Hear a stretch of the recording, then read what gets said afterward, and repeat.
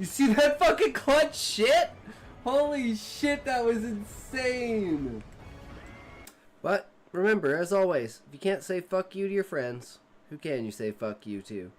Fuck you. Anyways, today we are going to be doing setting atmosphere, because I'm apparently fucking terrible at it. Setting the tone for a character with like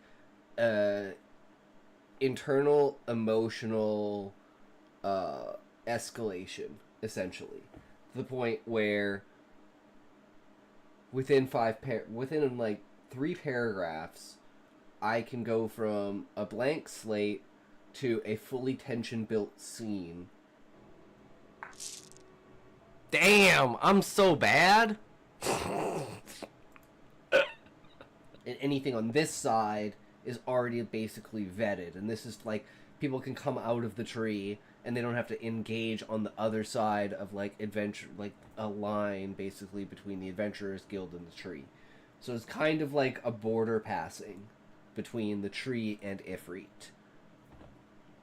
And the spectacle of coming into Ifrit as like from the Viceroy, because the idea I'm thinking of because it's first person, it's Husai's reaction to what he's seeing, right?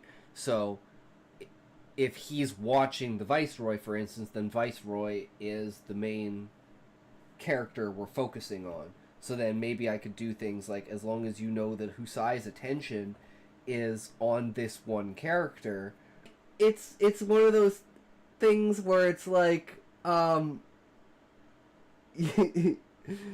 it's an appreciation. Like, I love the brown accent, just like I love the Asian accent, but I can't do an Asian accent. But I can do the brown accent. At least people have told me that I think I can do the brown accent, and if you think you can, and you do it, and it is, don't holy brother. No. Remember, if you can't say fuck you to your friends, who can you say fuck you to? Fuck you. And Apmeken. And then yeah, boss. we can do that order. Okay.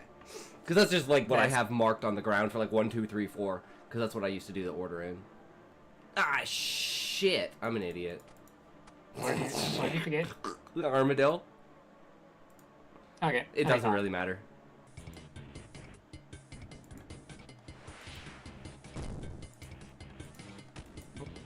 Yeah, I'm not going to be able to do that one. Oh, why am I... Okay, we got it. Come here. Run to where I am. Oh. Ooh.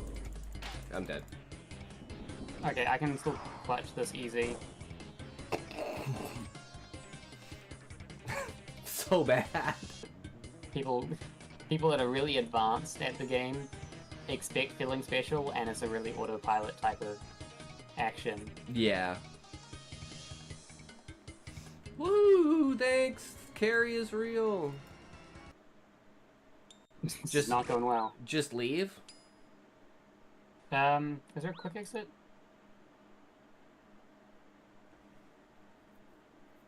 How do you just leave? I swear you just log out, and then you don't have to worry about losing your shit and having to pay the thing. I know how the tick system works, and I know how, like, phasing through stuff works, so... Hey! Woo! Clutch moment, boys! I'm clipping that.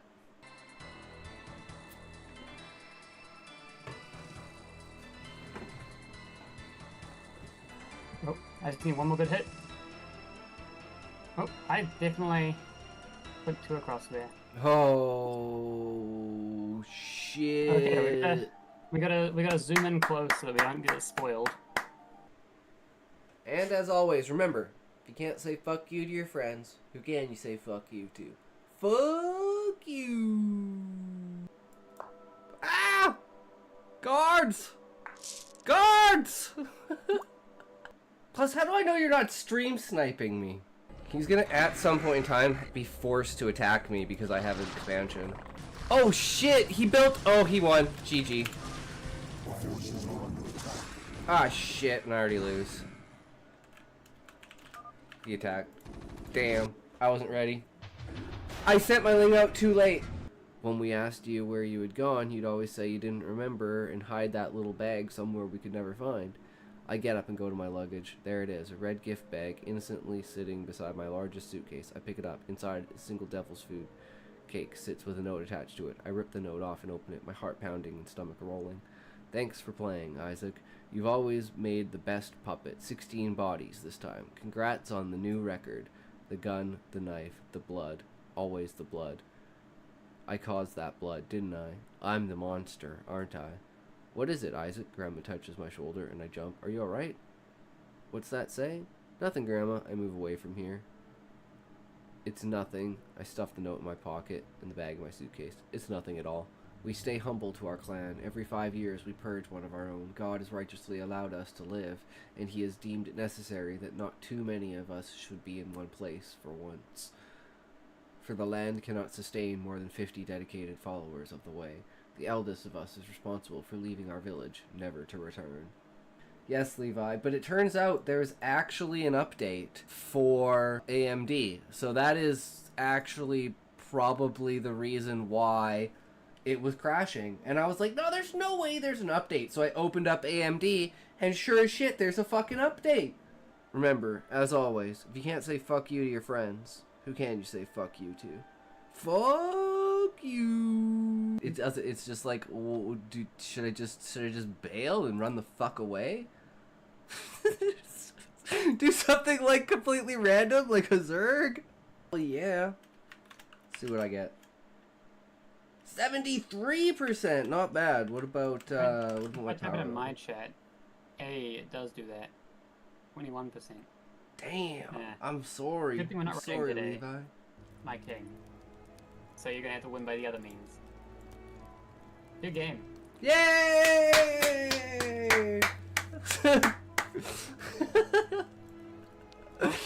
Oh, okay. That was an even faster win than my one.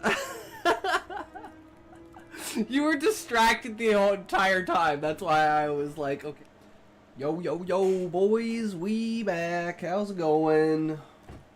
So we got some plans for today, boys. We excited. So we're doing villains today. So I thought, let's do a combination of kind of the last 4 videos in a sense. We're going to be using building tension. We're going to be using flashbacks and backstory. We're going to be using justifications. And then, of course, this video on villains. And we're going to do that quintessential villain monologue moment.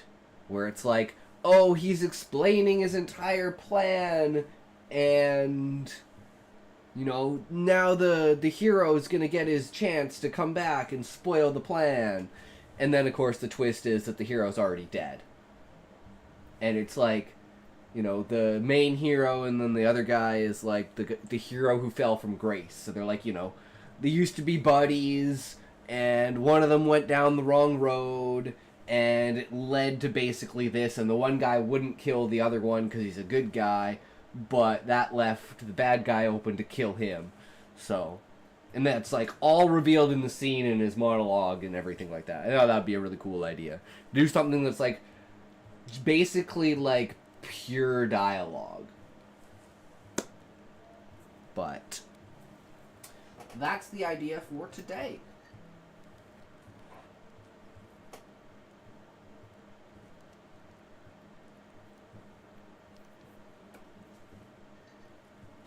So, let's take a toke.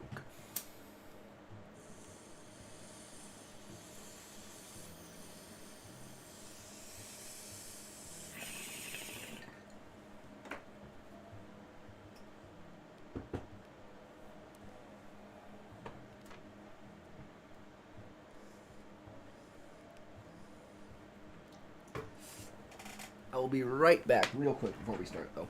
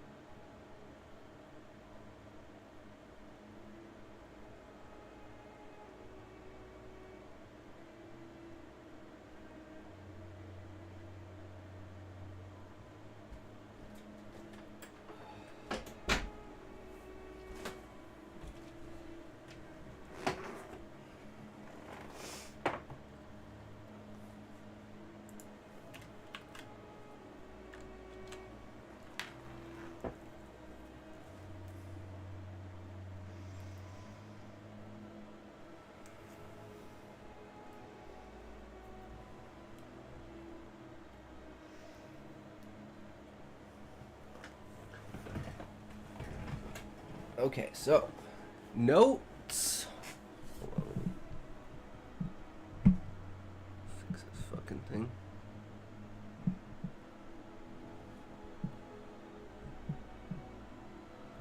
All right, notes on villains.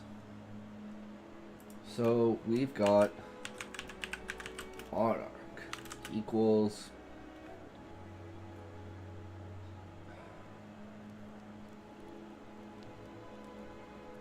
I'm like, he's not a anti-hero. He's a vessel.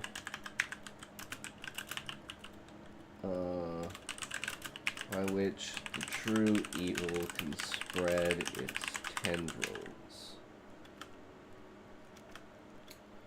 There's like the Viceroy is the anti-hero slash fallen hero. Fafnir equals the enemy sacrifices himself for main characters.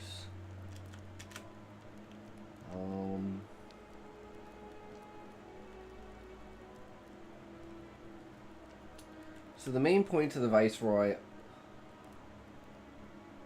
are how he plays both sides in his mind and how Anima tries to twist everything to make basically more emotional suffering.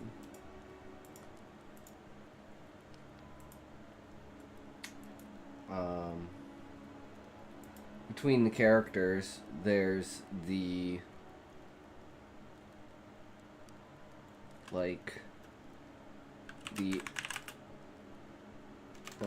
inside the main party, there is conflict between the Walker party and the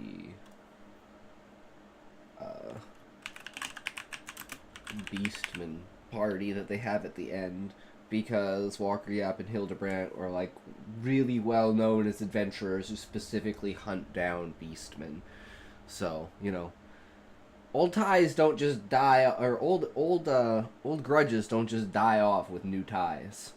So that's like a running thing throughout it. Same with like people inside of the tree who are now trying to fight against the Monarch. Even though they have to fight the civilians of the tree in order to do it.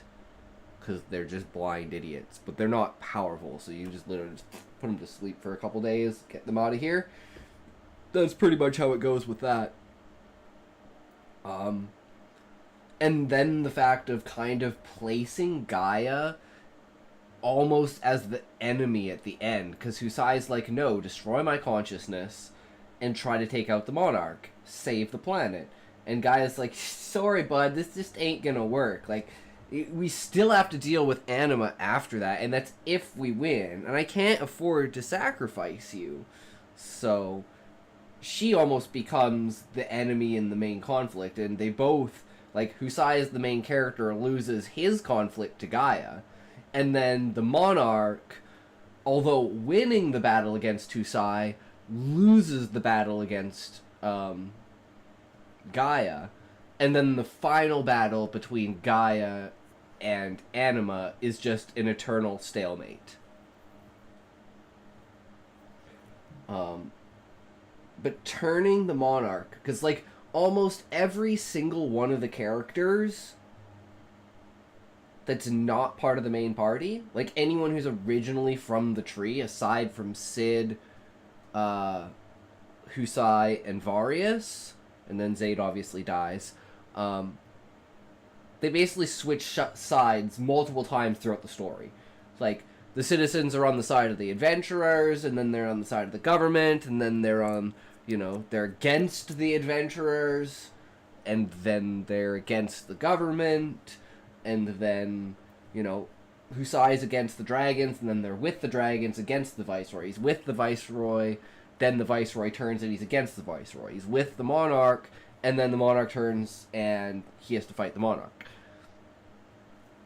And then at the end, Gaia finally turns to, at least in his mind, not giving him the shot, but that's because she understands the full scope of losing his consciousness.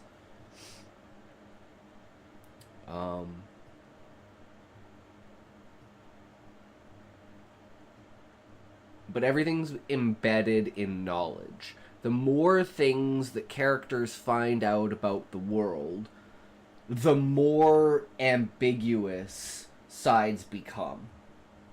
Until you hit that bell curve where it's like, now we've acquired enough information to basically oust anyone who's been like hiding in the shadows and has any knowledge of all of this going on.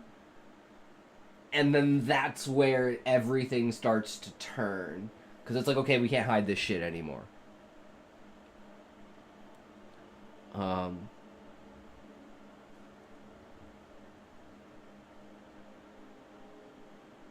just thinking, so it's like, from Husai's perspective specifically, he thinks that the Monarch and the Viceroy are separate people in the fact of, like, their continuous descendants. So he has spent his entire life almost, or he's spent, like, the entire Viceroy's life, the one who just got inaugurated.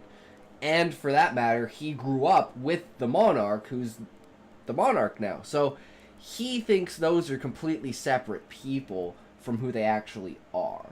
Because the Monarch that he knew growing up was actually killed by the Monarch and taken the place of.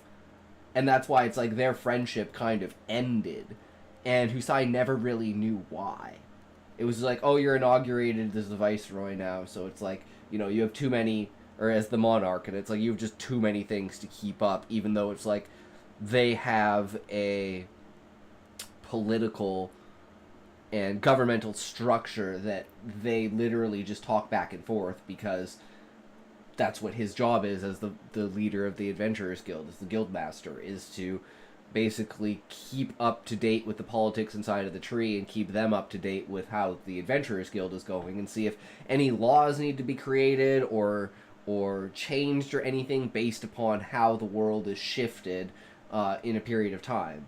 And this is why, again, Husai is going out under the guise of doing an audit on the Adventurers Guild and seeing if in the last 50 years there's been anything that they basically need to oversee and change how the system basically works because of like the development of technology and the evolution of magic and people's understanding of things. Just, you know, over a period of time, people learn how to do things more efficiently. And if there's a system of bureaucracy in place that stops those people from doing that, then that in of itself can also be, you know, the conflict. Which, in this case, for the Viceroy who's standing up and becoming the new Viceroy, he believes it's his duty to bridge the gap between the Adventurers Guild and the Beastmen. Even though it's pretty much been stated by everyone that they feel that the Adventurers Guild should, like, the Adventurers Guild should be the barrier that prevents the Beastmen from becoming a part of the tree. And the Viceroy just thinks that's fucking stupid because he, like, knows a lot of Beastmen. And he's hung out with a lot of Beastmen. Now, to be fair, they're high Beastmen. There's like 20 or 30 of each race that are the most intelligent of the species that are considered high of their race. Because they're, like, basically on almost an equal plane with the lowest level intelligence of, like, avian and insectoid. Which basically puts them on the intellectual map. As opposed to other Beastmen, which are basically, like, children. So, the guild has always been worried about involving them in, like, politics and government, because, yeah, you don't put a 6-year-old in charge of something like that. That's kind of their understanding, because even, like, larger concepts and stuff like that get lost on the Sahagin.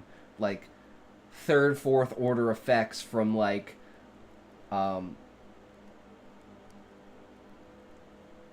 disease of a crop or something like that, or a loss of a piece of land, or like a natural disaster, and it's like, oh, well, we've always had this much abundance, so we've never really cared to make sure that we preserve that abundance. And it's kind of this back and forth between the Adventurers Guild and the Sahagin, where it's like they're teaching each other different things about how the world works and how you can be more efficient in it. And again, that's a reason why the other Beastmen are jealous of the Sahagin, because they almost get special treatment as an experiment by the tree to involve the Beastmen in these kinds of things. So that's where all the tension between the Beastmen and the tree comes from, because the tree doesn't want anything to do with it. They barely want anything to do with adventurers, let alone something that's completely foreign to them. So it is basically soft racism, but they put it on a value of intellectualism and not being able to trust someone who can't understand those levels of like higher end philosophy, and like how the tree considers themselves extremely civilized and peaceful. And it's like there really isn't that much crime inside of the tree because there's no scarcity of anything. The biggest crimes are before the Adventurers Guild, and that was people going fucking crazy because they were basically turning the entertainment into reality because they were just so bored with their lives. So that's where people were like, okay, maybe we should just maybe we should leave the tree. The monarch's like, alright, yeah, you guys can leave the tree anytime you want, but good luck out there. It's brutal. So I hear. Wink, wink, nudge, nudge, right? So, for the level of villain here, the relationship between the main characters is extremely one-sided. But Husai is fighting for the side that he thinks is the monarch.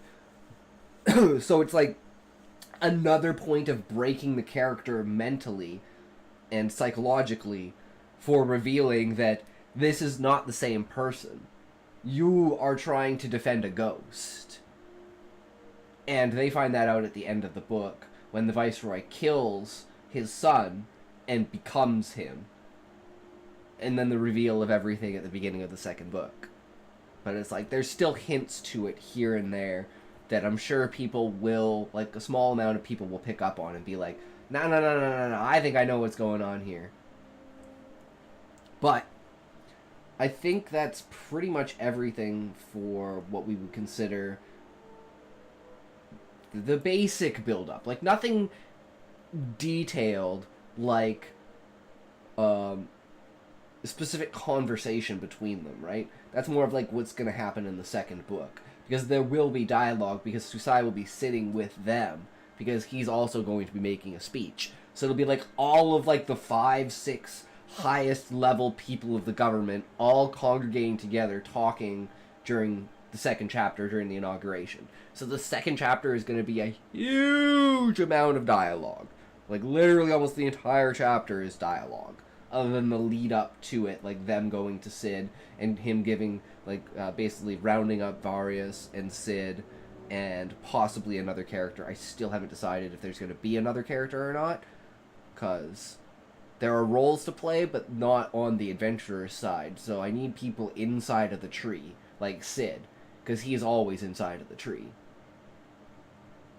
Which is, like, the only reason, and that's another thing, too, is Cid also feels bad for Zaid's death, because if Cid hadn't gathered everyone together from the tree, and he could have brought Zaid, right? But he didn't. Not because Husai didn't say he could. Husai never changed his mind, but he never asked. He was just like, nah, wait here, we'll be back. Don't worry, if we need more reinforcements, you're not gonna fucking help us. Sorry to say. That's kind of his take on it. And Zaid's like, for fuck's sakes, man. Can't do anything. So it's like, the putting Zaid in that position and the fact of what Zaid's trying to prove, so that's why he does what he does, which winds up getting him killed. So it is his fault that he dies. But it's just that prideful youth. And he was like, I'm gonna show Husai what I'm really capable of. And in this case, it's like take on 400 people without killing anyone. Without the use of, like, high-end magic. Because despite being, like, a scholar type, he's like Husai, where he's more of a melee that's in a position that is just of an intellectual position, paperwork kind of job. But it's like, it doesn't necessarily mean that you're a good mage, right? Just because you can read doesn't make you a good mage.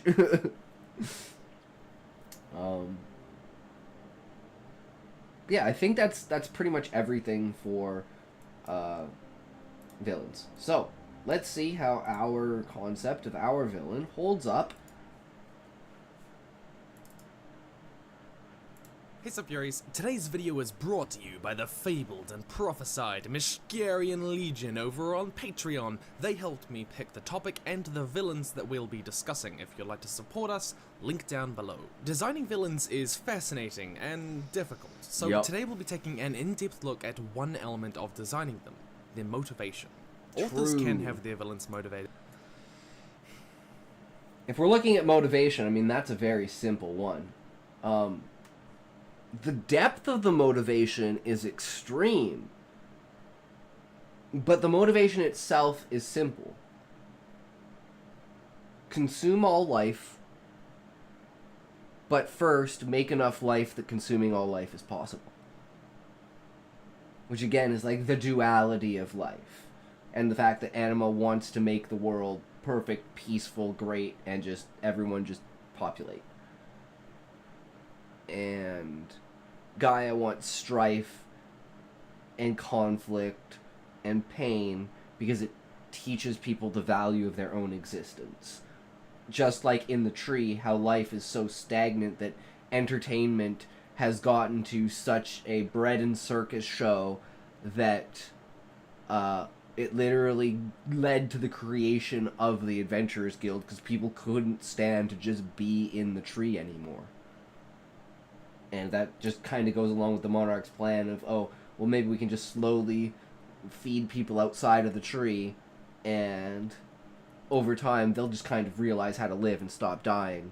And then we'll spread out on the land. So we'll have the air from the tree, we'll have the land, we'll have the water. Then all we need to do is build into space and just keep populating.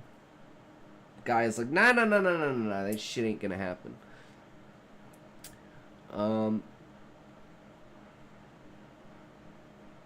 And their original motivation, like, as what would have been the consciousness of the Monarch, but as Gaia is explaining, or has explained, like, the fact that Anima controls their minds means that they, as people, are gone. They do not exist anymore. And that's, like, the problem of a higher consciousness overriding a lower consciousness, is it's literally erased from existence instead of going back to the foundation of, like, the universal consciousness. Like, going back to the source for the soulscape. And, of course, his motivation is very simple. Bad guy ate my mom, so I'm gonna eat everything so that I will prove that he is gone. Because there's nothing left, I got my revenge. So I guess we have to go down to a secondary level, which would be the next enemy on the list, which is Fafnir. And then it's like maybe the difference between Fafnir and the other dragons, because he's the most inbred of them, so he is the least intelligent. But the other dragons are also much larger than him, and they could facilitate what the octopi need better than Fafnir can. So Fafnir was kind of left over as the vanguard to look over the Beastmen to make sure they didn't fall apart and get annihilated by the Monarch. I'm just thinking for Fafnir, like his 600-year nap. He's like, alright, I'll let them do whatever they're gonna do. Then they wake him up. His motivation is revenge against the moon because the monarch killed Gaia's child, and like he's, I guess, at a low enough intelligence that emotions can overtake him. So he just straight up hates the monarch. But he doesn't see the full scope of what the monarch is, and he thinks he can beat the monarch without, as long as the monarch doesn't have his technology, which the monarch doesn't have right now, to anyone's knowledge. It's in the basement, let's say, but the only people that know that are the Warriors of Light, the ones who are going to basically take it over and control it, and we're going to build the diamond weapon in order to try to, raise our chances of killing the monarch. It's like, okay, we've got all the dragons on our side, we've got Gaia on our side, we've got her golems on our side, we've got all the Adventurers Guild on our side, we've got all of the Beastmen on our side, and we've got the diamond weapon on our side. Plus we have Husai on our side. It's like, we literally have the entire world against these two guys. We even have the octopi with their technology on our side by the end. It's like dropping nukes on them and it just don't fucking do anything.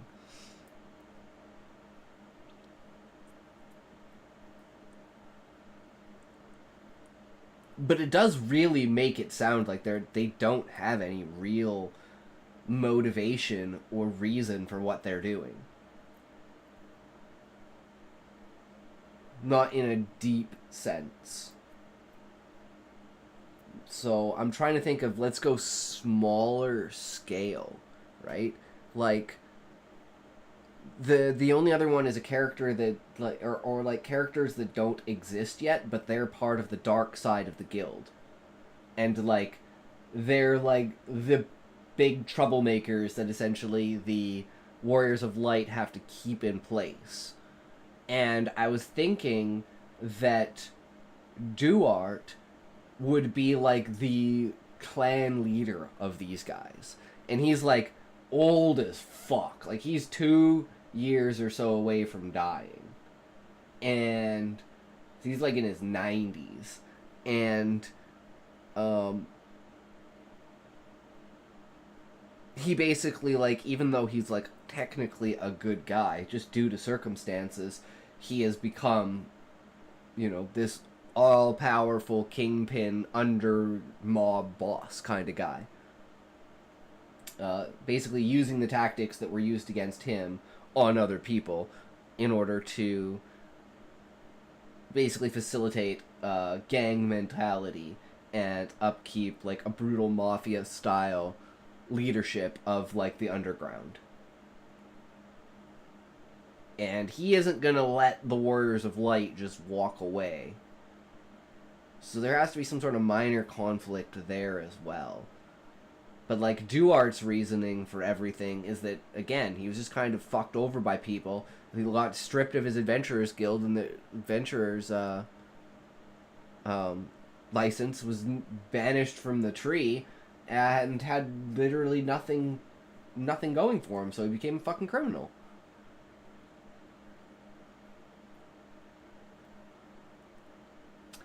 But maybe we can deepen those motivations in some way, shape, or form. Let's get on with it, because, it like saying it out loud and thinking it out loud, it does feel like they don't really have any true motivations. It's just kind of, oh, something bad happened to me, so I'm gonna make something bad happen to you. Which isn't that great, but the story around it, and even the reasons for it, I think Anima's is pretty dumb, but that's purposeful. Whereas, like, Fafnir or this, like, basically mob boss, or, like, even, like, Beastman on the other side, I don't know. I just never really put too much thought into motivation of villains, other than their basic, like, character structure needs. So they're layered in many ways, but I don't see their motivations being layered, which worries me. because I know I'm bad at character creation and character depth and character analysis and shit like that, and like character interactions and like keeping a single personality on a character. So I don't know. Let's see. By almost anything. Greed, love, jealousy, self-righteousness, ambition, power, trauma, revenge, desperation, or hatred of sand. I don't like sand.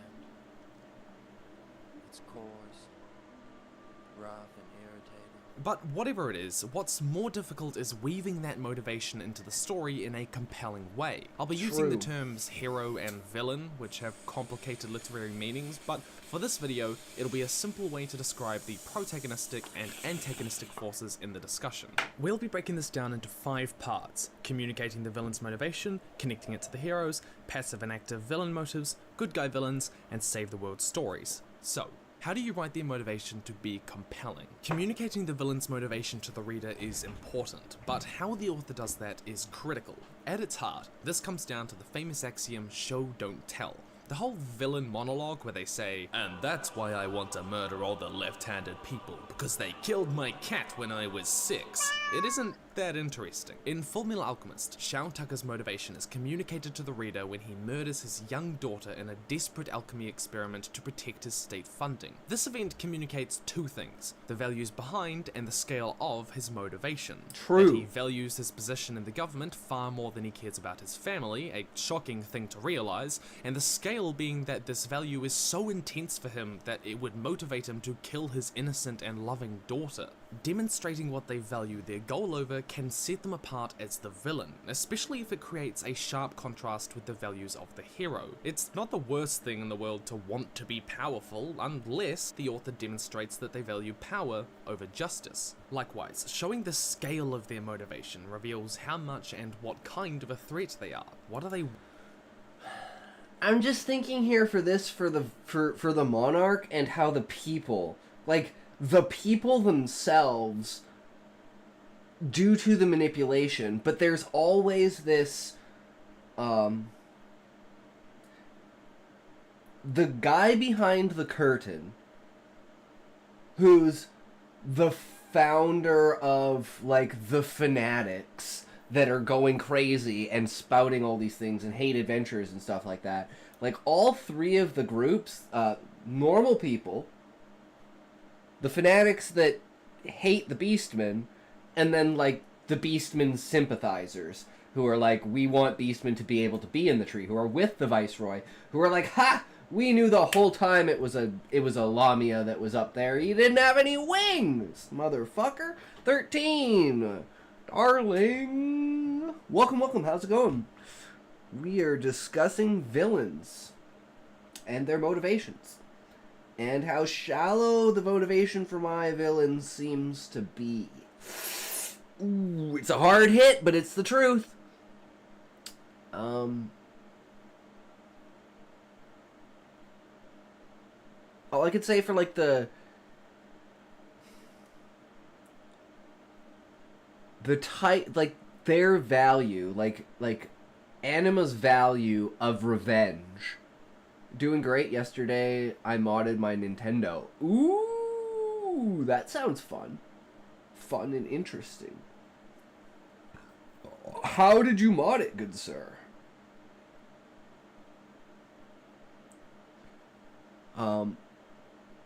It was fun. Oh, I bet.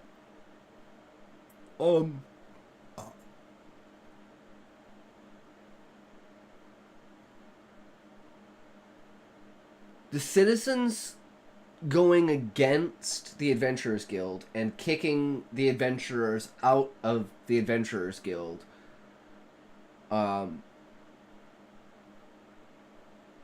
is... See, I'm not married to this idea. It's like, it could be or it couldn't be, you know, there's the possibility that there's just some crazy dude out there, right? So I just don't want to say, yeah, the main fanatic, because again, it's like, it's not that deep of a character, just this main fanatical dude who just believes in conspiracy theories because he's fucking crazy and he's got nothing better to do. Followed a tutorial on YouTube, plus I needed an SD card and an adapter for it to plug it on my laptop. Yeah, those can be kind of annoying to try and find and shit like that, especially old shit. But it is what it is, right? But hopefully you got it all set up and good to go. Sounds like you did. You got an hour, but it was worth it. Yeah.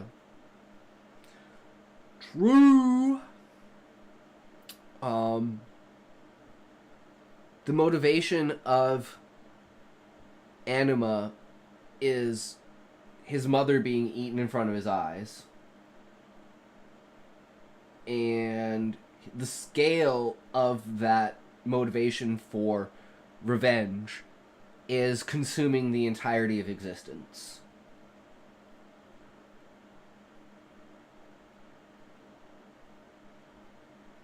And I guess, see, I'm debating this thing, because there's the perceived monarch from Husai's perspective, until he truly finds out that the monarch isn't who he thinks he is. So the entire first book, he's almost fighting to defend the monarch. Because he's like, no, man, we grew up together, we were friends, like, this is all fucked up, something's wrong here. And of course, there is something wrong. That's not the same person. He murdered him. He murdered his own son to take his place, because that's how the lineage works. And that's why their relationship fell apart. It wasn't the bureaucracy, it wasn't them being leaders, it wasn't that, it was the fact that he wasn't the same person. And that also changes Husai's view of it, especially after witnessing with his own eyes the Viceroy turn to the other side and murder his own son and become his son. And then be like, wait, what the fuck is going on here? And then they basically get completely fucked up.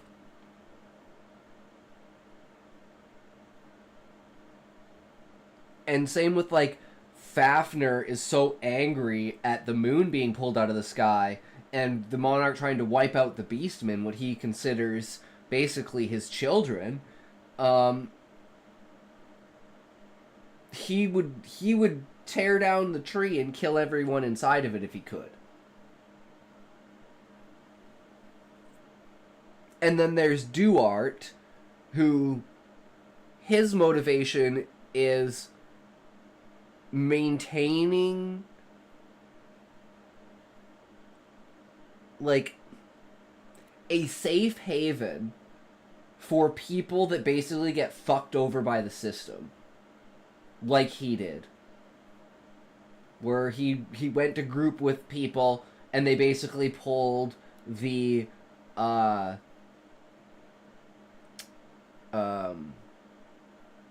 Rising of the Shield hero bullshit, where the character, like, one of the characters like, oh, you raped me, kind of thing.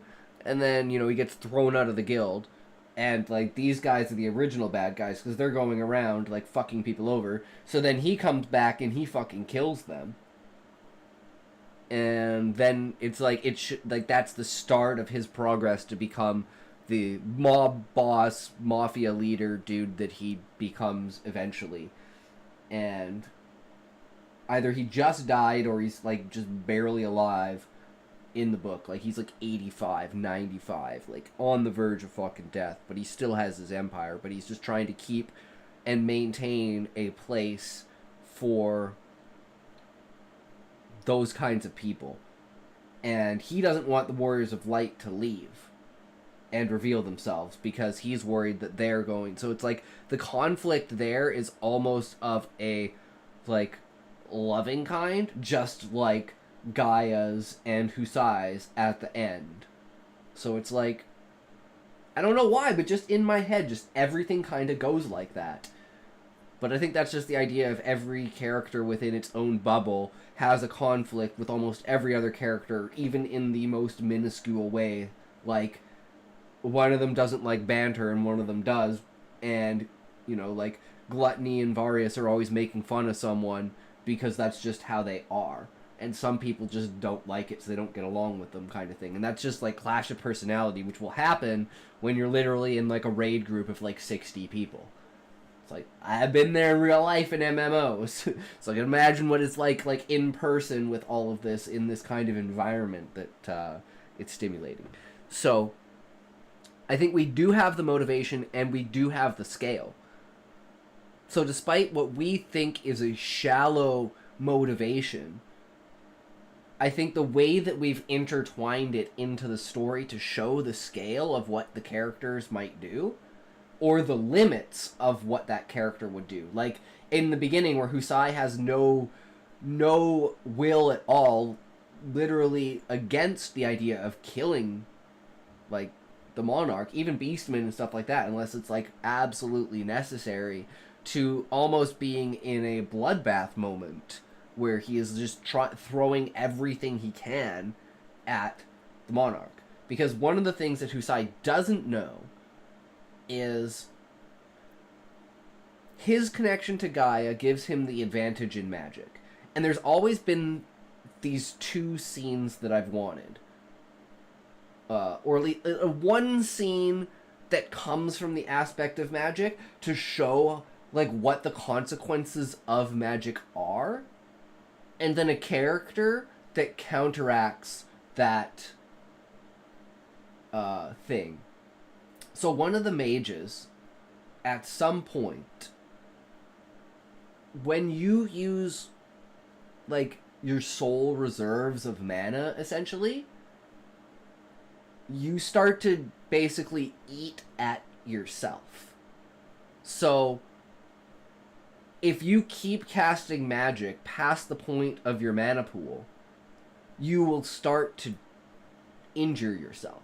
To the point that, like, your bones will explode, your muscles will tear from the bone, and you will literally, like, disintegrate and explode.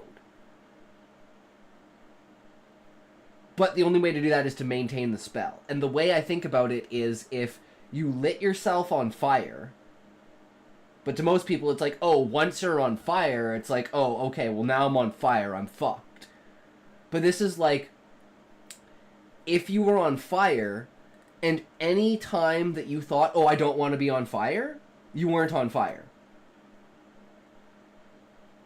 So it's like, you have to maintain the mental fortitude in order to maintain the magical control that you have while your body is being destroyed. So you can do it, but most characters get like a limb or an internal organ or something like that just fucked up, and then they lose consciousness or they lose control of the magic. You can lose control of the magic in a sense it will explode you.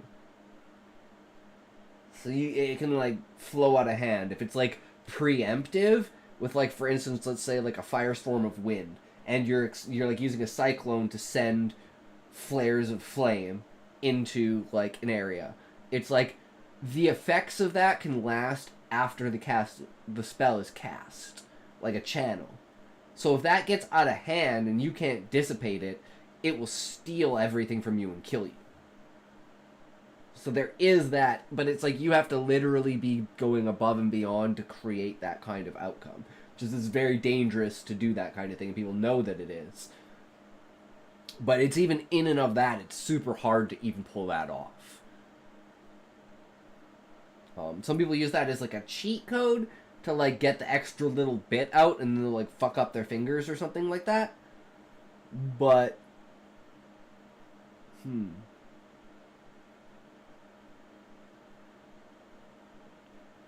the will of the character and like how you interact with the world due to your consciousness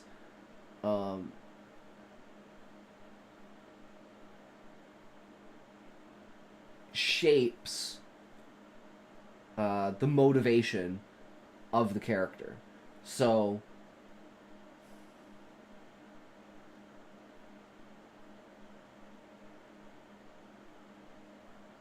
for like the Viceroy, like the good version of the Viceroy, his mind,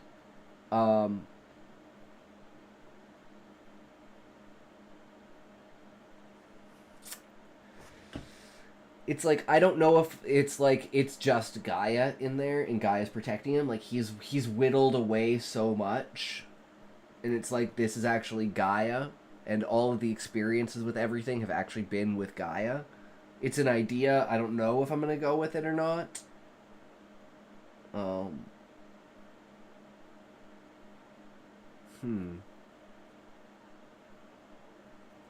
But yeah.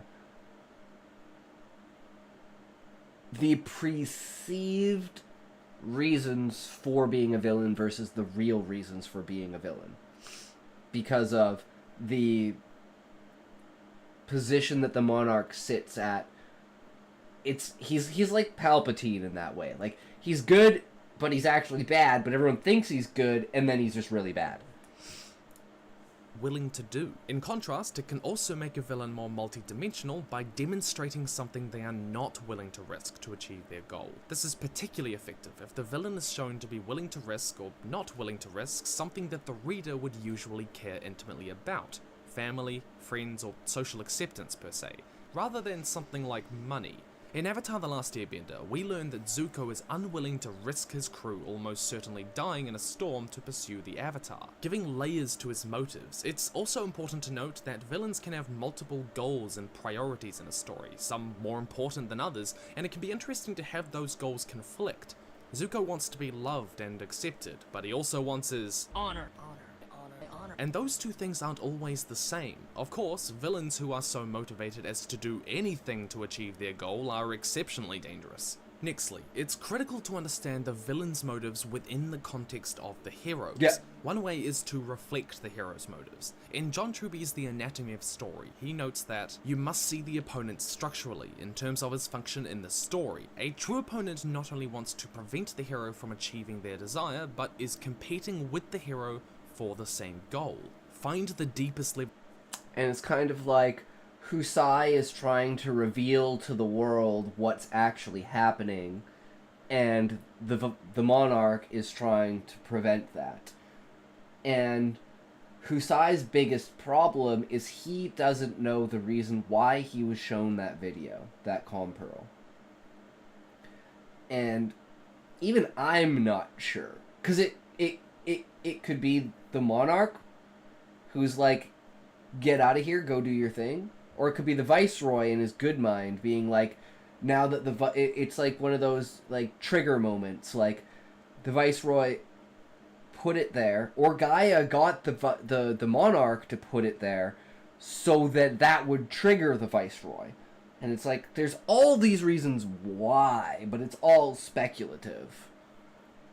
Because it never actually states anything about it.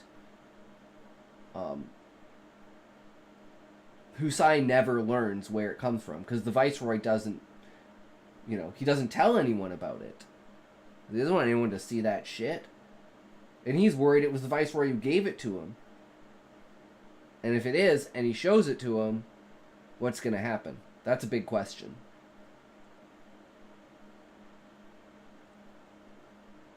And basically the most important thing that they're fighting about is over the existence of the Beastmen. Whether the Beastmen actually deserve to be a species and not genocided. Because like I think Eggy said, where's the next genocide? Well, the next genocide would be the elimination of the Beastmen as a whole. But that's not... It's not as viable. Like I said, the Monarch already tried that. He's already done the nuclear option. He's already fucked up the world. So now he's just kind of sitting back.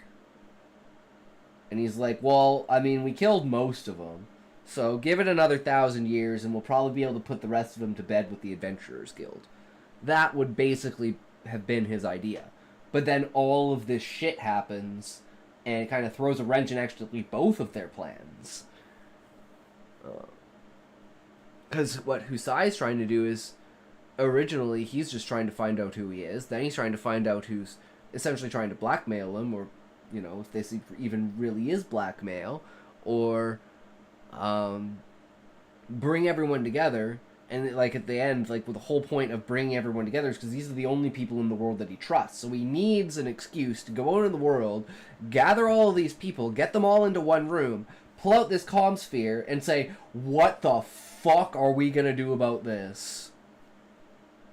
And everyone's like, we go do the 100-year quest. And he's like, I didn't want to say it, but that's what I think too. And everyone's like, yeah, 100-year quest, bro, let's go. And then that's where they either find Atomus or whatever the 100-year quest is, as well as the Emerald Weapon, which is the first key to putting the weapons together.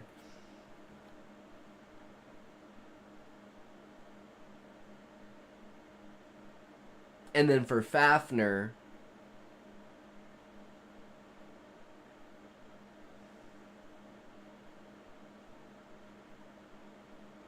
I mean, again, it is true what the conspiracies say. Like, Fafnir was trying in some way, shape, or form to use espionage to get Beastman inside of the tree. And the fact that this is just happening now is also a product of Fafnir's meddling with one of the concubines, because she's a Beastman sympathizer. And she's basically, like, whittled her way in to be voted as the concubine to the Viceroy in order to whisper in his ear about allowing Beastman inside the tree. And that's the reason why he's pushing it so hard, and why she basically gave him the idea to set up Alamia as an avian and see if people would vote on its ideas, and just, like, actually not, like, manipulate it, just tell it to be like, pretend you're an avian, always wear your armor, pretend your wings are broken or fucked or mutilated in some way, shape, or form, and that's why you stopped being an adventurer, so now you're, you know, trying to serve in a different purpose, to be more of a political lead, so, you know, their ideas are genuine and everything, and then they get voted onto the council to be, like, the midway between the, like Husai is there for the Adventurers Guild on a bureaucratic level, whereas this Lamia and the Council for the Adventurers is there for the political alignment between the Adventurers Guild and the tree itself. So, like, the values that, like, they're representing to the tree the values that the adventurers have when they're inside of the tree. Because crafting is a huge part inside of the tree, and that's the main reason why when they get kicked out, losing all of those crafting stations is super important, especially after they just got back from a miserably losing battle, and they're completely destroyed.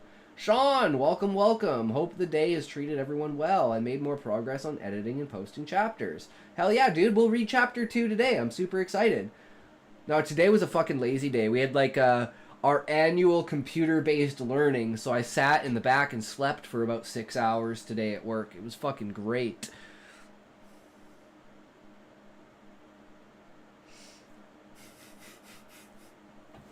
It was a day. But yeah, we're talking about villains today, and the motivations behind villains, and realizing my motivations fucking are very shallow, unfortunately. And I'm like, how can we intertwine this to make it better? Chapter 12 is posted. Nice. And then we're writing a story today that's it's a monologue from a villain, and it's the whole, like, every single trope of, like, a supervillain doing his monologue, telling the hero all about, like, he's captured the hero, and he's talking to the hero, and he's unveiling his whole grand plan and everything, and then it gets that moment where you're like, oh, well, now the hero is gonna, you know, escape and do his thing, and then it turns out that, like, the hero's already actually dead. And the villain's just doing his monologue because the hero is dead. And they were, like, you know, like, partners or something like that, and, like, the bad guy just went down the wrong path, you know, and the other guy just couldn't look the other way, so they became, like, you know, super enemies, and then it's like, you know, that whole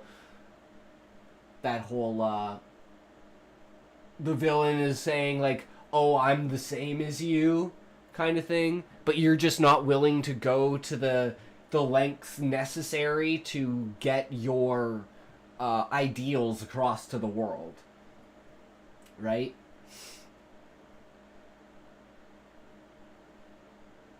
I kind of want to do like some Viltrumite logic versus some like Superman logic, like the justice through oppression, or sorry, peace through oppression or justice through what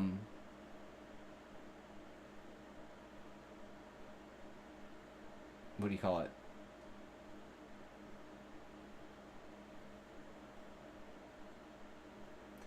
I recall an episode of Step by Step where Dana is shocked to discover that professors don't like when students use big words that are perfectly succinct small words that do the same job.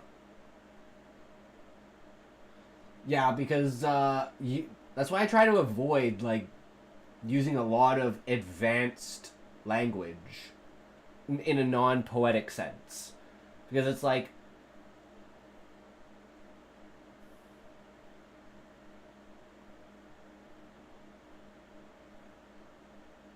I'm just thinking, you could say immaculate.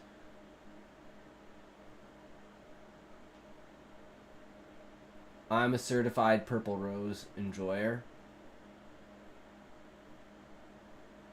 Nice. Levi, welcome, welcome. How's it going, good sir?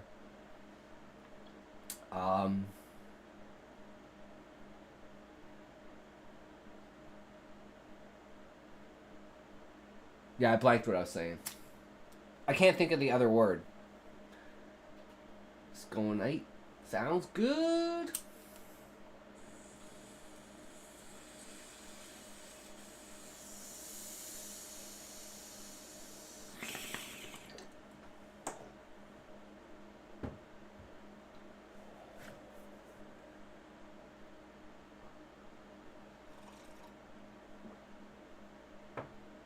Started thinking last night about that episode and tried making the worst example of a sentence that uses needlessly long words. True. Level of conflict between them. Ask yourself, what is the most important thing they are fighting about? Underpinning this is one critical question. The genocide of the Beastmen, obviously, and whether lower intelligence life forms actually deserve to exist. Because they're of no use. And it's not like at first Husai thinks he can be logical in this sense, talking to the monarch and like get him to snap out of it, but it's like, no, you can't. You're not gonna get through a celestial being who can see millennia in a split second. I don't get why you'd use small words when there's a perfectly good big word that'd be more fun. See, Levi, I like to use those words in a poetic sense, but if you're going for like a logical mathematical description of something, I think using big long words is not the way to go about it, unless you're like trying to portray that kind of style.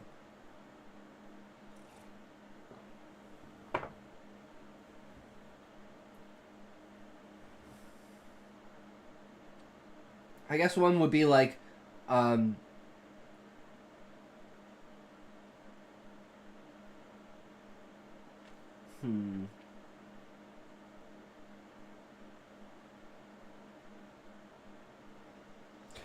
No, I guess that's not a good example because that one scales. You need something that doesn't scale for something like that, right? Because then the bigger word is literally bigger. Which motive will best bring your villain into conflict with the hero? In Alan Moore's The Killing Joke, the Joker and Batman aren't just fighting over the fate of Jim Gordon. The Joker wants to prove that ordinary people are just like him if they have one bad day, whereas Batman... Constabulary instead of cop or policeman. Enlightened instead of clued in.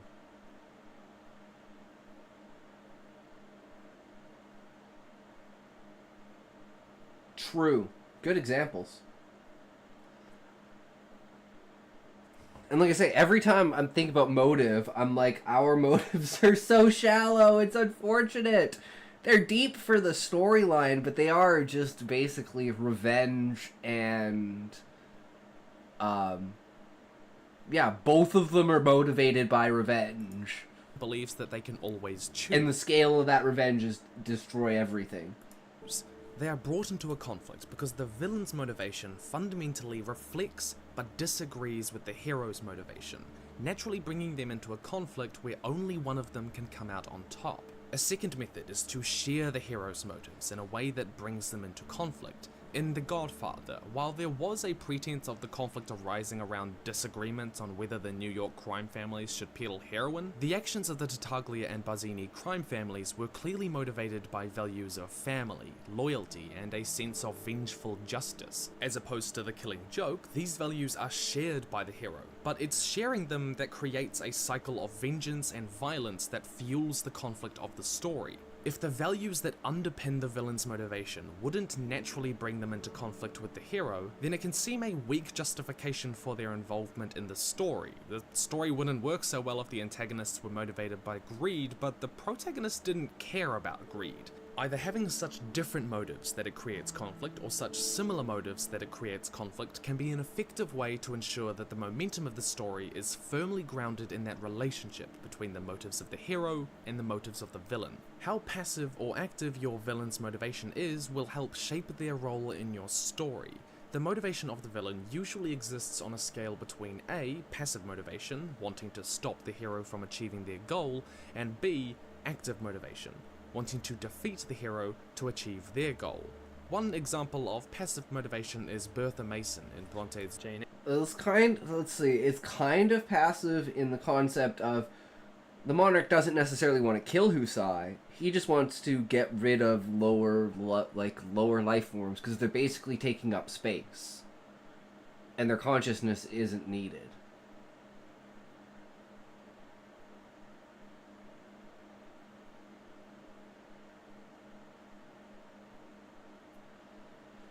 And now all of a sudden this brings in another idea that I didn't think of, is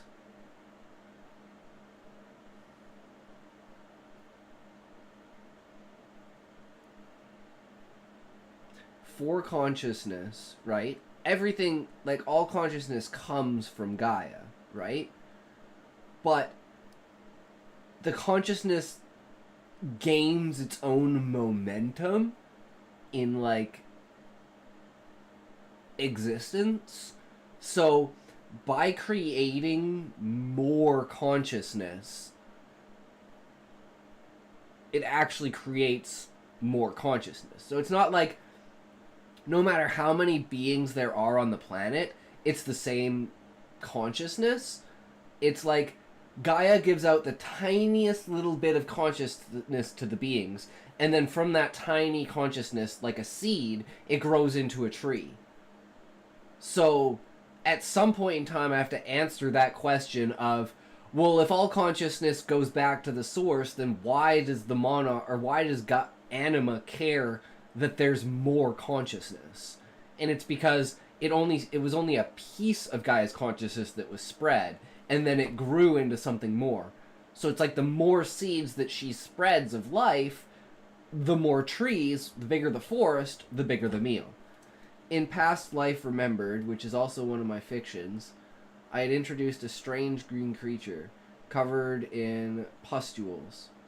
There were 3 so far, each one using slightly different approaches, but attacking the community where the main character lives.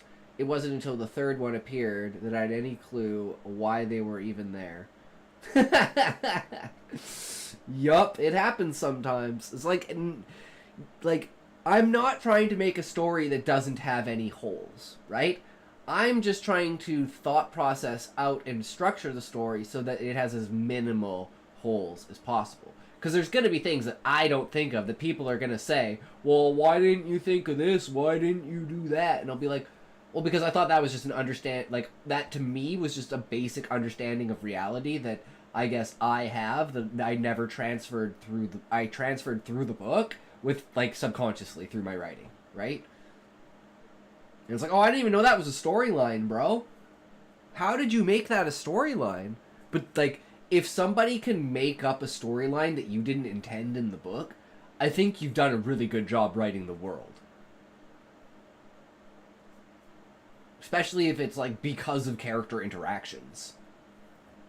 It's like, oh, well, what about this? You built all this up for this character. It's like, wait, what? The only character I can think of for that is like Husai and Hildebrand. And that's, yeah, about as close as it gets. Heir, whose motivation is primarily to stop the hero from achieving their goal of marrying Edward Rochester. This passivity of the villain makes the hero more interesting because it gives them more agency. They decide the direction of the story and the villain responds to them. The classic story of Snow White is an extreme example of active motivation of a villain. The Queen's motivation to become the fairest in the land leads her to defeat Snow White in hopes to achieve her goal. She becomes more imposing as a villain because the story's tension is based around her actions forcing the heroes to react.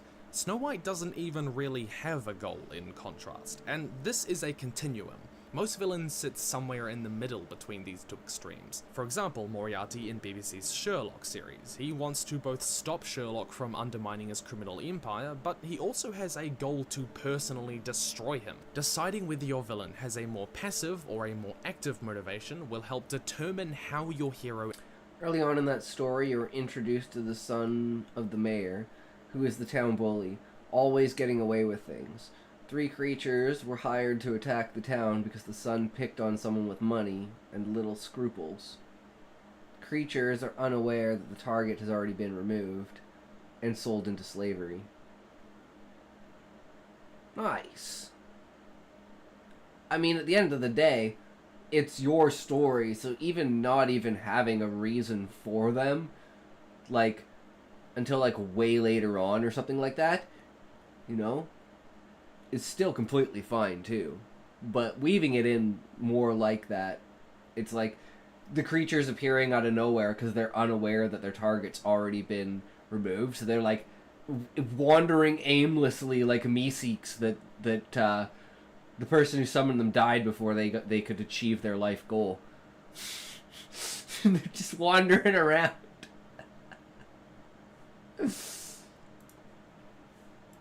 And villain are brought into conflict, and where the agency of the story lies. More active villains tend to feel more like a threat, while more passive villains tend to give heroes agency in the story. Now I want to talk and about... that's where it's like, Fafnir is more of an active threat at the beginning, but then becomes an ally, whereas the Monarch is a passive threat, and almost seems on Husai's side, in a way, but just, like, the pressures of his position don't allow him to align himself with Husai because of the population.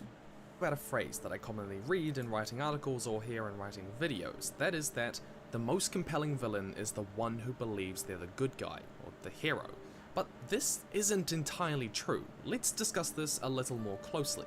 This idea rose to prominence with the recent trend beginning with the grittier comics of the 1980s and 1990s through to the rise of darker fantasy like Lawrence's The Prince of Thorns, and now what we see in the deconstructive realism in stories like The Last Jedi. That is, to set aside the binary morality of good and evil heroes and villains in favor of a grey morality that makes the audience respect or even agree with the villain. From this comes the assertion that the villain must believe that they are the good guy. And there's nothing wrong with having such a villain. It can create incredibly compelling characters, like even Lucifer in Milton's Paradise Lost, who he makes out to be a sympathetic villain that the reader can understand. This trend led authors to explore the experiences that made the villains believe what they do, to an extent that hadn't really been done before. In Alan Moore's graphic novel Watchmen, readers can relate to Ozymandias' disillusionment with authority and anger at how humans fight one another. Seeing this play out in the Cold War was an experience that motivated him to take action. The reason that the good guy villain motivation works is that it creates a more relatable and therefore more believable character, which can give the impression of complexity and depth. This is not only because that complexity often arises out of them taking a particular moral position on a nuanced topic that society is still discussing, but because that complex moral motivation can easily be tied to human experiences, love, greed, fear, or anything else. Good guy villains can also heighten the tension throughout the story in a way that other types of villains can't.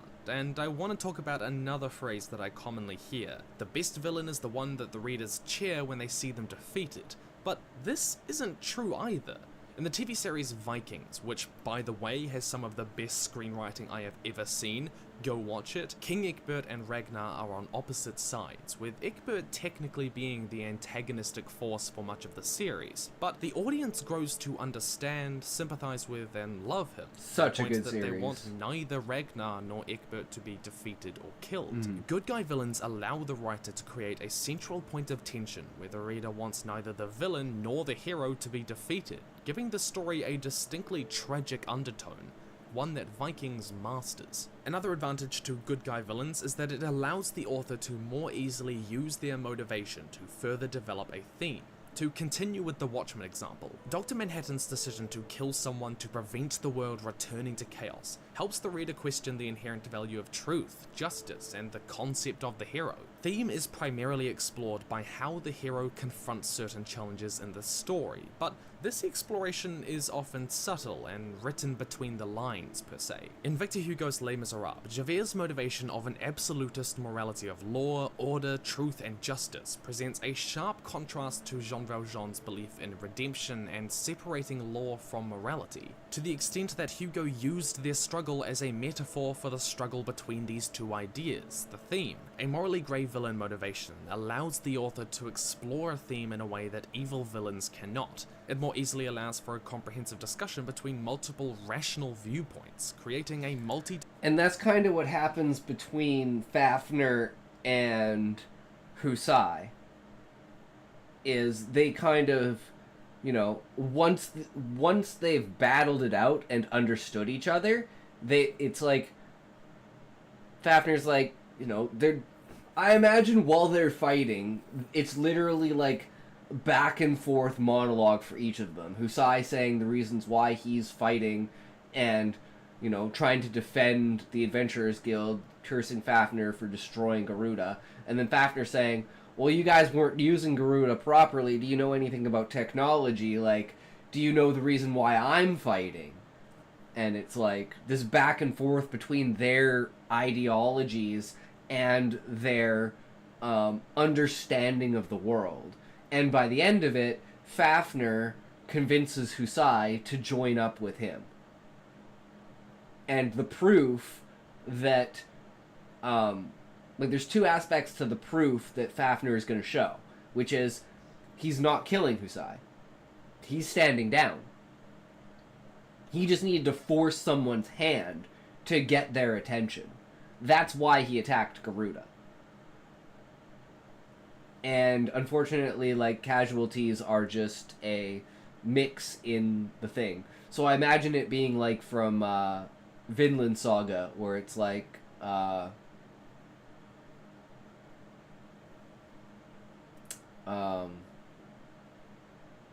can't I remember their names? Askeladd and Thorin?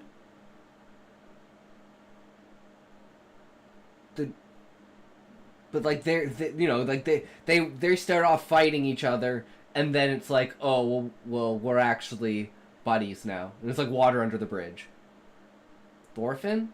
No. Thorfinn's the kid, the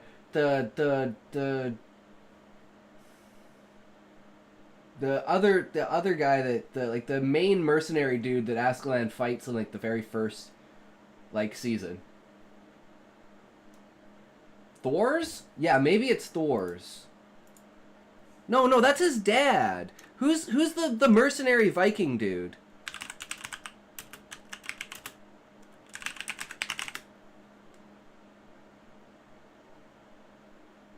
Thorkel, I think.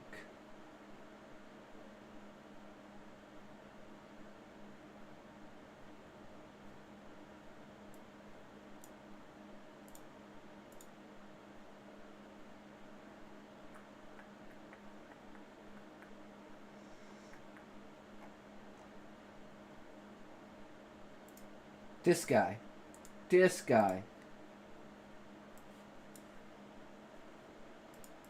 Him. Yeah. Because they're like fighting hardcore, right? And then they become allies. So it's like, that's kind of thing. Thor's is Thorfinn's dad. Yeah. Yeah. He's the one that, like, too many Thor names. Yeah, I know, right? Thor's death is what we based Zaid's death on. Is him, like, only it's like him fighting, like, 400 civilians, and he refuses to kill any of the civilians, and they eventually overwhelm him and fuck him up. But it's only his refusal to not kill anyone, and he stands his ground long enough for the Monarch to show up and basically put a barrier up to protect the Adventurers Guild from people going in and destroying the Adventurers Guild. But again, the Monarch also doesn't want to kill anyone, but, you know, he's like, you gotta get out of the guild, you gotta get out of the tree, and Zaid's like, nah, I ain't doing it, you guys are gonna burn this place down. So man, if he had stood for another 4 or 5 minutes, we could have been fine, but nope. It just happened way too fucking fast. Dimensional hero-villain relationship that is not simply physical, but ideological. However, one danger here is taking this a little too far and having the theme feel heavy-handed for the reader. This often happens where the conflict is so clearly allegorical, or the interactions between the villain and hero are so ideologically charged that they lack any real character arc or character experience to truly give them context. They come across more like mouthpieces. Greetings, villain. I disagree with you on your Hobbesian position of the state of nature being a war against all and life being nasty, brutish, and short. Ah, but hero, your Lockean position that the state of nature has the law of nature to govern it is clearly inferior to mine. I suppose our philosophical disagreement can only be resolved by one of us dying, representing the death of either of our ideas. Quite right, villain. True. But none of this means of either of our ideas. Quite right, villain. Okay. Side note on Dark Lord villains and Lord of the Rings. Many rightfully note that Dark Lord villains lack character depth because their motivations are largely reduced to want power equals take power. And that's how Atlas Shrugged is written.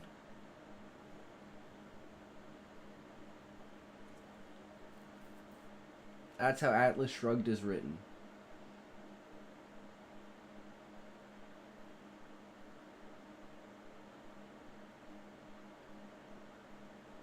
I mean, it's...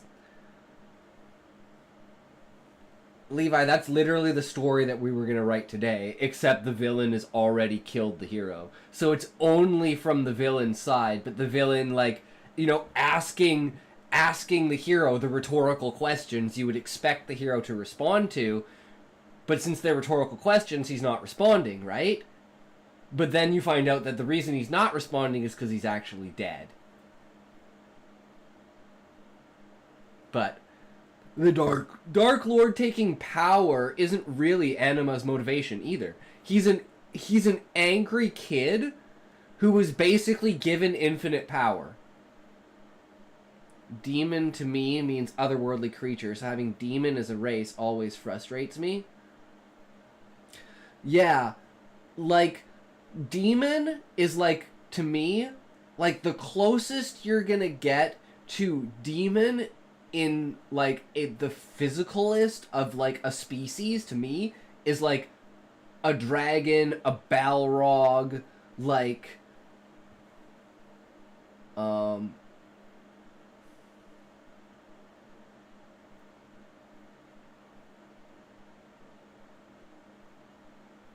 trying to think of other things, like Cerberus? But it's like, yeah, I feel like demons aren't necessarily a physical being. I always think of demons as, demons have to possess a physical being, right? They're more of, demon is interdimensional traveler. Yeah. Yeah, exactly, right? Spirit entity. You could think of, like, the idea of Seth as a demon. But demon has a lot of different meanings to a lot of different people, right?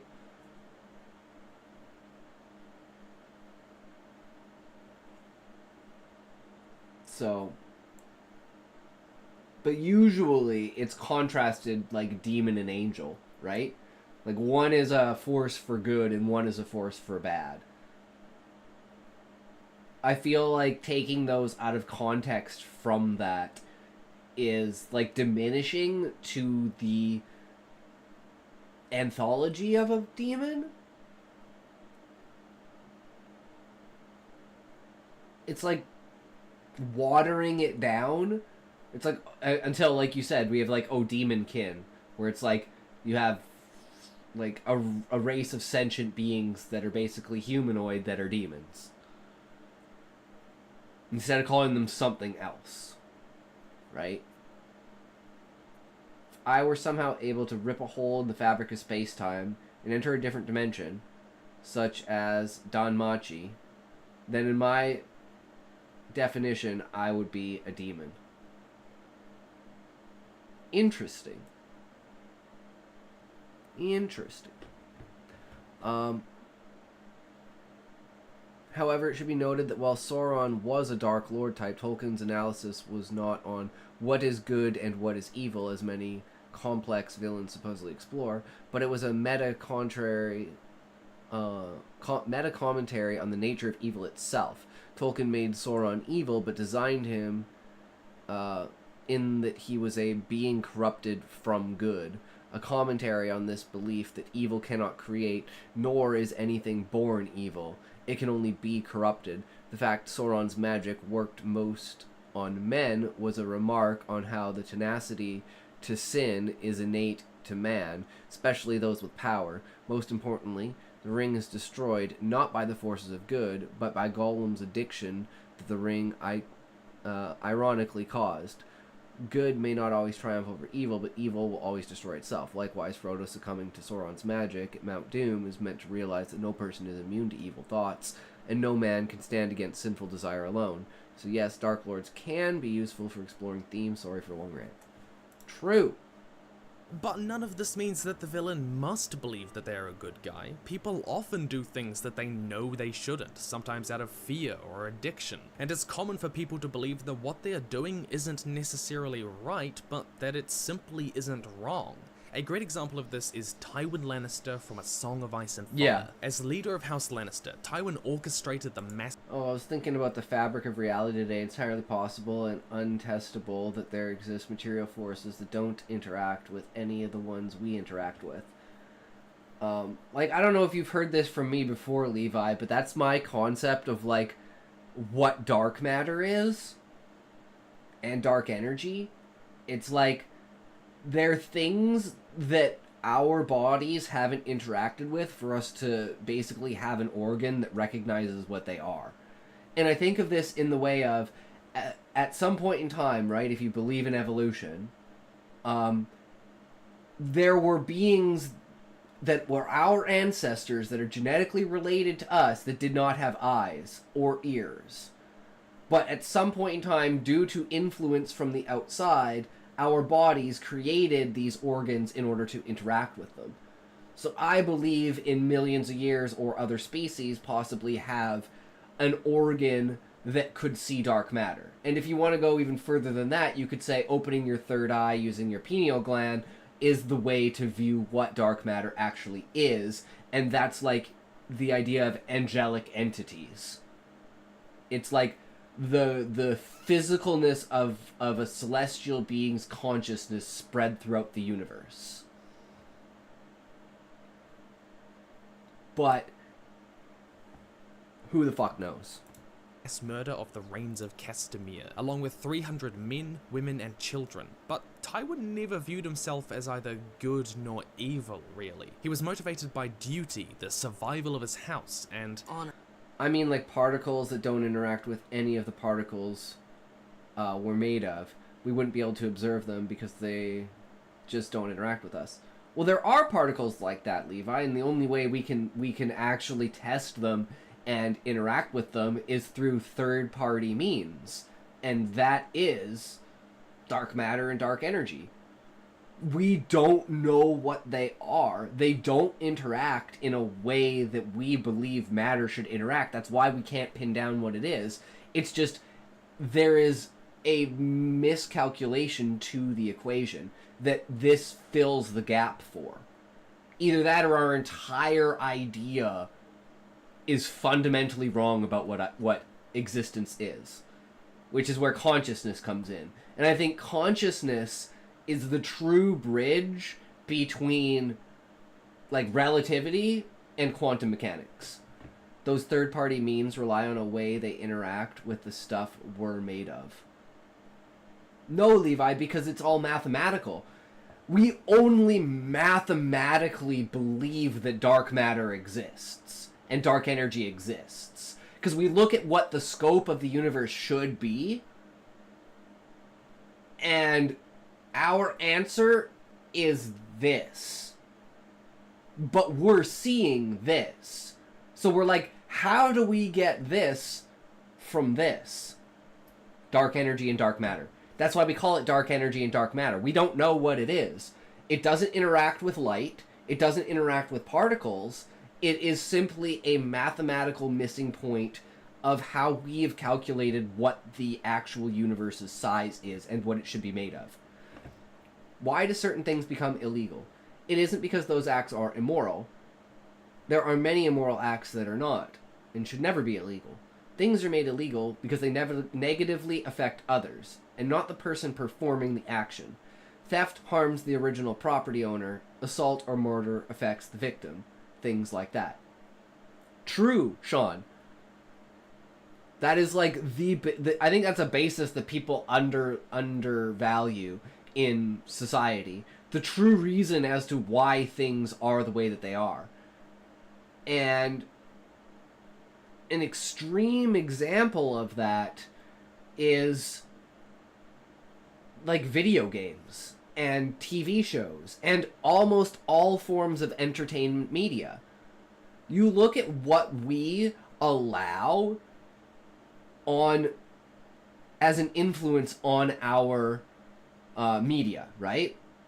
Like, we don't need to go as far as like snuff films or anything like that, but like the amount of violence, the amount of conflict, the amount of just like bad things that we have ingrained into our entertainment is like stepping away from the fact that these things are bad.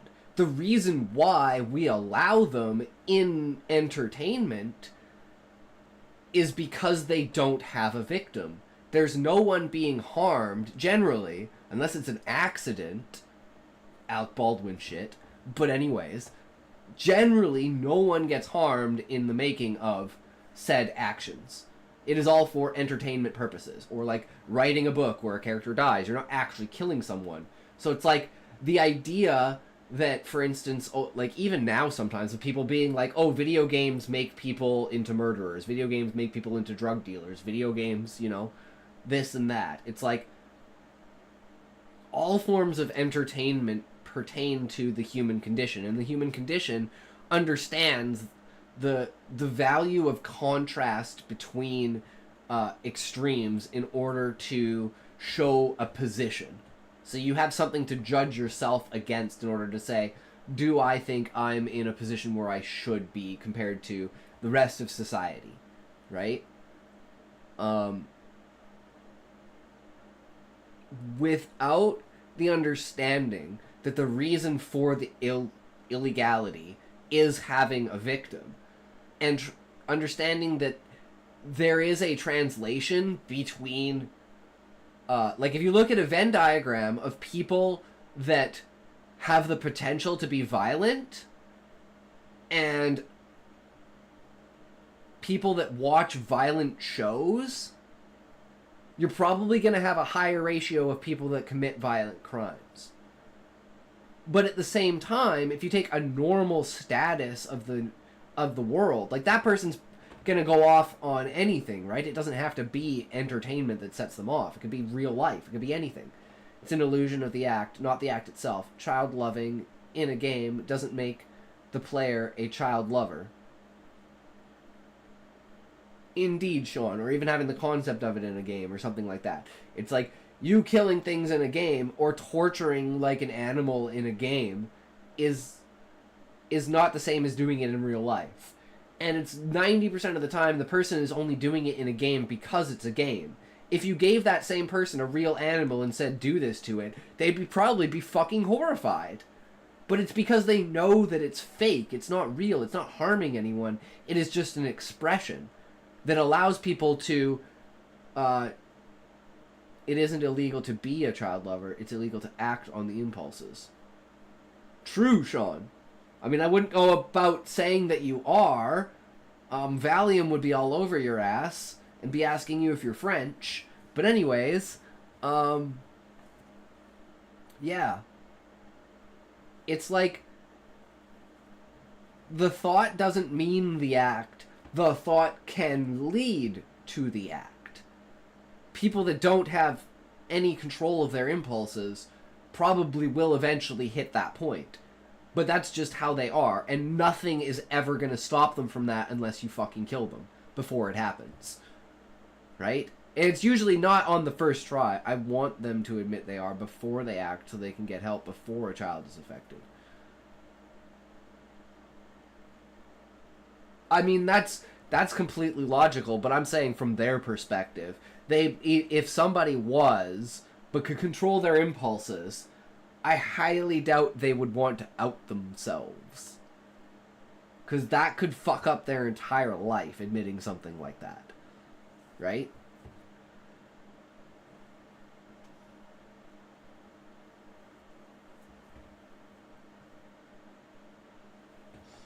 But I totally understand where you're coming from. And I actually agree with you. Because having more of a sympathy placed on it for somebody who has the feelings but has never done it, it's like I could feel sympathy for them knowing that, like, I've had a crush on a chick and not been able to do anything, so it's like I couldn't imagine being in a situation of something like that. I just fucking couldn't imagine. Because I feel like I've never grown up. So, like, I am the adult who, like, goes around and plays with the other kids. I'm like, alright guys, let's go play hide and seek. You know, like, oh, what dragon are we fighting today? What's the imaginary foe? You know? Let's go play tag! Like, I'm the guy who's always, like, engaging with, like, at a family event, like, the kids. And it's like, kids love me and shit, because, like, I'm always telling stories. I'm always hanging out with them. I'm always, like, you know, I'm the guy who's, like, climbing trees with them, going on the monkey bars, swinging, you know. So it's like, people get really weirded out sometimes when I'm hanging around with the kids. When it's, like, not a family event, and it's, like, you know, like with my niece and nephew at the playground, and I got, like, 8 kids around me, and we're all freaking going down the slide. And it's like people will say to me afterwards, like, you know, mention something about it to me. I'll be like, that's just their lazy-ass fucking parents that don't hang out with their fucking kids because they're just, like, sitting there on their phone. I'm like, why aren't you up here going down the slide, bro? You're the guy who acknowledges that they are people. Exactly, that's why kids love me, because I don't treat them like kids, I treat them like people. And not a lot of people do that. And I get a lot of flack for it, but I don't give a fuck, because I ain't changing. I know I'm not doing anything wrong. That's the other thing, right? Is like, okay, I mean, you're allowed to be overprotective of your kid. When your kid comes up to you and says, man, I met this cool guy today, and they start talking about, like, a fucking 33-year-old. Yeah, I could definitely see where parents could get upset, right? But it's like, if I'm at the park with my niece and nephew and my sister and her husband, and your kid's hanging out with me and you don't know that, I'm sorry, but you're a bad parent, because you've basically abandoned your kid. And you're not watching your kid? You don't know that your kid's hanging out with other kids and talking to other kids' parents? Like, I don't know. I'd say that's something on the parent.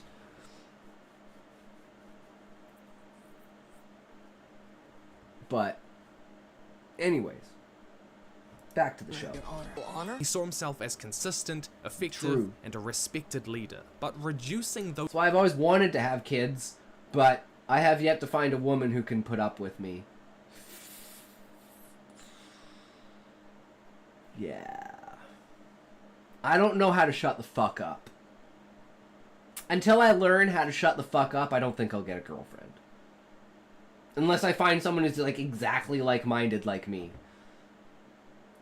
I live somewhere pretty high trust, so it's not strange for kids to be off at the park on their own. I definitely did it as a kid. Oh yeah, same here, same here. I'm just throwing out a random example. And I meant like I meant specifically if the parents were sitting at like the picnic table like on their phone while their kid's at the park. So it's not like they just randomly let their kid go to the park. It's like they're there at the park and then their kid comes over and starts talking about it, and then the parent comes over and starts talking to my sister about it. And then my sister points at me, and then they start coming over and talking to me about it. And then I'm like, maybe you should, like, I'm not going to say it to them. I'm going to do whatever they say. They say jump, I say how high. Because I'm polite and respectful, and I understand where their perspective is coming from. So I have no animosity towards their, like, thing. But I would say, as a parent, maybe you should be more aware of your kid, because if something's going to happen, that's how something's going to happen, right? But at least they're active enough to, like, say something about it and maybe talk to their kid to be like, don't. And then, you know, you see the kid next time. My dad's like, my dad said, don't talk to strangers. And it's like, all right, I go sit down, man. I back myself the fuck out of that situation. Because at the end of the day, I'm the adult. I'm the one with self-control. I'm the one who, if perceived in any way, should back down, right? It just makes sense. I'm a reasonable person. I know this sounds corny, but be yourself. You'll never get a true lover unless you get to meet the real you. Don't put on a mask. Don't act different. Don't do things you wouldn't do normally. No, I just mean, Sean, I'm terrible with, like, the straw that broke the camel's back with, like, frustration and temper. Like, I will hold it in until the dam breaks on the wrong person. And then I'll flip out at someone for absolutely no reason. And when I flip out, I fucking flip out. And yeah, it's bad. So it's like, I know that's a bad part of myself that I could see, like, I need to work on myself, right? True, Sean, true. So it's like, and that's not, oh, I need to bottle things up more. No, I need to stop bottling things up. I need to start being able to confront people, because the reason, like, the biggest problem is the reason why I only ever freak out on the wrong person is because I'm comfortable enough with that person to let my guard down and do that. Whereas, like, I would almost never do that to someone at work, but I have done it before. Like, I've said fuck you to someone at work, like a manager at work. One time in my entire life. Over the fucking toilet. Because we only have one bathroom in our store and only one stall. And then we only have one cashier because they're fucking retarded. So I'm like, if I have to take a shit and I've been waiting an hour and a half to take a shit, I'm going to take a shit before I shit my pants. I'm fucking sorry. Fuck you. But, yeah. Journaling helps. Write everything down that happens in your life. Not only does it get it out of your system, but you can use it in your writing later. I know, Sean. I'm just lazy as fuck. Canadian politeness on display. True, Levi. Like, yeah.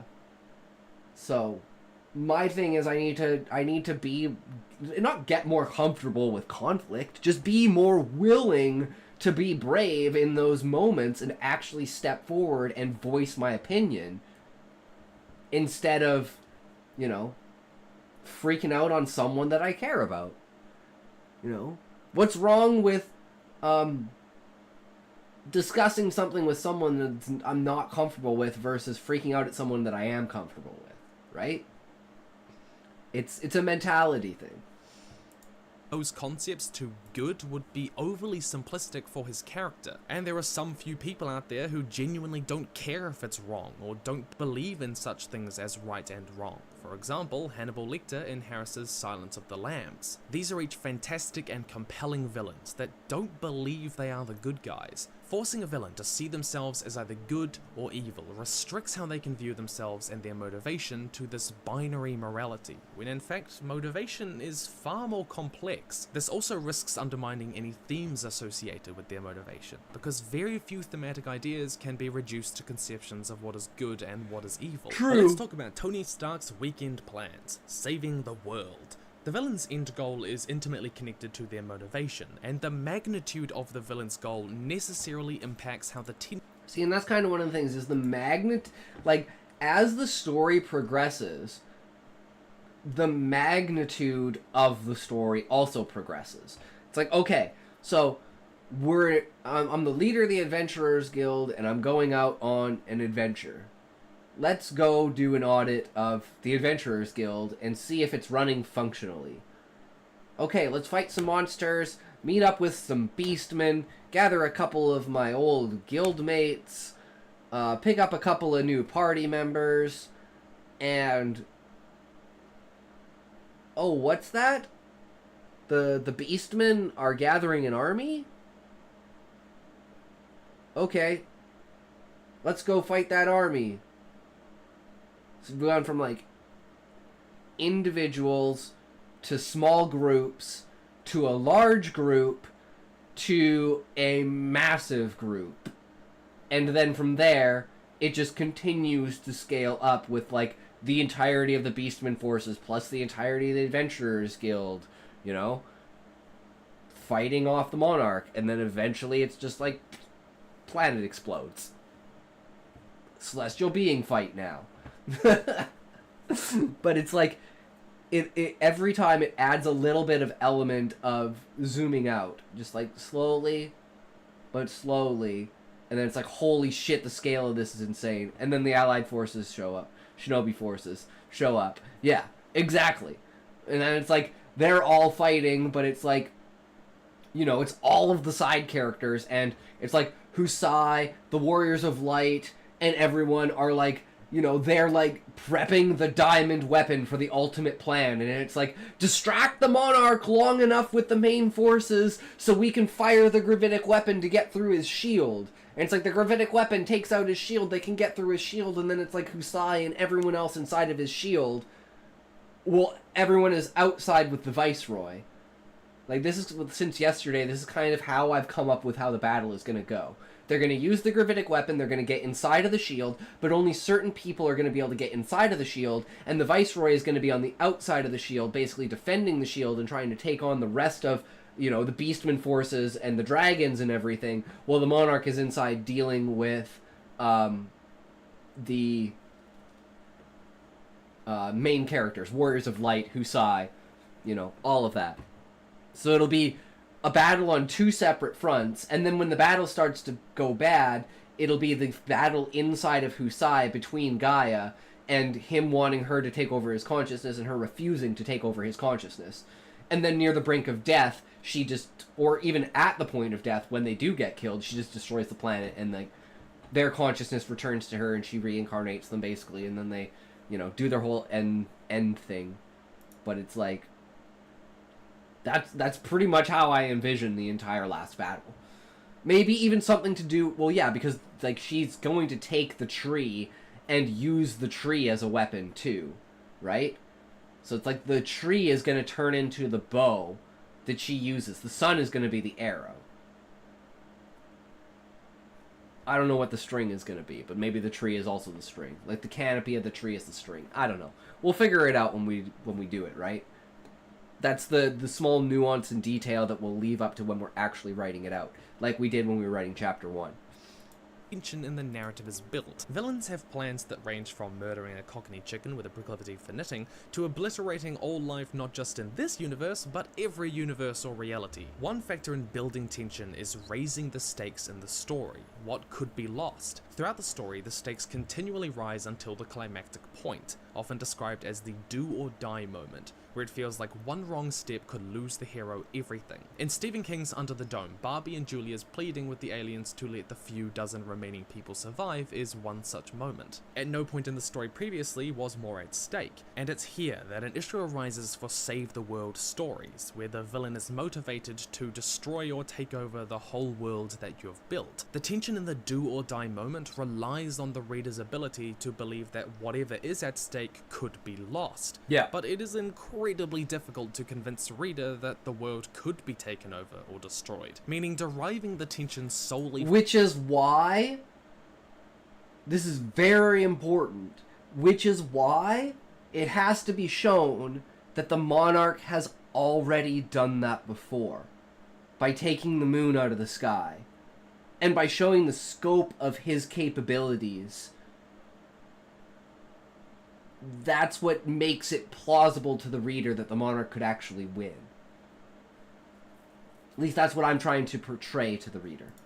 from that possible destruction weakens any suspense for the reader. Because of this, it can be effective in Save the World stories to derive the tension less from the fate of the world and more from the fate of the characters and things involved. One great example of this is the episode The Waters of Mars in Doctor Who. The fate of the world is at stake with the characters attempting to stop a terrifying virus reaching Earth, but that point of tension in the story is treated as secondary to the tension surrounding whether the Doctor can or should get everyone out alive, and whether the virus will kill them each individually. It does this in a few ways. One, the heroes spend far more time concerned with whether they or their friends will die than with whether the villain is getting closer to their goal of destroying the world. Two, even though the danger the villain poses is on a worldwide scale, its threat is primarily established by the danger it poses to individual people. If the reader never sees the lives of real people at stake throughout the story, they're less likely to believe that they can be at stake during the climax. And three, the obstacles that the Doctor faces during the climax are not integral to stopping the virus reaching Earth, but stopping the virus killing people.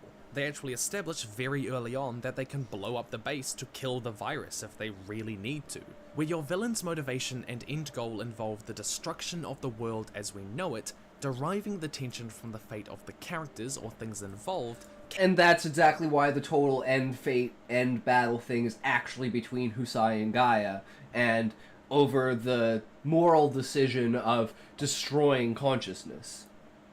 Can be an effective way to maintain tension. It also helps with immersion, because readers are typically attached to characters more so than they are to a world, something they can't relate to personally. True. So, what have we discussed on villain motivation? 1. Showing the values behind their motivation helps set them apart as a villain, and showing the scale of their motivation helps demonstrate the kind of threat they pose. True. Beyond this, villains can have more than one priority in a story, and it can be interesting where those conflict. 2. Finding the best motive to bring them into conflict with the hero is important. Two ways to do this are A, having their motivation reflect but disagree with the heroes, and B, having them share the motives in a way that draws them into conflict. 3. A more passively motivated villain tends to highlight the agency of the hero, while a more actively motivated villain can appear more imposing. 4. Good guy villains can be more relatable for the reader, give a distinctly tragic undertone to the story, and allow the author to... I mean, it's kind of tragic, because you're learning that Anima's mom got eaten in front of him, but it's like, yeah, dude, you can't go and eat the entirety of the universe just because your mom got eaten in front of you, bro. Grow up. Easily develop theme. However, motivation is rarely ever as simple as good or evil. And 5, Save the World stories find it difficult to sustain climactic tension. One way to deal with this is by deriving tension from the fate of those characters or things involved instead. But that is... And that actually brings back to, like, Chapter 1 and the death of all of those characters in Chapter 1, and, like, the showing of Fafnir, plus how the Monarch kills, Torg. Because the Monarch and Fafnir have a conversation there. Because once the Emerald Weapon was defeated, the Monarch was like, oh, okay, shit, they're gonna get to Fafnir. I better get over there and start having a chat with him before, shit happens. Because the last thing Fafnir knew, like, the world was kind of fine. And the Monarch's like, alright. We're not gonna genocide the Beastmen, right? It's all good. And Fafnir's like, no, fuck you, bro. And Fafnir tries to fucking kill him. And one of the signs of that is going to be when they get to where the 100-year quest is. Because basically no one's allowed in the area. Because it's a super fucking dangerous area. Because it's literally the only area that hasn't been conquered. And dungeons themselves, due to the nature of them being the idea of like sky cities, technological cities, they literally have like robots guarding them, and they self-repair. So like they're good training areas on the outside, but this area is like super dangerous. And as long as the dungeon isn't fully like completed and basically turned off and shut down, then those robots will continue to basically create more of themselves and infest the dungeon until they break outside, and then they just keep spreading. And it's like one of the jobs of the 100-year quest is to like almost keep that in tow. That's kind of what it's become, because no one's been able to defeat the dungeon. But despite defeating the Emerald Weapon, they never got a chance to actually fully deactivate the dungeon, because in the center of all the dungeons is a power source, and usually they remove the power source if the dungeons are active, because if the dungeons are still active, then they're self-repairing and like self-procreating their own defense systems essentially. And since they know that they crashed, they think that there's an emergency, so they just keep producing more robots and like defense things to defend the city. From me, question of the day: which is your favorite board game? I am in love with Settlers of Catan, but I was gonna say Catan. It's not bad. Like for all the board games, it's pretty short. You know, it's a good social game. There's no real fighting. It's fun to talk economics, and I love it when my road gets blocked. Pandemic a bit more. It is amazing. Let me know down in the comments below. In the meantime, I would love for you to come follow me over on Twitter, Facebook, or email me stuff that you made in the address. Links in the description below. I try to stay in contact with the community. Otherwise, come support me on Patreon. We've got. All right, that was Villains. I think we did pretty good. So despite having kind of a very shallow type of motivation, I think how we've woven that motivation in, and the multiple factors and sides and personalities, plus the imagined perceived reality of Husai thinking that the monarch can be turned back because he used to know the guy, and then till finding out that that's not the same guy. So it's like his entire motivation changes from the first to the second book as well. And it's just kind of everything's always fucking changing. Because I think that's how the best way to go about it, because the events that take place make the characters change, right? But so we are going to read. I'm going to skip the Reddit stories, and we're going to go into reading chapter 2 of Cat version.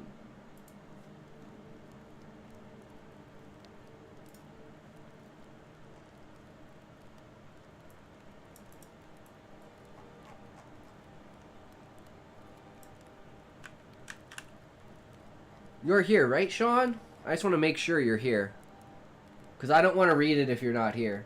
Welcome, Valiant Boy! How's it going, good sir? We just finished the React section. Alright, let's do it.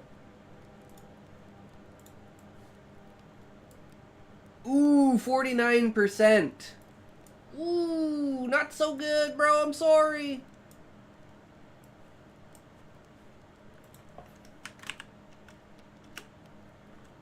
$96. Fuck! I can never get 2 digits! This is bullshit. Fucking bullshit.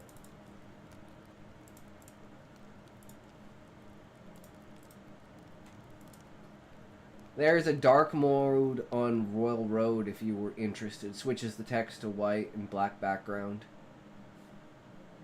I just prefer doing everything in Notepad. Because then there's no ads, there's no bullshit, there's no other things. Jesus Christ, Valiant Boy. Get to writing, good sir. Start writing right now. What are you doing here? Go write.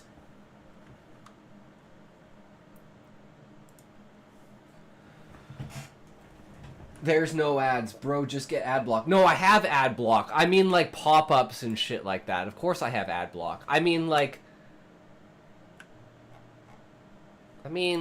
yeah, but it's still, like, there's still this. Even with ad block, right? But, normally you can't, like, zoom in on the sides. But yeah, I guess I mean, it's not that bad. But I still just prefer using, Notepad. I just like to keep everything standard. But that's just me.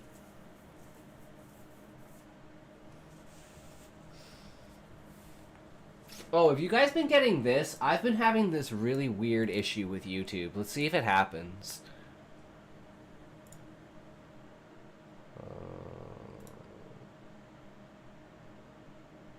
No, okay. I'm getting this thing where it says, like, error. And it gives me a frickin' error when I try to load up. Oh, I wonder if it'll do it again if I do this.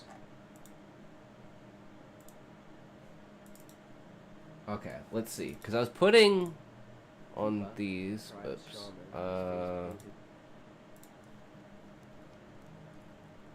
Comment. Because this should work. Okay, it does work. I don't know. I was getting an error that was like, you know, literally wouldn't show the video. I don't know if it had something to do... You got an error earlier? Only use the mobile version of YouTube, never on PC. Yeah, I don't know. I thought it was... Because I kept getting it and I thought it was the links. Because for every one of the excerpts, I put a comment on it with a link to the main story. So if you're reading the excerpt in a short and you want to instantly go to the main story... CHR1SJed1 oh, is now following. shit! Thank you for following CHR1SJed1. Chris Your Jedi! Welcome to the David stream, was just good telling me sir. he's the Arch Commander Consummate and thinks he'd be How a are perfect you? match for us. I'm not that interested. We are about to start reading Sean's Why? story. What? Why are you smoking? Chapter 2. Maybe. What? When did you start smoking? 1980. How are you guys? Nine-ish. Welcome to So the you stream. have been lying. It all makes sense. The filled ashtrays, the burning pine-scented hairspray. Yes, I'll say it. Her 3-pack-a-day voice. True.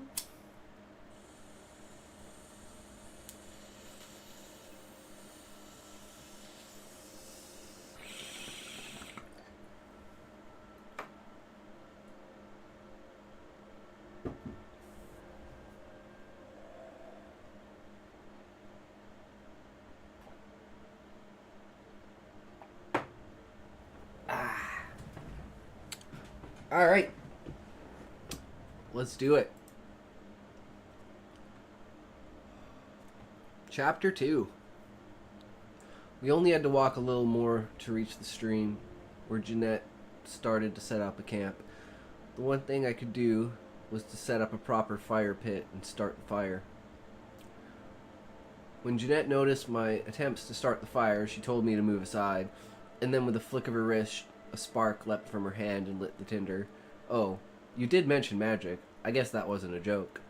Soon the smell of rabbits roasting got my stomach rumbling. It wasn't too long before we were finished eating, and then the elephant in the proverbial room made itself known. There was only one, rather small tent. I don't mind the snuggle factor, but could you resist going further than that? Gonna need a little time to deal with that part being touched. I can touch you there and enjoy everything, but I'm just not ready to accept that part yet. A fierce blush covered her face. I think snuggling is fine. I can be patient. I'm new to this, too. With that, we went to bed, and after some serious kisses and a little talking about how the world works, sleep took us. In the morning, I somehow managed to wake first, and as much as I wanted to stay right where I was, my bladder wouldn't allow it. I made my way to a convenient bush to relieve myself. As I squatted there, I started to look around in earnest. The grass looked much as I would expect, though slightly pink-tinged. The trees were all slightly altered from ones I might recognize, although admittedly I knew very little about trees in general, the bark being blue-tinted instead of brown. It did strike me as wondrous. Needle-type trees had longer, curved needles, while the broad leaves were perhaps pointier. It would take some time to identify one plant from another, I thought. Once I was done, I had situated my pants. I heard rustling and cracking coming from some ways behind me. I whirled to find something akin to a boar, only with pronounced spines along its back, and the tusks looked nearly razor-sharp at a glance. It noticed me and instantly charged, exactly as I would expect. Luckily, my instincts were able to guide me as I moved to attack. Of all things, I simply knew that attacking was the only correct course. Making no noise, I charged right at the boar. The last second, I yelled as I slid on my back. The yell startled the boar, making it rear up, and as it did so, claws erupted out of my raised hand and effortlessly tore through the flesh of the boar's neck, perfectly slicing through its vocal cords along with the jugular vein and windpipe. It couldn't even scream as it died. However, it was an instinct, and I rolled over, leaping in a new direction before it could attempt a final attack. A few seconds later, it collapsed, unable to move anymore. 10 more desperate attempts to breathe, and it finally lay still. Jeanette, having heard the commotion, approached to find the boar already dead. Well, that's convenient. Not only did you get breakfast, but that's a very target of my subjugation quest. I looked at her with my left hand covered in blood, claws still extended. You were out here for a boar? She chuckled. Not just any boar, that boar. It has some distinguished markings, and the damage to the tusks is unique as well. That bastard's been attacking travelers in this area for months. Didn't expect I'd find it. I was honestly ready to give up. We only need the tusks for the reward, but your kill was so clean we can eat the meat, and even take the hide with us. You saved me on this trip. I looked closer at the boar and noticed it did have rather distinct damage on its tusks. I imagine anyone who had encountered this beast could probably have described it fairly accurately. Jeanette noticed my claws then. Oh, you even got the tiger claws. That's the reason they're the ruling class. Other cat clans don't have claws. Not even the lion clan, so it's not easy to win a fight with a tiger. I suppose that makes sense. Just one problem. How do I retract them? She blanched a little. Oh, they must be excessively dirty, so your cat instincts won't let you retract them. Let me get you some water to clean them. She ran off to get her water skin and came back before I could even realize she had gone. In my stupor over the realization I had claws, it seemed like she had teleported. Sure enough, once the blood and tidbits of boar flesh had been removed, my claws retracted properly. I marveled at my hands, which looked completely innocent now. No sign I even had claws. This is weird. How can I move my hands normally with claws? I'd love to see an anatomical sketch of my hands sometime. She looked at me quizzically, and I couldn't help but chuckle. Anatomy is the study of living things, where the organs are, how the bones are laid out, how the muscles and tendons attach to the skeleton. All of it is covered in anatomy. Anatomical sketch is a drawing that displays how something is put together. Now a look of wonder is on Jeanette's face. You people had such sketches? Parchment is rare and expensive. Well, we use paper, which is made from pulped wood. It's much cheaper and can be dyed in just about any color, from pure white to pure black. We also have printing presses, which can copy text at amazing speeds. Daily newspapers are printed out in the millions every day. The average run on a novel is between 500 and 5,000 copies. Her eyes widened. So many people can read? In fact, with very few exceptions, everyone can read. Public libraries exist in almost every community and allow free access. Though they aren't cheap, anyone can buy books. A typical novel can run $25 in hardback, and that's roughly 5 hours worth of pay. Jeanette was practically giddy. So then can you teach me to read? I held up a hand. Problem is, I only know how to read and write in English, unless that got changed in my head anyway. Do you have something written on you? If I can read it, I can write. I can write it. Jeanette rummaged in her pack till she found a wooden tile. She handed it to me, and I quickly understood that this was her quest tile. I could read the characters and confirm that indeed this was the exact boar on the tile, yet at the same time it wasn't English. I knew it. I found a twig and went to a patch of bare dirt. I attempted to write the English alphabet, only it wouldn't come. When I instead just tried to write the alphabet, I quickly scribbled out a list of characters, more than 26. I instinctively knew each character and how to combine them, and in some cases overlap them to make words. Well, it looks like my knowledge of reading and writing in this world has been implanted into my memories, and my language has been removed. Still, that means I can teach you, at least to some extent. Hold on, let me try writing something else. Saying that, I quickly jotted down some numbers, discovering that they were what I was used to. I looked at the tile again and noted that the numbers were written out whole, specifically the reward. Are there specific characters for numbers, or are there only words that you have to recognize?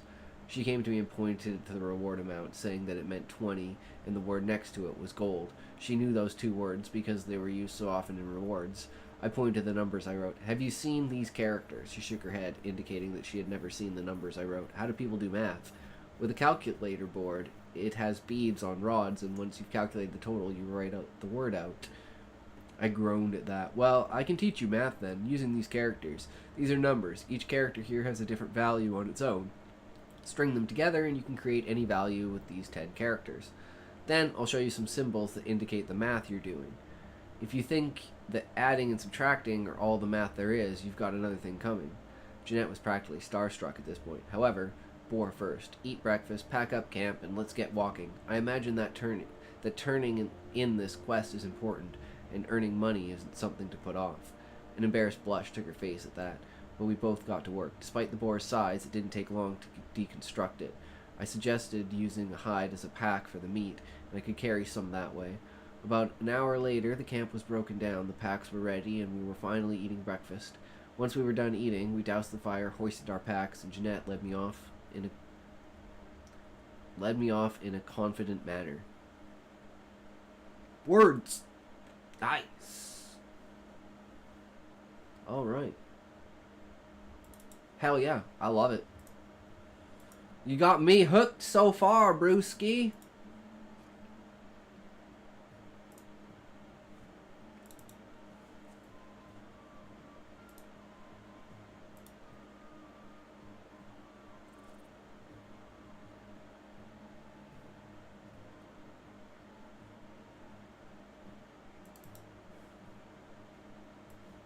Okay.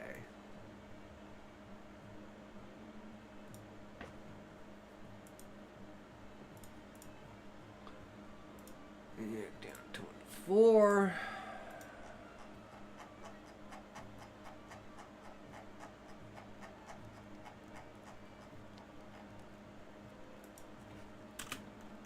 A super villain login is victory against a captured superhero location.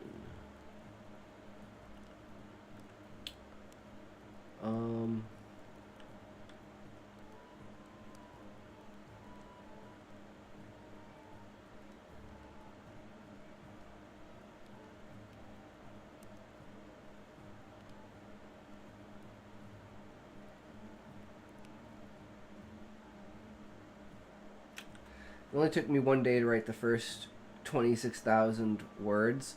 Then I did 250,000 words the next day, then finished the story on the third day. Then it only took me 3 years to get around to editing it. Lol. Crazy. See, that's what I'd do if I was confident enough in my writing, but that's why we're doing this, because I don't think that I'm good enough.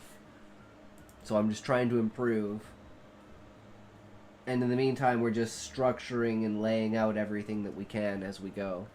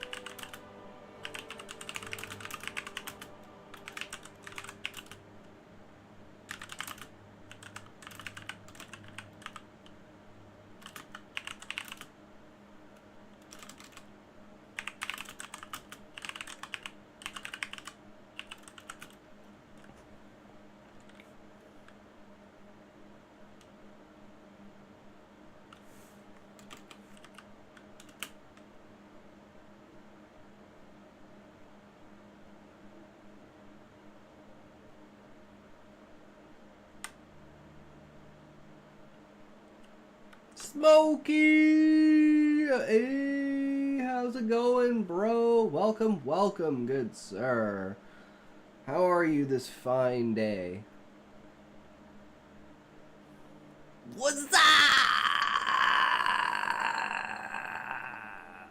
Yeah, buddy. So true. So true. We were writing a story about a supervillain, and it's like the supervillain trope of him doing his monologue, telling the hero his entire plan and how he's gonna do it. How things are great, man. We've been playing Schedule 1. Oh my fucking god. Which reminds me, actually, I gotta try and buy it again. I'm actually, now that I remember that, I'm gonna try and do that right now. Because I have to, like, install it. And once we're done this, then we'll see how it goes. So, let's go here. 1 second.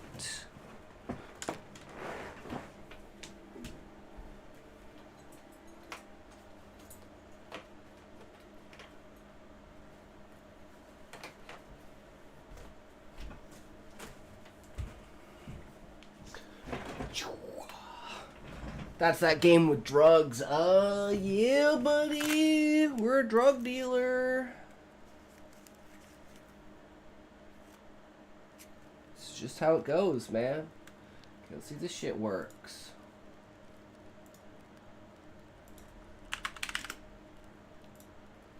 Whoops.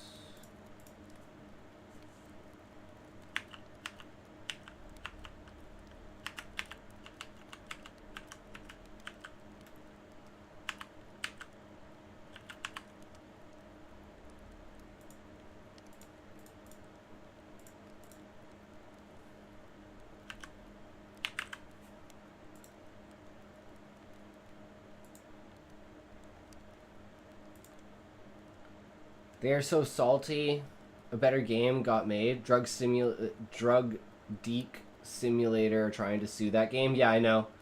So fucking stupid. It worked. Okay. Cause I called them today and was like, "Yo, what's wrong?" And they're like, "I don't know." And I was like, "Well, fix it." And they're like, "Okay." Apparently they fixed it.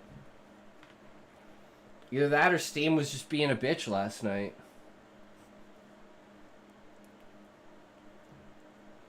Either way, we have the full game now.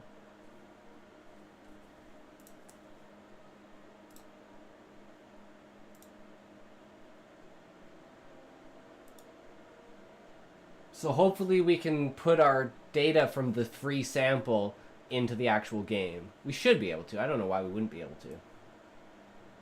I ain't starting over again, getting caught by the cops and having to pick up trash again for frickin' 2 days. Shit was brutal. Okay. What kind of snack... Holy shit, it's already done? I guess there really wasn't that much more to install. Alright. What kind of snack do you like, Smokey? Nah, hell yeah, Smokey, my boy, what's up? It's great, Valiant Boy, you finally have someone on Kick and you're not on Kick. What are you doing with your life? But yeah, what's your favorite snack? First person, put in your favorite snack in chat. What's your favorite snack?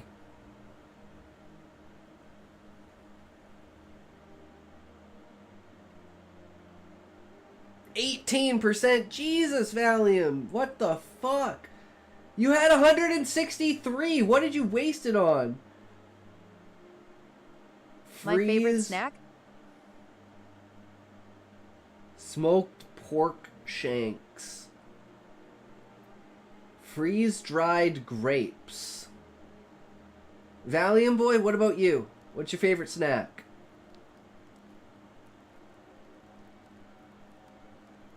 Popcorn. Ooh. I think it's mayo with egg, especially eggy on there.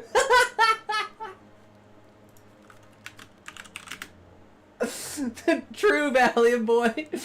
True.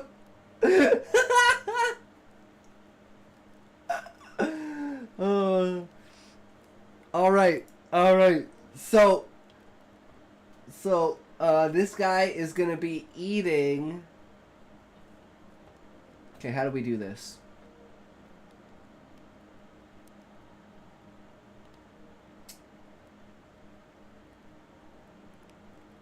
Okay, I know exactly how to do this. Okay, so there's how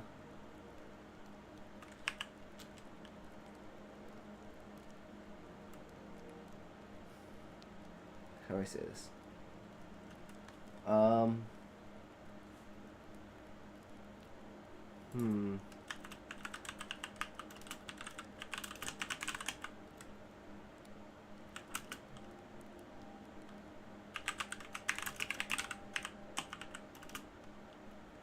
Oh, smoke time! Let's go, Smokey. Hell yeah, brother. Thank you. Thank you, good sir. Let's take a toke. Let's fucking get it done! That is my bong. He redeemed a toke. I clipped that shit. Hell yeah, William. Hell yeah.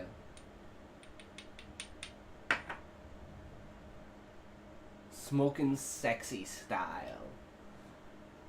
Hell yeah. See? This the bomb. This the bomb.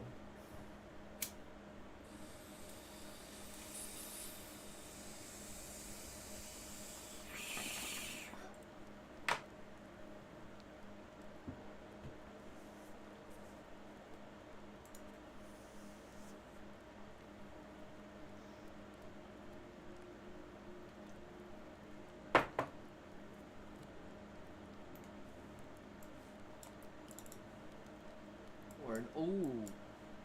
Popcorn. Ooh. I think it's mayo with egg, especially eggy on there. Elmo.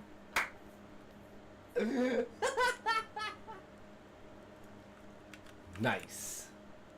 My wife and I got smoked pork chops at discount and then pickled them in hot mama brine. Damn, my friend smoked a snake once. Ooh, she's sneaky.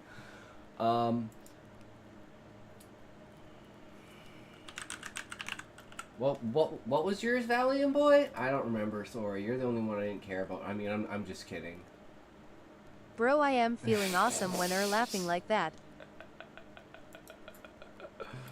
I forgot to say, with eggy mayonnaise.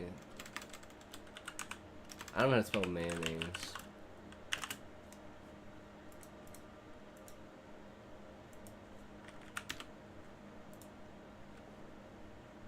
There we go. I combine both of yours.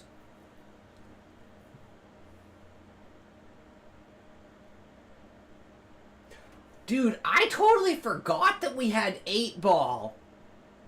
Why am I trying to make genre when we have 8-ball? Somebody gonna get a hurt Or real bad. somebody gonna get a hurt real bad. Oh yes. It's going to be a bad one, guys. I don't know who it is going to be, but I think you know him very, very well.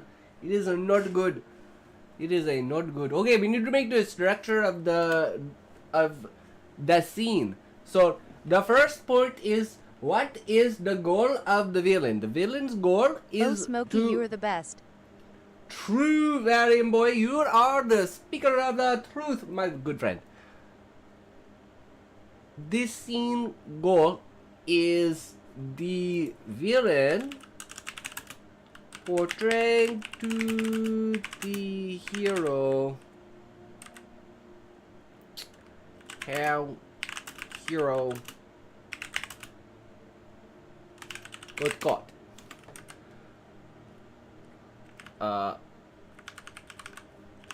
Tell the I am so bad at this, it is okay. Tell the hero how he got caught. Conflict. The Oh no, is that back of tangent Globy Bolga Boo Boo about Talks? his plan. Oh no, is that back of Goo I can't even say it, guys. It's okay, it's all good. Oh no, it is that the back of Globy Boo Bulga Bolga it talks. Bro, I am literally dying inside. Bro, I'm literally dying. No, you're not literally dying, Valiant Boy. Please don't literally die. I could not believe it if you were to literally die. What would I do without my Valiant Boy? I tell you what I do without my Valiant Boo-boo Boy. and I'd Moby be very sad, good sir. Rest in You're peace. too much of a buddy guy. In order for it to be a bad time. I don't want to lose another buddy guy. Don't worry about it. It is okay. It is okay. We will get past it. You are no problem. No problem. No worries.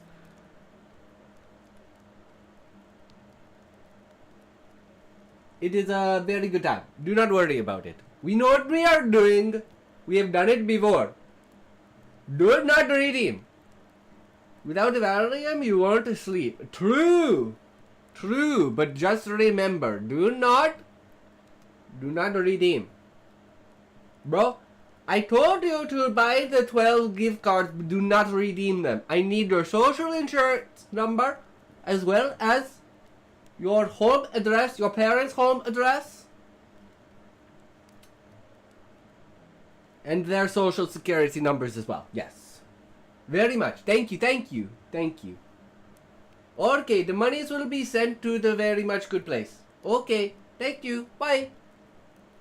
Okay, guys, we just made 8 grand. Look at that. We are in for it. No one will ever know it was us because they will be looking for a brown guy, right? No one would ever know it was me. Because no one would suspect that. I am too good for this. Valium tucks me in at night. Ooh, spicy, smoky. Do not forget the blood of your firstborn for the preventing of the volcano erupting. Oh, very, very much true, Sean. Very much true. You must prevent that at all costs. Mother Nature is not a very kind mistress. I will tell you that very much. She does not know what is going on.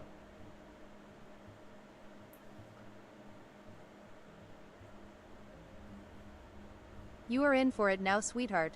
Take those sexy glasses off Oh, like a good no. girl. You don't need to see what happens next. Oh no. It has begun. This is not good. I don't know what to do now. We are at a point where all I can do is hope that you guys just don't break the system. Because there is only one thing I want you to do, and you want to do the one thing I want you to do. Bro, what XD? Welcome to the way we run things in the stream, bro. So, it's okay, Maddie boy. You do not understand. It is a good time. You know what? Just for that, we will add this for all of our enjoyment. There you go. I appreciate you all for staying around and hanging out with us. We have been having a very good day today. It is okay. I cannot read the chat for now, so just use the TTS function hell and no. it will be great. This is how we roll, Valium boy. You have to get used to the stream. If you are not used to it by now, then you should probably get used to it. You're going to be here a very, very long time. A very long time. A very, very long time. The return of iFoot fuck.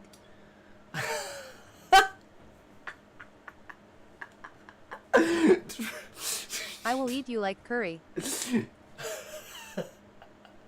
Thank you, 13. That is very nice of you. I will very much appreciate that. It is very, very comfortable. It is okay. I have to make it into an emote, but it is not an emote yet because I want to make a full. Shared X5. Thank you So much, thank you very much for the cheering. You are so wonderful and great. I thank you for the 5 cents. It doesn't matter the money. It is the fact you are doing it. Thank you, thank you. Dude, what are you doing? I'm giving you my earth germs. I'm gonna kill you with my cold. Okay, I think we're done with the brown now. Still weed, I'm a henchman. And you're not a venture brother. Who the hell are you? I'm Hank's friend. I give you like 5 cents LMAO Mallow Brock Sampson's long lost KAPPA. son? That were true. True, Valium so boy. easily. I couldn't run because I had a lighter up my ass. Okay, now I believe you're Hank's friend.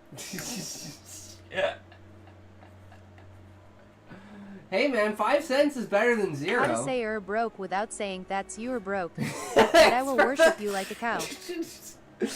Sweet 13, thank you so much for that. I appreciate it.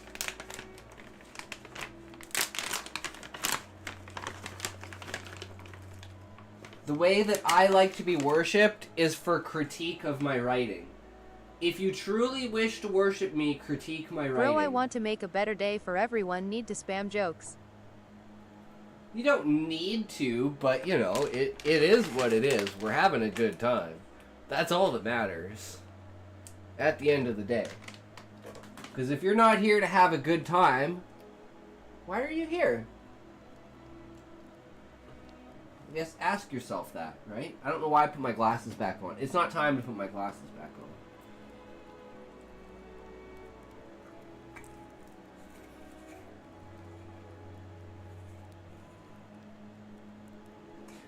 Yes I did, Smokey. I absolutely did. And the Huntress did absolutely no damage. I picked the wrong ability, because I had to do, like, the sideways sweep. Hope everyone And is then I fine. had to do the Me too, I thing am fine. to get Broke, the 2 sick, but things. still alive with $5 and on it me, did, like, so can't that much complain. damage. 98,797. So I died to the first boss, bro, and smoking on this Huntress is so good. I don't know, man. I couldn't beat the first boss. I think I just picked the wrong abilities. I could not beat the first boss. Like, well, not the first boss. Like, I killed the Miller. I mean, the chick. The chick who shoots lightning, or ice bolts, and has, like, the wolf packs.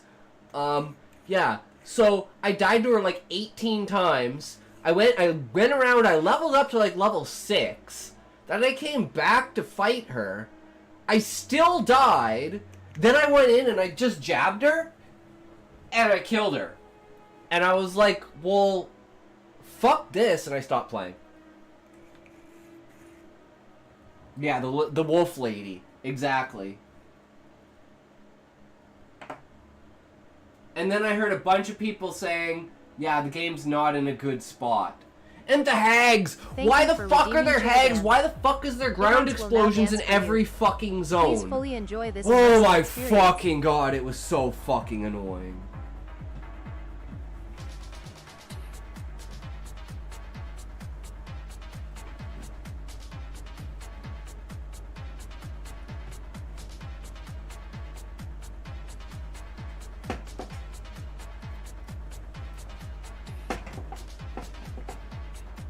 Keep dancing, bitch, it ain't over yet.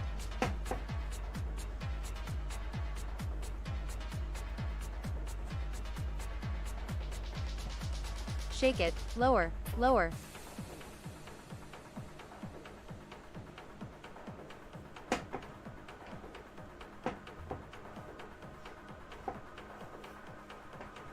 Do I got TTS too?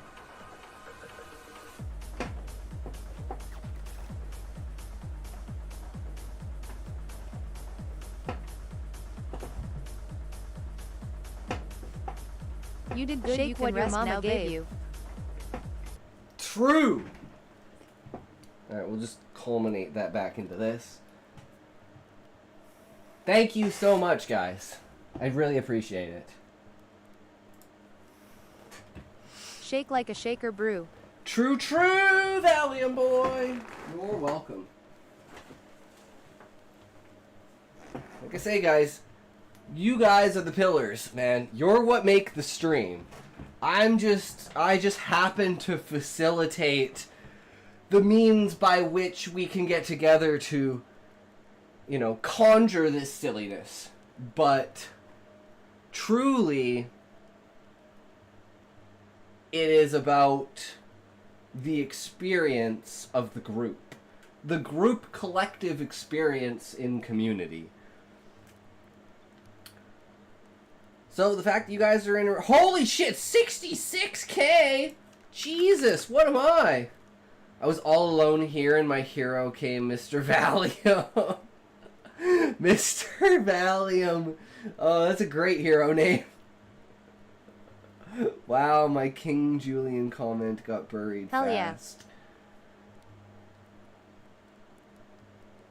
King Julian says hello.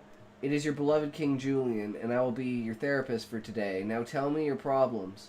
Your mouth barely opens. When King Julian speaks again, wait, I've heard enough. The problem with you is that you are not me. Oh, I think we've made a real breakthrough here. We should continue this next time. Next.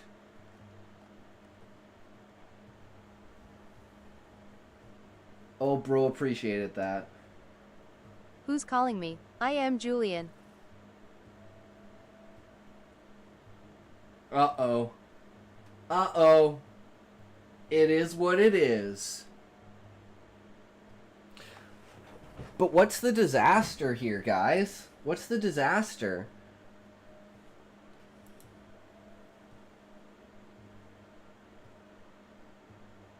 Julian? Guys, I think his name is actually Julian. Eat S is what ideas.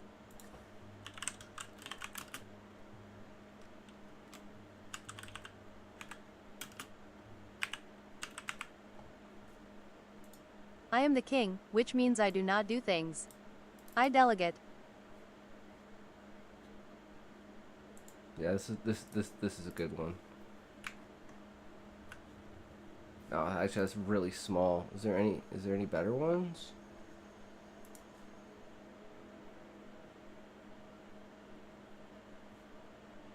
But yeah, you get the picture.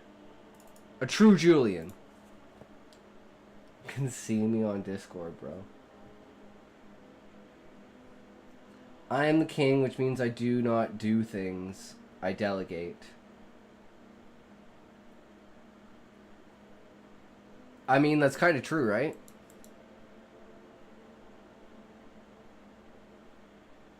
That's King Julian of Cargas, as my girls used to call it. King Julian from Madagascar?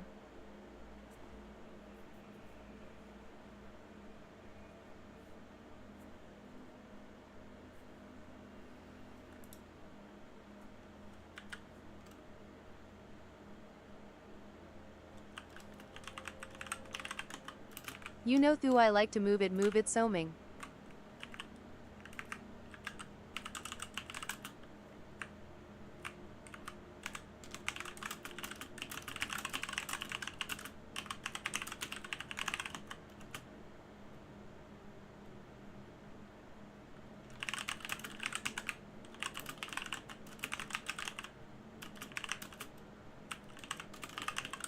Valium, I am grinding Path of Exile today. Smoke it.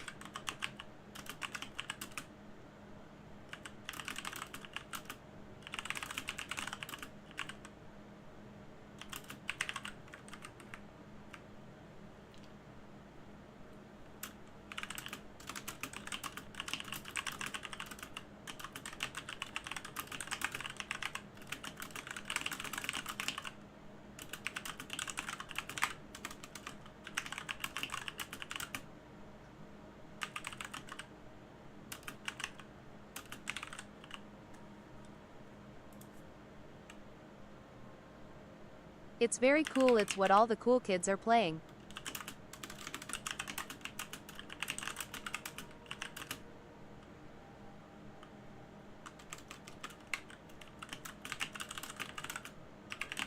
I never played FF and Xenoblade. Yeah, I know that's a shame for a lot of people, but I don't give a shit.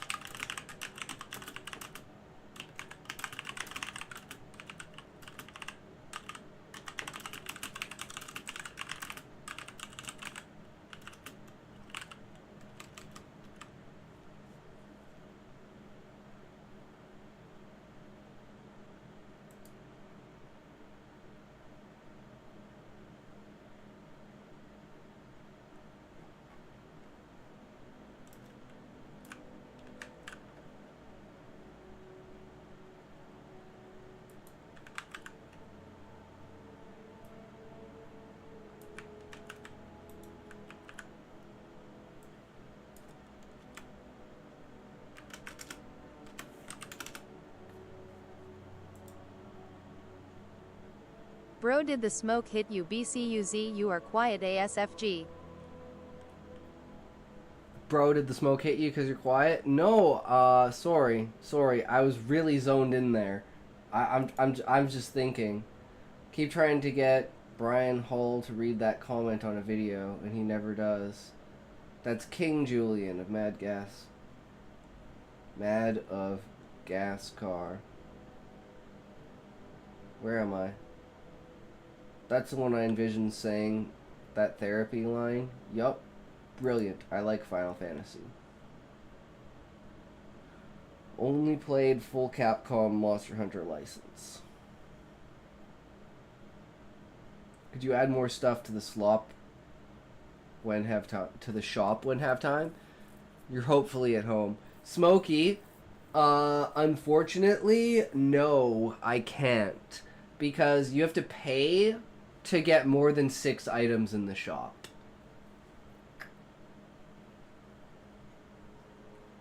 Yikes. What? Yeah. Yeah. No. It's bad. It's bad.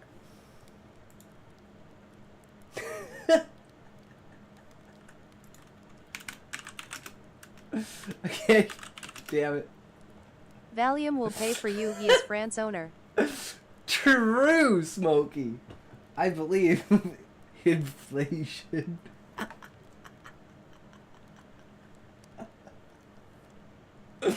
Bro's building a whole bank account. I'm playing the long game like Fry. 78 cents? That's like what, $500 billion in 1,000 years? That's the long game, man.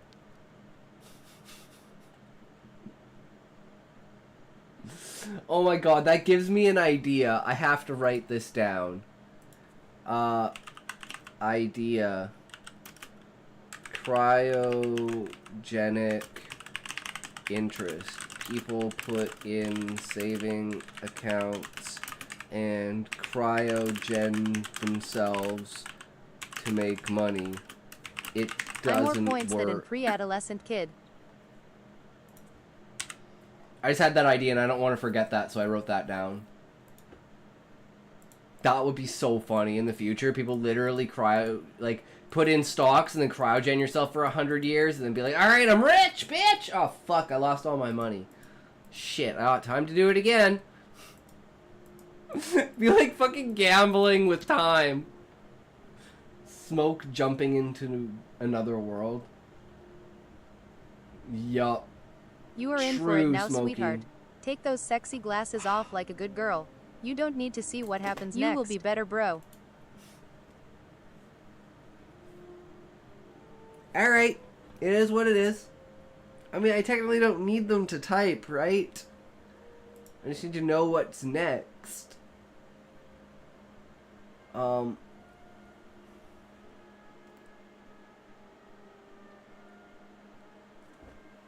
Conflict is...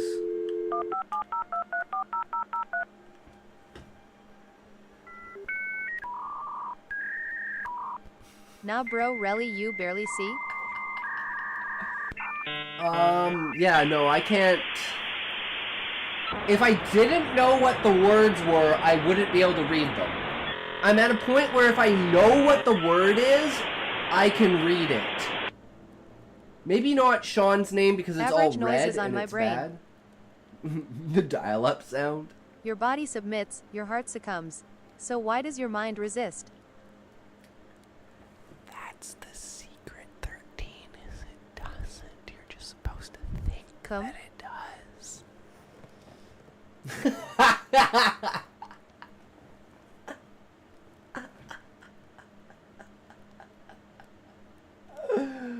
Oh.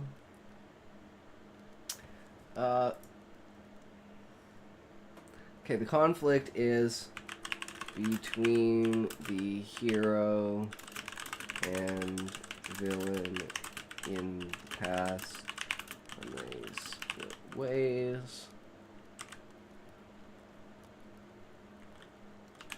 One became the villain you always wanted to defeat.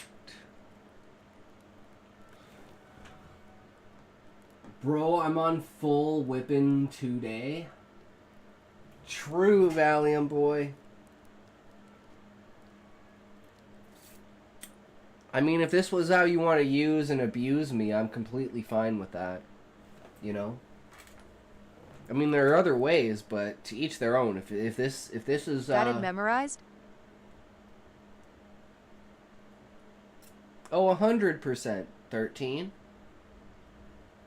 If everyone feeling good, that's the most important X. Wait, you didn't know the stream's actually pre-recorded? Wait. You guys know this is pre-recorded, right?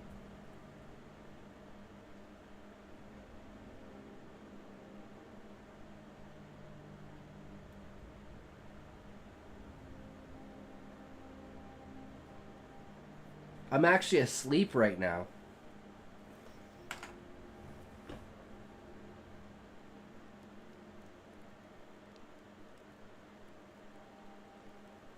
WTH are you doing, bro?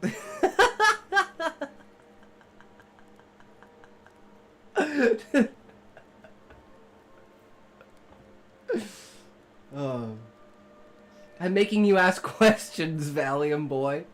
Like, if this is pre-recorded, then how are you responding to it? Ah, that's Please the don't question. confuse Valium. Hitok's turn to blowjob lipstick mode. Next thing you know, I just boom. Well, you know, we do have again, right? It's just we just oh yeah, this is actually behind the veil. The true nature of it. That forecasting tech is sick then, because you respond to everything perfectly from the past. Nah bro, why you wear glasses? Oh, I wear glasses for the entertainment factor. Everything is entertainment. It's actually like, you know how there's like blurry actions and stuff when I go like this, right? That's because that's all AI. Like, I am sitting here, but the responding and the talking is all AI. And it's all aggregated through OBS and through an AI tool in order to basically generate an image and responses to the chat.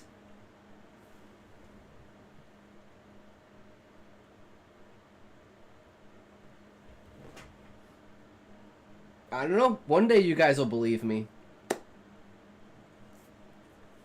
AI is stronger than you guys believe. We're coming for you.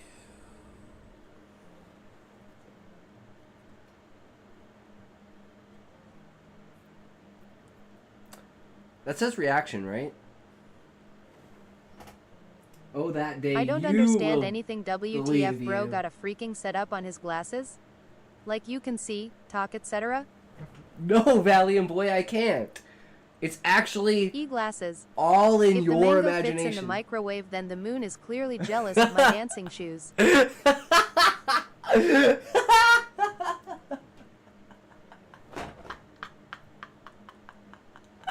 Yes, Smokey. Yes. It's true.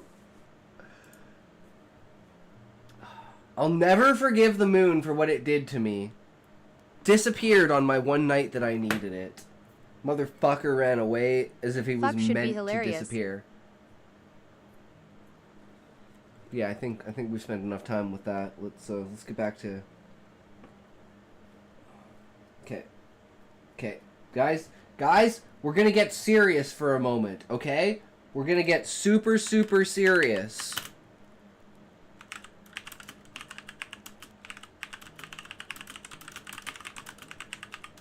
Okay, guys, everyone put on your super serious faces. We're getting serious up in here, okay?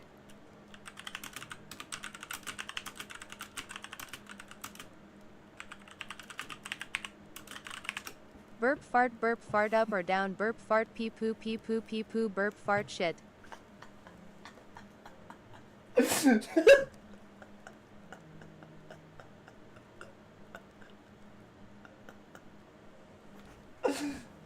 True, Sean.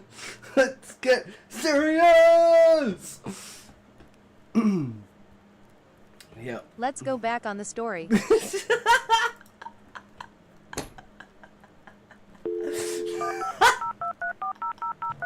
Damn, I need another toke. This is too good.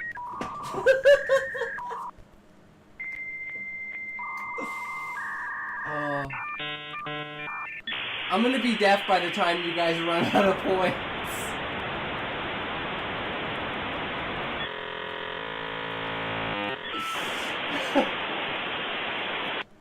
If I call into work tomorrow, it's like a fucking headache.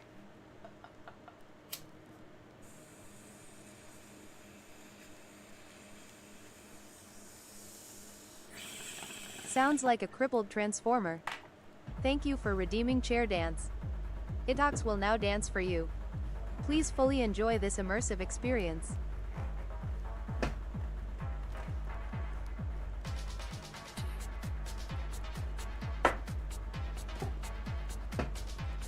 Stop, you will blow up.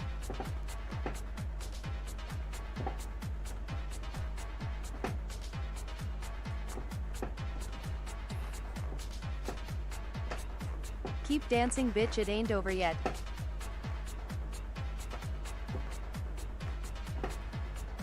We will lost signal.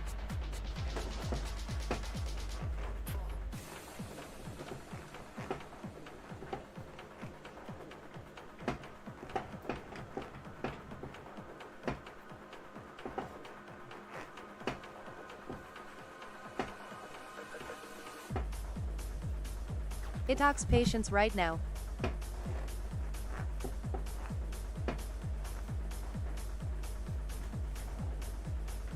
You did good, you can rest now, babe. Is that? I think you might have broke it, Valium boy. Okay, let's do this for real this time then.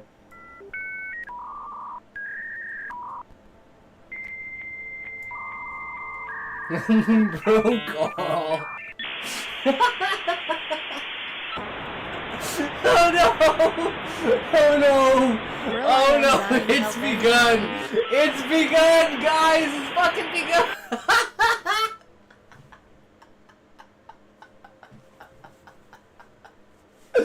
Ah, shit! Here we go. Thank you for redeeming chair dance. Okay. Itox will now dance for you. Please fully enjoy this immersive experience. Dire Skynet! No, it's Smokey, what are you doing?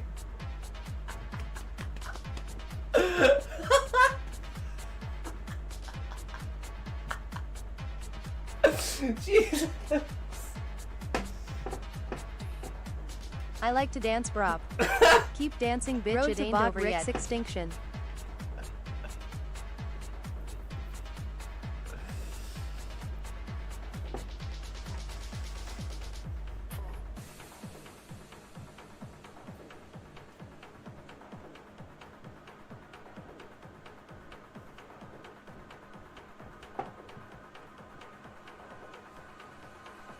Wow, I didn't smoke yet. I am laughing since 5,000 years. Hell yeah, Valiant boy. You did good, you can rest now, babe. Yeah, right, bitch. Here we go again. Wait for it. Thank you for redeeming chair dance. Itox will now dance for you. Please fully enjoy this immersive experience.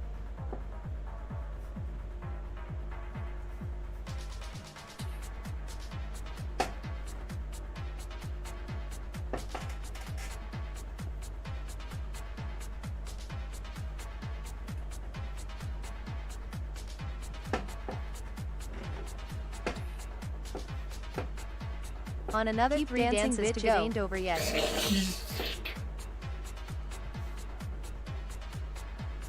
When Smokey shows up, Smokey shows up!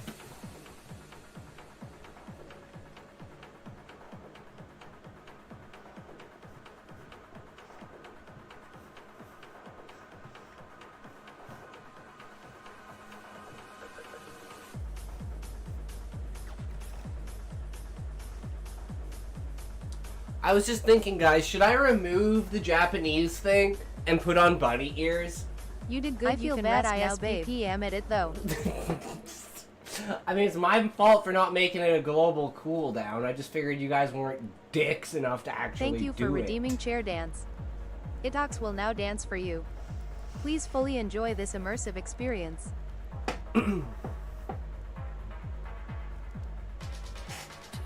At this rate, we're not even gonna get through the story, man.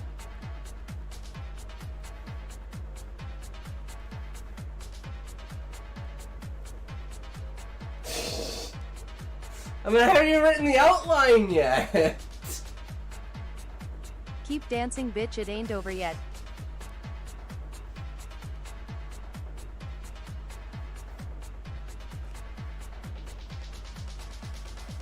We laugh a lot. Let's read. We gotta write for, well, we gotta finish the outline, then we can give it to an AI. The AI will give us some details, and then we'll write the story. And then we'll play some Schedule 1. Best chat ever. Hell yeah, Smokey. I mean, Valiant boy. I mean, you too, Smokey, but See, I don't just do it to You did good, you Muffin. can rest Tell now. You can Muffin I ignore don't my just next do it to dance. him. I call other people other names too. You can ignore my next. That's not how it works, Smokey. That's not how it works, Thank you bro. for redeeming chair dance. Itox will now dance for you. Please fully enjoy this immersive experience. Don't know what she will do to me if I don't actually dance for her.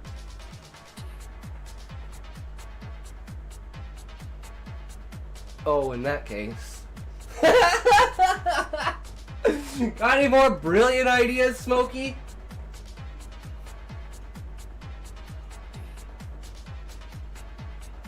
Keep dancing, bitch, it ain't over yet. Stand up, I wanna see you moonwalkin'. I can't. It's like impossible to do. I could like.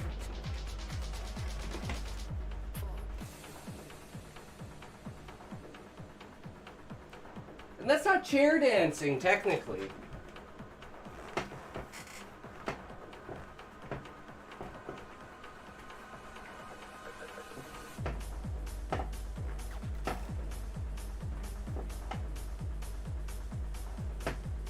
Oh, there goes the blur. Oh, it's blur. I thought a chair dance was something else. Bro, is that a concert or what? XD. Oh my god. I need to take these things off. Freaking.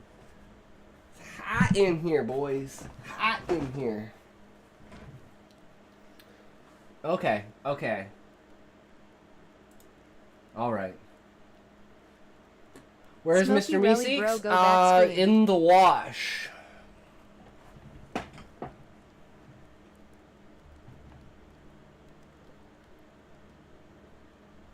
You Smokey, I feel so happy when you there. True, Valiant Boy. Okay, let's have another toke just cuz, guys. Because we're having a shit ton of fun here.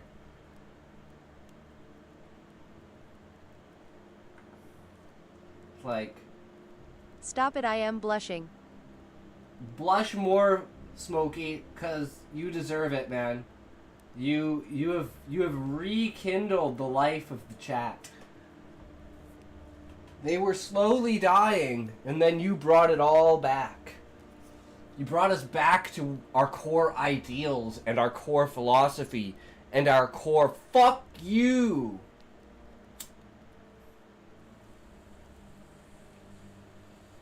Wake the fuck up.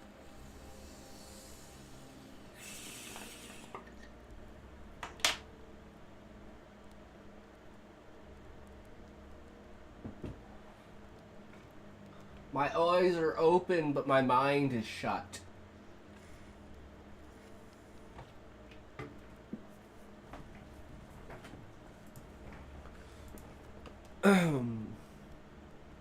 What time is it for you?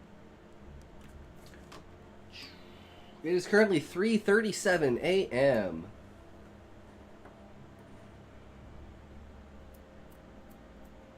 Be right back, I'm high. True, Valiant Boy. True, brother. Preach it! 10:38 where I am. I'm guessing that's PM? Or is that AM? No, it's got to be AM because Cute Muffin is Australian. He's the one. His is like it's like 4 o'clock for him.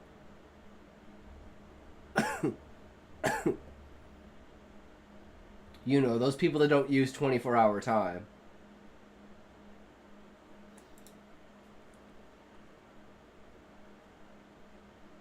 Wait, you don't have decision?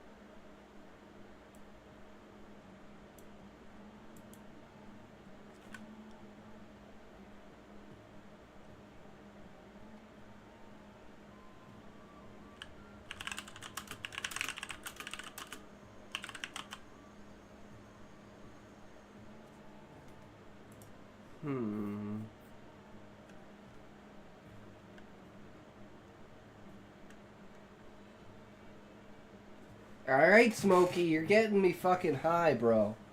I have to be right back, though, because I gotta grab more drink if I'm gonna do this. So we're gonna do this, because the goal of this is I have to take the toke before the picture on the screen disappears. That's the goal. So I'll be right back after this, because this will be the last of my water.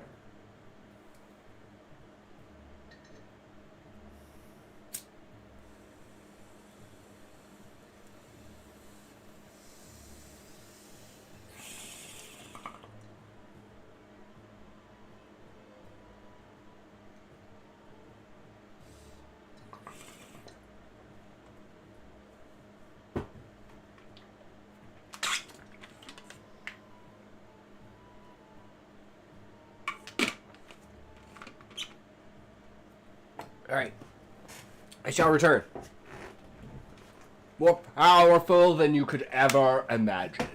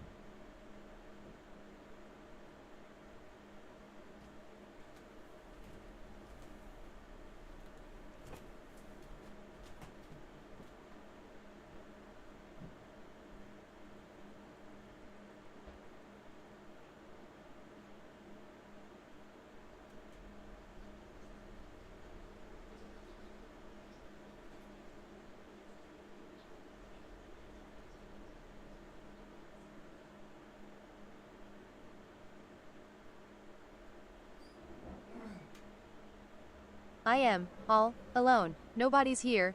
No friends, no family, no messages, just me sitting in the void, scrolling through the nothingness, hoping, praying, wishing that someone, anyone would reply.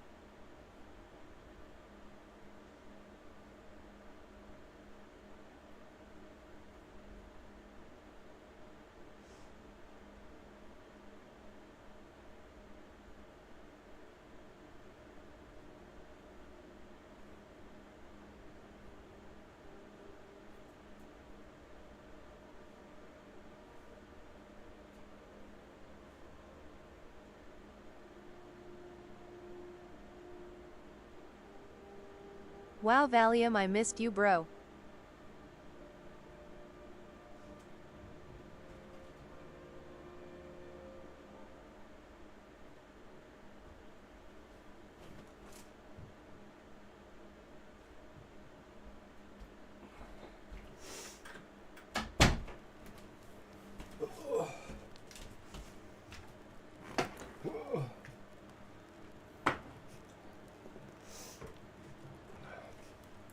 Okay.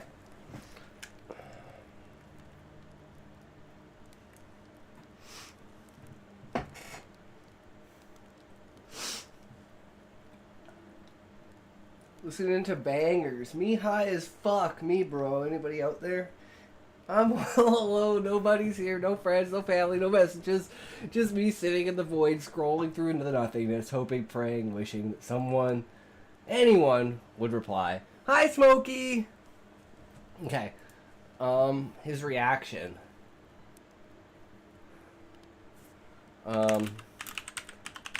It had to end I was alone. that way. Should he have done things differently?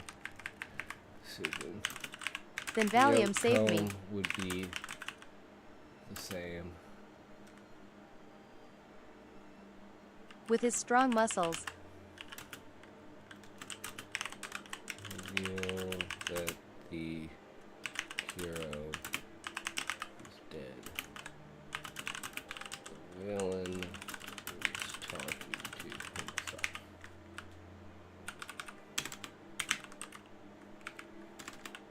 Jesus, I can't even retype it properly. With his strong muscles. True. Valiant boy, the valiant. The valiant, true, strong one of us all.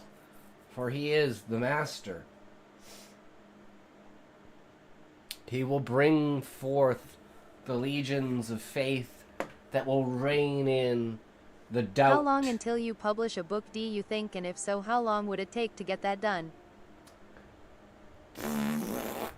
If I started writing my book right now, I think I could finish it in 3 to 4 years. But I'd rather take 3 to 4 years to get good at writing than write my book. I might even write like one of my other series before I write this book, because I want this book to be a masterpiece, and I don't think I have the level of writing to fully comprehend its greatness. Oh, bro, shut the fuck up, you hurting me. Valium boy, it's the truth. The truth can't hurt you, son. The truth cannot hurt you. Only those who deny it can be pained by it.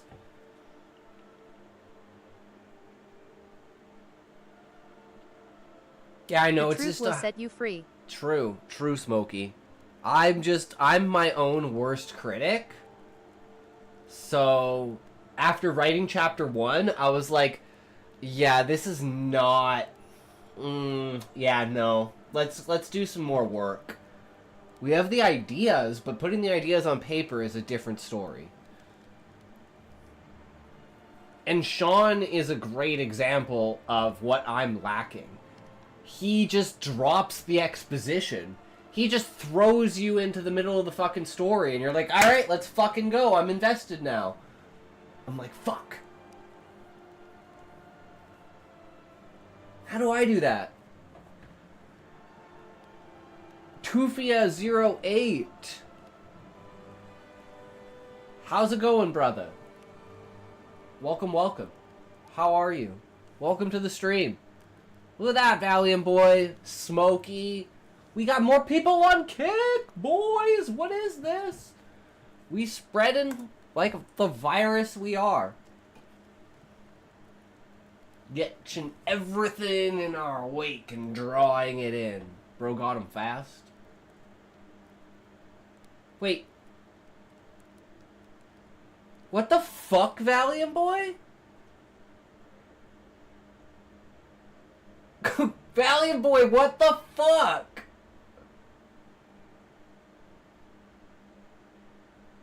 What? What the fuck? What the fuck, Valiant boy? What the fuck is wrong with you, man? I shall be timed out. He didn't just time him out, he timed him out and then he banned him. Then he said fucking sorry. You can't fucking do that, Valiant boy. What the actual fuck? D-U-M-M-M-M-M-M. He's allowed to say whatever he wants. Stop. We've had STFU all I am trying to fix that. We've had conversations. You've been doing so well. Why do you flip out when people use that word? I don't care. I'm not going to He is now read pressing it. all buttons XD. It's like, bro, let me mount on. No, Valiant boy, just don't do anything. Like, I'm like, hey, how's it going? And you're like, get the fuck out of here for saying that word. Valiant boy, Jesus Christ. I'm sorry, Tufia. This guy is a little off his fucking rocker if you can't tell what his name is.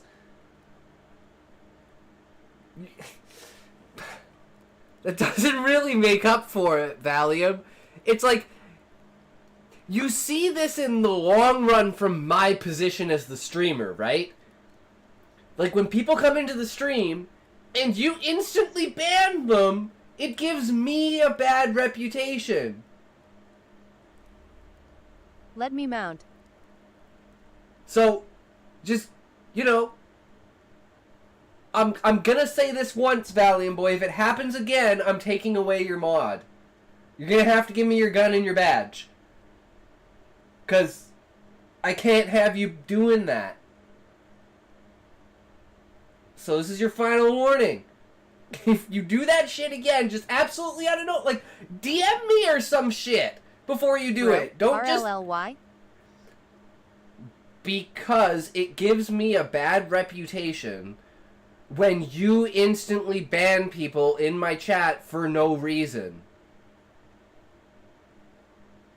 And it creates a threefold effect where it looks bad for me for my stream because you banned someone.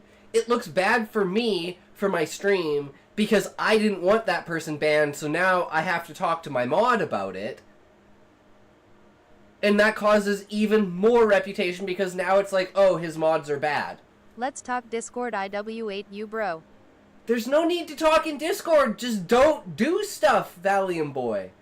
Do not ban, specifically, this is all I care about. Do not time people out. Do not mute people. Do not ban people. That's it. If you do it again, I'm taking your badge and your gun. Okay? Thank you. Unati. I'm like, this is... Smokey, this is like the 18th time this has happened. That Valium has banned someone in the chat Yes, for let me saying hear the him. N-word. Okay, fine.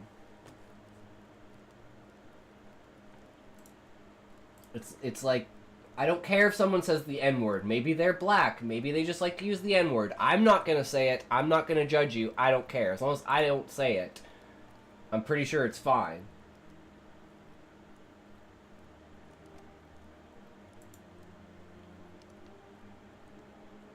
Alright, Valiant Boy, you're on.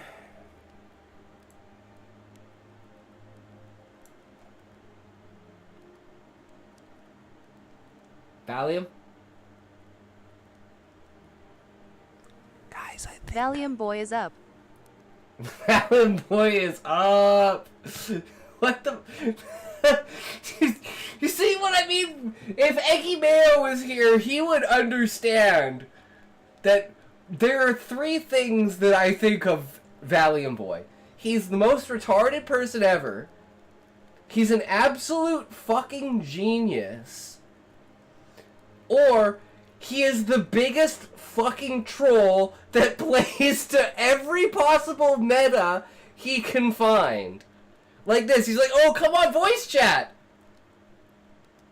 He's not fucking talking. Like, this is literally the epitome of Valiant Boy, where I don't know if he's trolling me anymore. I don't fucking know anymore. But it's having consequences. I'd ask if you were having fun, but that seems unfun. I love him. He's great, but it's like there's just one thing that happens. But it's like, I don't understand why it's every time someone comes into the chat and says the N-word. Valiant Boy just instantly bans them, as if he's offended by it. It's like, you're not black, Valiant Boy. You're French. I'm sorry. No, Valiant Boy, I'm pretty sure you're muted. You're not... Like, if you look at Discord, look, like, you're not lighting up. See how I'm lighting up when I talk? Like, the circle there? You're not lighting up. I don't hear you.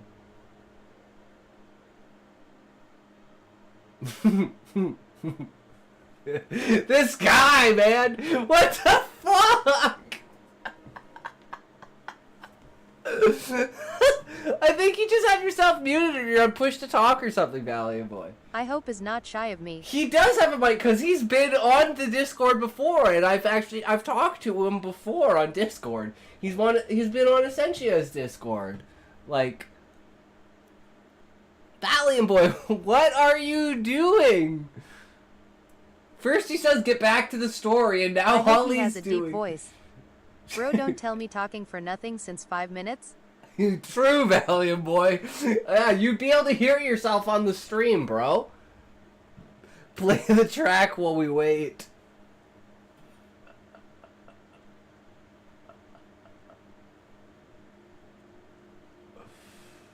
Oh my god. Are you ready, Valiant Boy? You're wasting my precious. There you go. Okay, now you're in there. Now unmute yourself. And he's gone. Hey, well, I'm just gonna sit in here. When I hear your voice, I hear your voice. How about that? I think that's fair. I break everything I'm around, okay? Things just break. How you hear me? No, I don't. You would hear if you were listening to the stream, Valiant Boy, you would hear you talking. Because you could hear the Discord. If I can't hear you, if you can't hear you on the stream, I can't hear you.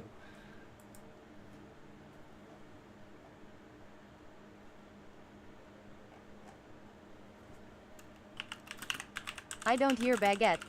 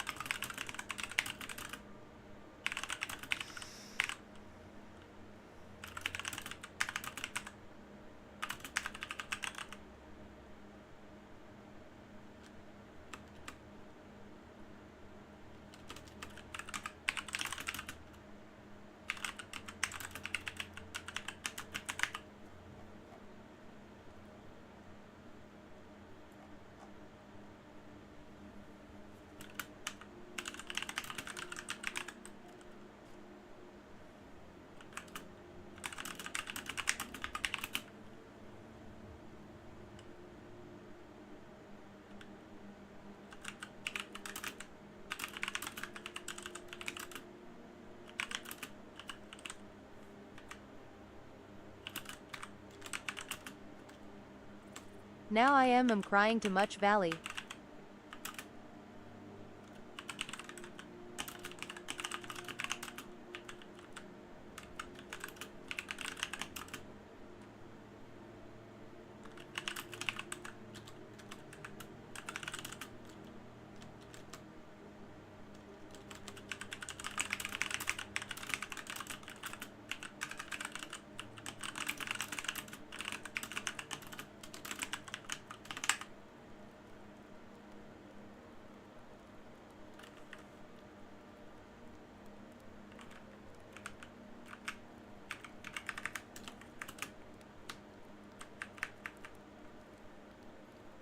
Now I'm crying so much, Valiant.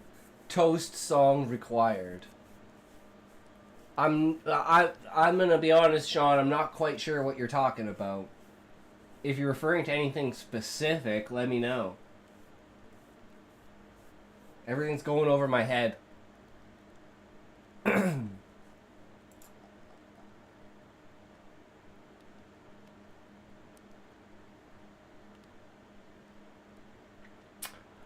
Oh, I see. I see what you did there. I'm so confused right now. Valiant Boy, I don't know. Unplug your mic. Plug your mic back in. Exit close Discord. Reopen Discord. Close your computer. Reopen your computer. Test your sound settings. Text your Why my mic is broken fucking nervous. Lol. That's not what... You just had the Atox effect, where... I try to go to prove something, and then the world says, no, I'm going to create a circumstance that makes it so you can't prove that. Vusolb. Welcome. How are you, good sir? Welcome to the stream. Kick is popping off today, guys.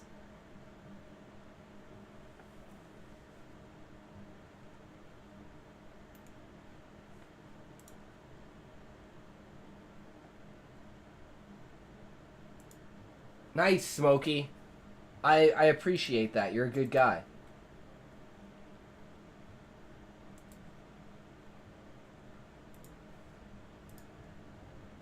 Go give that guy a follow, guys. He was willing to put his ass out on the line by putting in an emote, and now he's target for the hyenas. And shit, I failed because I didn't take a toke before. Did you toke? I didn't see. I didn't toke. I was just saying. I didn't toke because I got distracted. I am really sorry for that. I am confused. I'm just gonna continue to believe that you're absolutely trolling, Valiant Boy. And you're sitting there laughing your fucking ass off at me. I'm just gonna continue to believe that. Because that's the most satisfying ending in my head. PLSI want to hear the France man.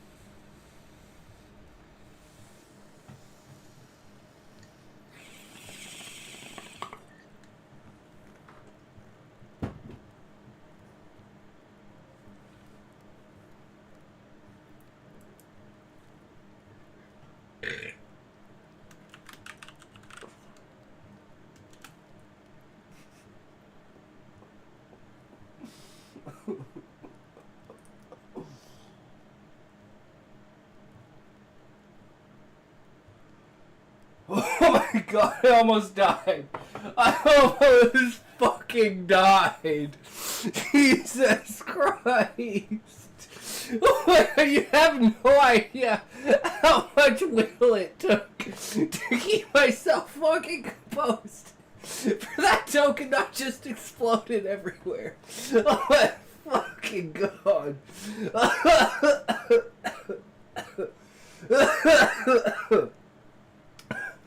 Oh god, that Bro, was... you hear my voice and not me should be so fucking hilarious. Oh god. I don't know what to tell you, Valiant Boy. Oh Jesus. That's some hefty shit right there, boys.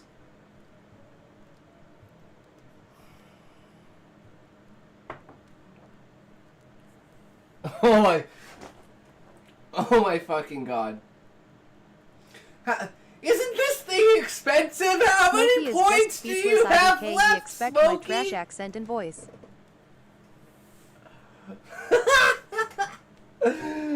I think this is the most I've smoked in a while.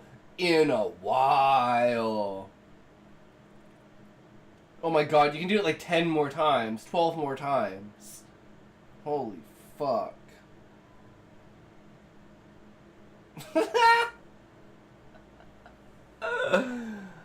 Okay, at this point, I'm not even gonna be able to write the story. I'm gonna be too fucking high.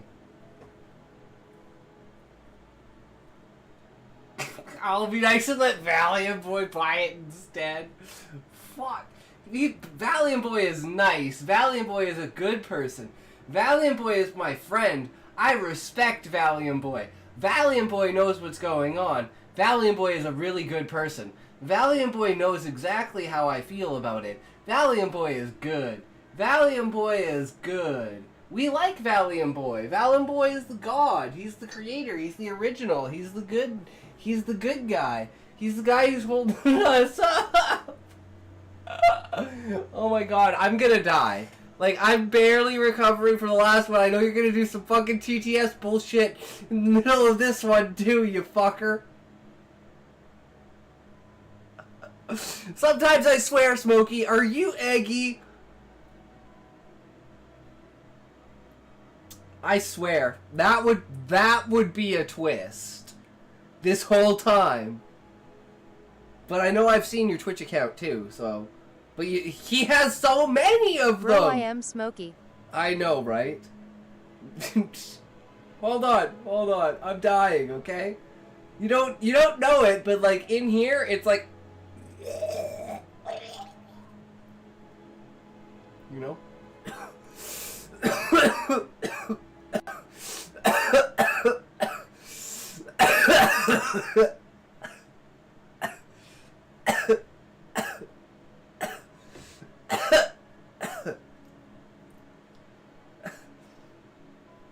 Valium loves us, this I know, because the Twitch chat tells me so.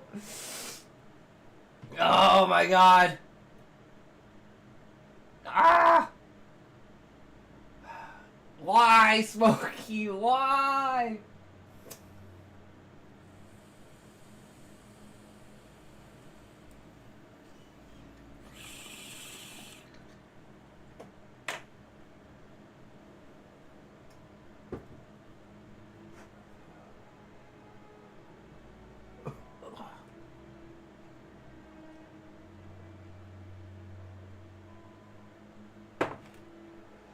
I do this without people buying toke. You may suffer.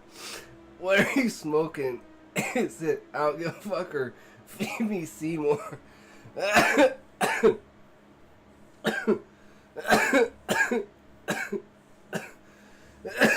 It's Jean Guy.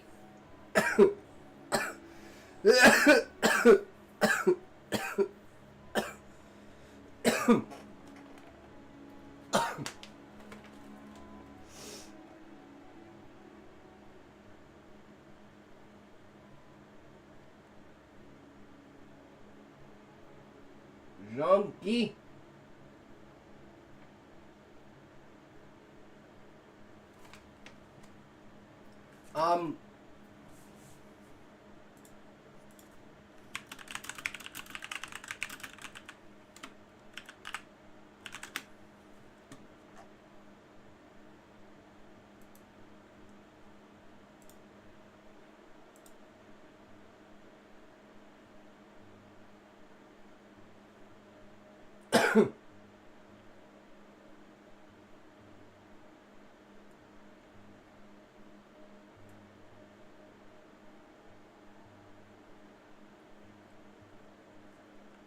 Oh, so that I used to think every strain is different.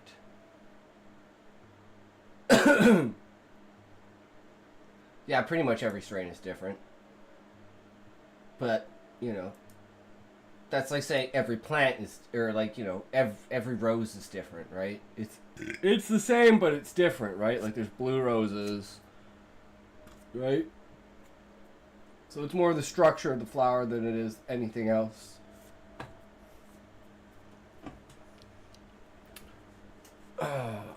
Okay. I can't take that other toke yet. I'll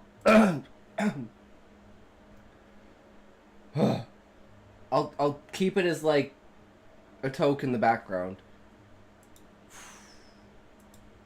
At least let me finish this, okay? Because I'm fucking baked right now. Usually I don't get this baked until like after I've written the story. I got scammed, chat. You didn't get scammed. If I don't remember to take the toke, then you got scammed. And it's like, give me like 2 minutes. And the only reason is because you made me almost laugh in the middle of a toke. Otherwise, I'd be fine with it. But I'm just in recovery mode. Oh, I believe it, Smokey. True.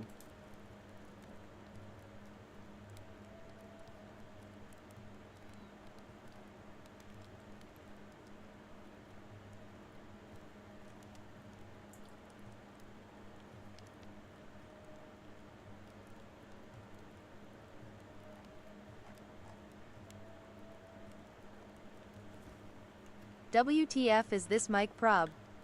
I don't know, Valiant Boy, but I'm still sitting in the Discord, so whenever you're ready, pop on. Pop on and pop off, good sir. Just got a divine fuck woo.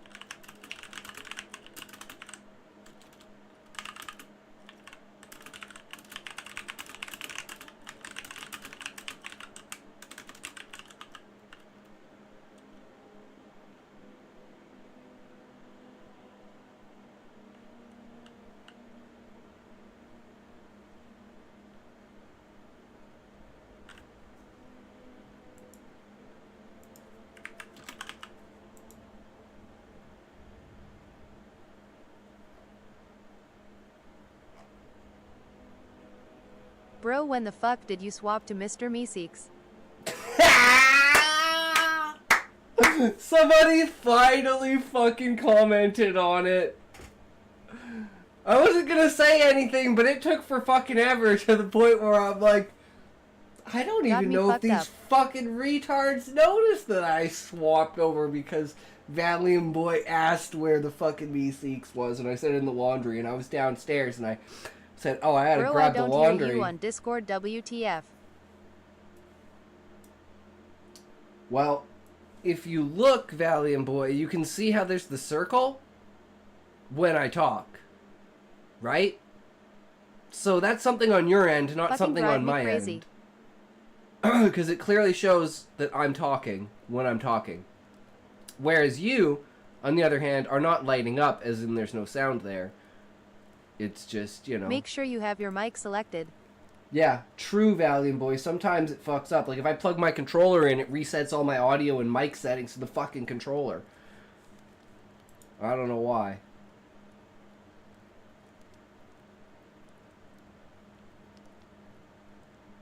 I saw all make tests. Okay, Valiant Boy. I don't know what to tell you, man. That sucks. I don't know shit about Discord, so try using your mic for something else. Like, go into your settings, right? Like, go into your settings, go into your sound, and see if it has anything here, right? Can I get a ha www? Because you should be able to go somewhere and see your mic feedback. Although I'm actually not seeing it anywhere on here.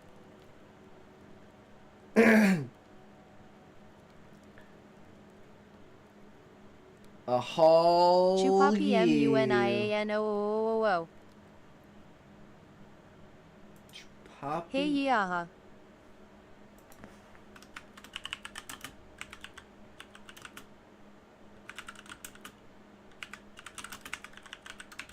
Beep boop boop beep. Bro, Smokey, don't hear my voice? No fuck.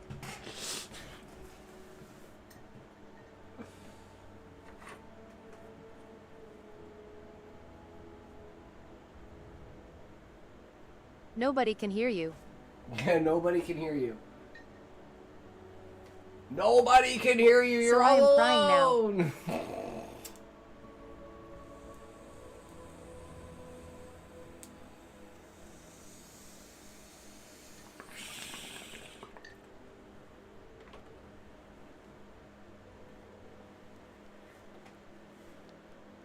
Value motivation mode activated. You guys seeing this shit? You guys seeing this motherfucking shit?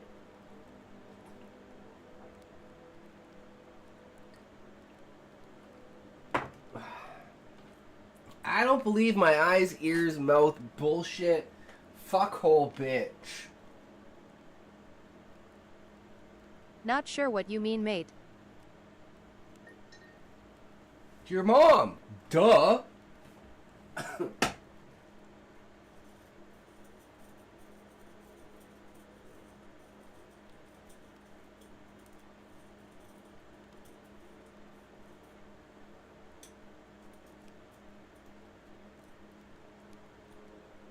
Wasn't expecting that. I laughed out loud.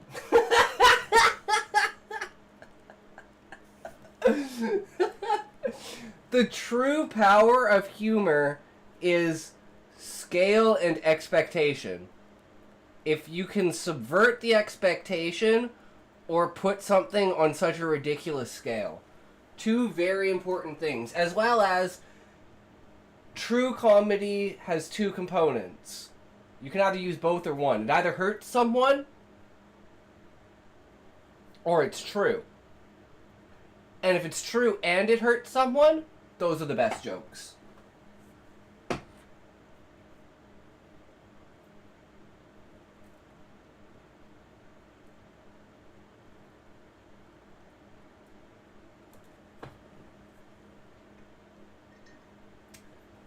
That's why it's very easy for comedians who make fun of themselves to make, like, the best fucking jokes. because they're living the experience of Like it. I don't get hecklers at comedy shows. What's the fucking point of going if you don't like jokes? I will say that's probably a someone dragged them along thing, Smokey. And they're just trying to, like, show off and be like, oh, this guy thinks he's funny? He's not funny. I'll show him funny. And then the guy fucking annihilates him. And it's like, oh, shit. Oops. Oops. Bro, it works. There's the fucktard. Welcome, buddy. Welcome. How's it going, Valium? Fuck you. Fuck you. Hell yeah. There you go, Smokey. Did You he hear me, bro? wait, did Smokey just go AFK? Did Smokey just go AFK for 2 minutes the second you fixed your fucking mic? Are you motherfucking shitting me?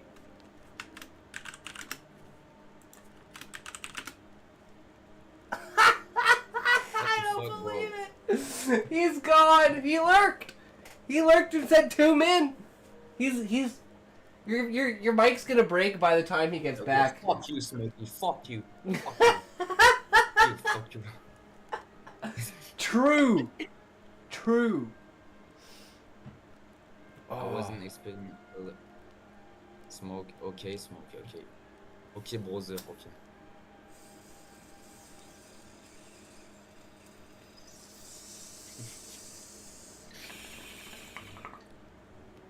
So yeah, bro, I was talking like it was a mistake for the guy who I banned, and that was the last mistake. Promise. Okay. It's just that very specific mistake. just I don't know how much clearer to say. Just don't ban people. Just don't ban people. Don't time people out. Just don't do it. Bro, I don't know why it was like. He's like, N-word. You're like, get out of here. And I'm like, oh hey dude, how's it going? Welcome to the stream. How are you? Banned. The Yeah, fuck? yeah. Bro, disappear. Nah, bro, last time. It was the last. Yeah, it better be, because if it happens again, you gotta hand in your badge and your gun, buddy. You gotta hand in your badge and your gun. I'm sorry, but it's happening too many times. I can't risk it. Smokey really gone? He is gone. I'm dying to these tokes. You guys are fucking killing me.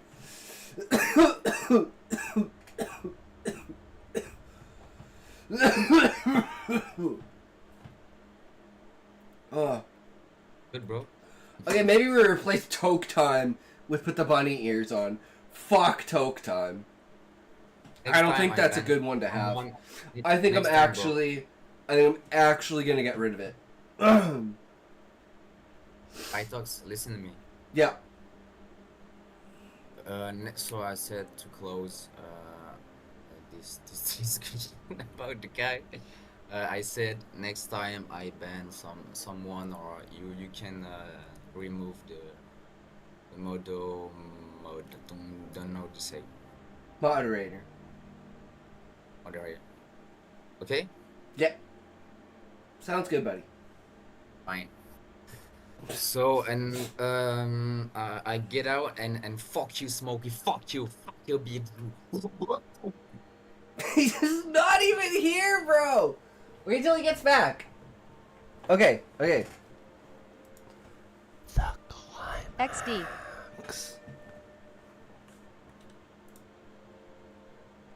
I'll be right back. Sounds good. Now you're gonna leave, but he's gonna come back. You guys are playing fucking telephone through my goddamn stream. Just fucking wait. This is gonna be so good. Disrupt my ears, bro. I don't know, man. My voice is nice, not too loud. No, your voice is fine. Okay.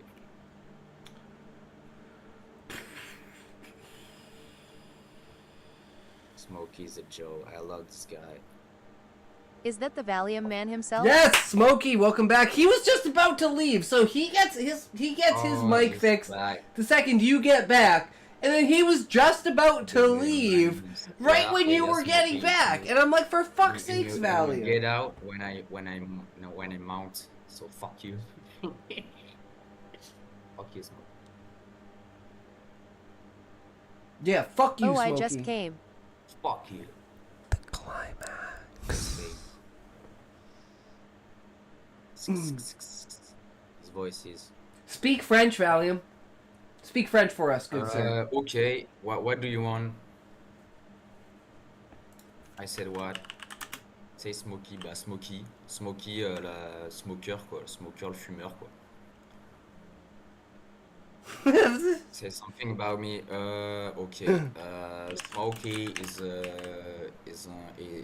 a good guy. Smokey est un gros fils de pute. Je déteste, que j'encule à mort et que que j'ai. Non, Smokey, je t'aime frérot. T'es vraiment le boss. You're the goat. T'es le best. Tell me who your Et favorite je building. te souhaite le meilleur. I don't know what to say. Je te souhaite le meilleur. C'est I wish you the best. And tu me fais He vraiment sounds marrer. different from how he Et types comme for t'es pas sure. souvent là, bah j'en profite. True, Smokey. I wasn't expecting it. And Continue, J'espère Valium. que tu vas bien. Hope you find Smokey and I hope I had good day. So Were you here when I raided Waste last night? J'adore boy? Valium. last night what? The What is- French streamer that I raided. J'adore Value. French streamer. Waste? Jemmy Pell Francis. J'aime appelle Francis. Ah ouais. c'est- The Ivy doesn't do accents well. You want something else? I can say what you want in French. No, tell me about yourself, but in French. But you will don't understand, bro. Or I translate after. No, it doesn't matter. I just want to hear your conversational French. Ok, je parle français. Bah, je m'appelle Valium Boy, je vis en France, je fais des études vétérinaires, première année veto, je me sens très bien. Et puis je vous kiffe, je vous adore, je suis là everyday, tout le temps, tous les matins. Smokey, t'es le best. Et comme il est pas souvent là, Smokey, je profite quand il est là, comme il me fait marrer.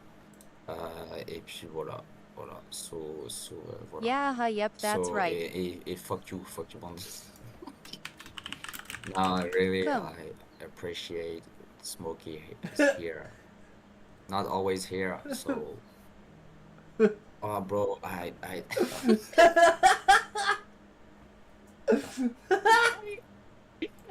died, bro. Bro, we get the same love. It was. It's so good. He's pleased that in the motherfucker. Bro, I'm struggling. I'm the definition of struggling. Glooby boulga bougou bougou mode, frère. Oh, I don't. Oh my j'entends pas fucking du tout. god. It's a good time, guys. It's a good time. It was so nice until the end. What the fuck happened, Valium? It was so nice until the end. What the fuck happened? Le full whipping aléatoire. Oh my god. Okay. Okay. No, love you, bro. Love you, and wish you the best. And love you, Smokey. Hell Merci, t'es yeah. un gros frère. Smokey's J'aime. Do one you of the have pillars. Big Baguette? Big Baguette. I can put Big Baguette on. You have big baguette. Une grosse bite, ouais. Big dick, yeah.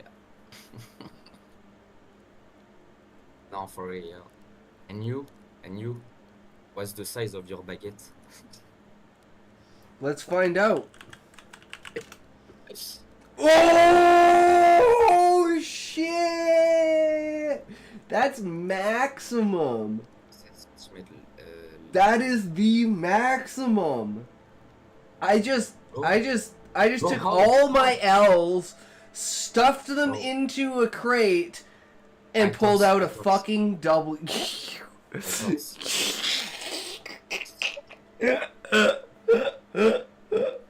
Oh man, you're really left in the dirt there, Smokey.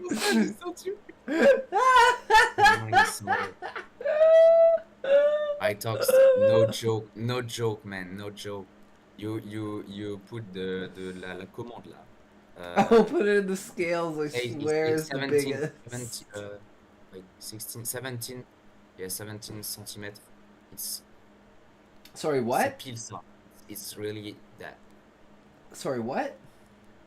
17 cm, c'est la size of my dick. Yeah, I know. That's why I put it as the maximum, because I remember you saying that, and then I had the idea to make that. Attends, c'est quoi? So I put the max. It goes from 1 to 17, Length. which is realistic. Length. You fucked up, Valium Boy. How could you? How dare you desecrate my chat with a failed chat command? I'm retard. You gotta do tard. That's the only way to come back from it, is to do tard. Or you can do trash. But I prefer That is tard. incorrect, sir.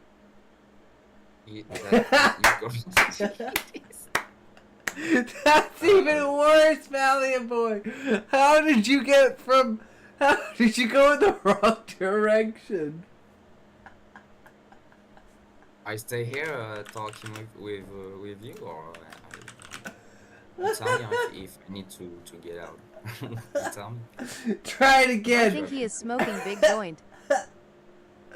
He's higher than me for sure. Even after all those tokes you forced me to have, Smokey. Big joint. Nah, bro. I pretty much smoked like a grinder and a half this stream, man. Usually I smoke half a grinder the entire stream. We're only 4 hours I'm in. smoking a big vanilla cigario, bro. Oh no, I shouldn't have mentioned it. What have I done to myself? I'm never gonna get done this story. We're never gonna get done this story. At this point, I'm thinking of just holding this story off until tomorrow, and just writing the story tomorrow. And just playing some Schedule 1 for like an hour.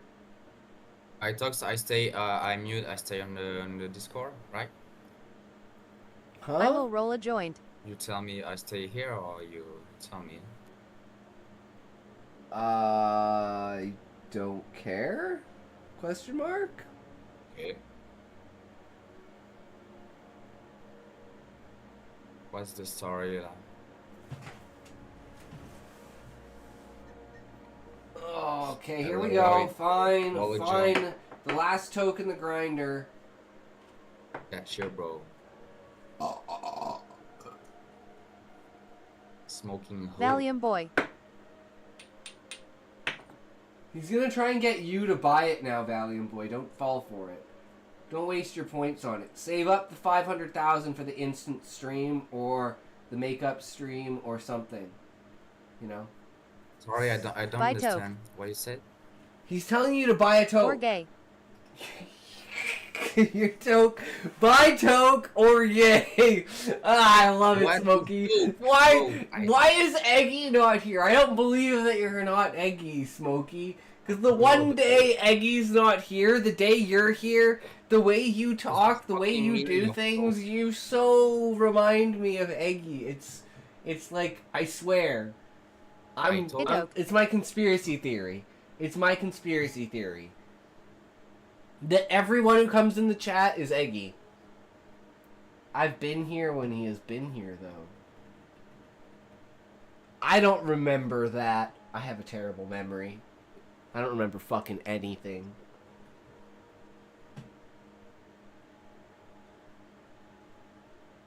Smokey, you didn't expect that voice.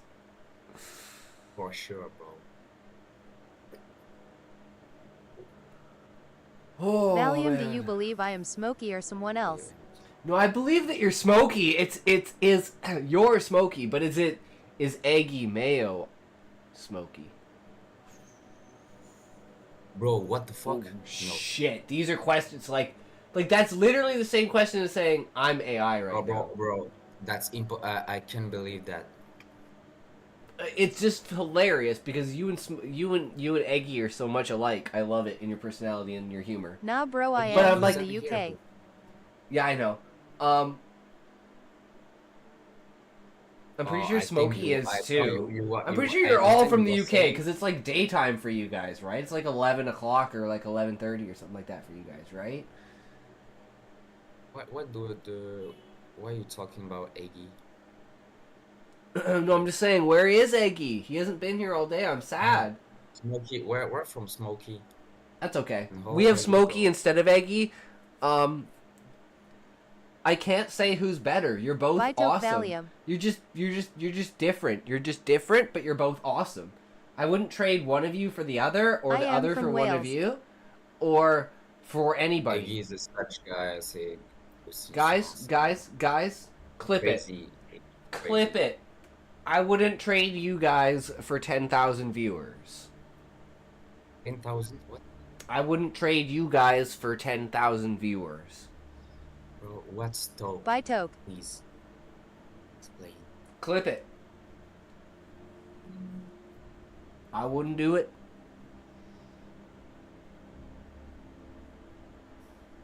I don't know what Valiant Boy is doing, honestly, Smokey. I don't think he understands the concept. I don't think he understands the concept, Smokey, even after so much time. Which is why I believe he's either retarded, he's a genius, or he's a master troll. Or he's all three. I fucking don't know. It's goddamn killing me because it happens every time and it's like, are you fucking serious? And it gets worse and worse each time. Like, he's a motherfucking genius. Bro, He's a what the savant. He's a masterpiece. How the fuck do you do it, Valiant Boy? It can't just be a language barrier. It has to be something else. I don't understand it, but I fucking love it. Bro, I'm trying to understand. I understand. J'ai rien compris. J'ai compris. Oh, let me compose myself here for a second. Sorry guys, I got a little emotional there. You guys are the pillars of the of the stream. You know, you're the reason that I. Thank you for all that. I love so hard. Thank you, Excuse Smokey. me. I talks. V Valium makes it. The reason I stream every day for 3 hours at least, if not more. The reason I lose sleep to be here is for you guys because I enjoy it and I wouldn't be doing anything better. So, don't let that be a standard to hold it to, though. You know, because I'm always here. We're here now, boys. Even if you're not here for real, you're here in essence in my stream. Bro, there's not. Yeah, y a pas d'écho of the stream. Thought you was I. I am AI. All the blur and responses and everything, and the morphing of shit. That's all AI. Sound, voice, mouth, everything. Smokey saw a picture of me. The only thing that's real If is you the have Echo lavalier. Valium, mute the stream. True, Smokey. No, for you, because I mute iTalks Discord.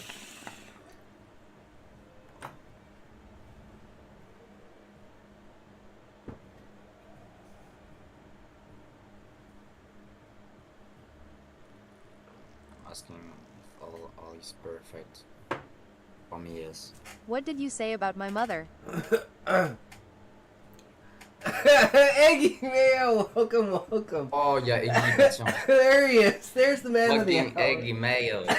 Welcome, Oh, welcome. what the fuck? Not him, not him. Fuck you. Eggy, save me from Smokey. He's Fuck made me you, smoke like Eggy. 12 tokes, bro. Hey, Valium is my, I'm fucking bro. dying. I am my own person. Yeah, he gives me. I have proof. That's Valium boy. Valium boy. Valium Boy is speaking from Discord. What the meaning? What was of dogs? What something? Oh, What dogs? I'm dying. What? But yeah, welcome, Eggy. We are writing out the story. Unfortunately, it is taking us an extremely long time because these. Hey, gay. How are you, bro? Bro French pedophiles, it is too much, you don't even know bro. Oh, ça y est, il commence. Il commence. Il Damn commence. it, Eggy! Fuck you. Right off the bat! Right off the bat! It's a Boom! Home run! A home run! Oh Okay. no. Okay. Oh.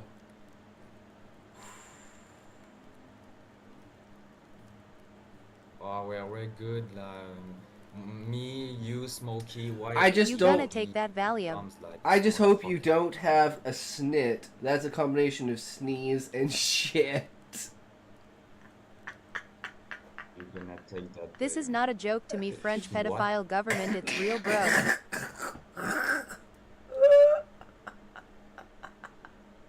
Yeah. Okay, say No, that. you It's, always rant talking about about that pedophile. in French, Valiant Boy, about how bad the Bro, is it government pro is joke? and Yes, sir. how how they're all pedophiles. Poke kids. Poke kids. Fuck you. Oh my god.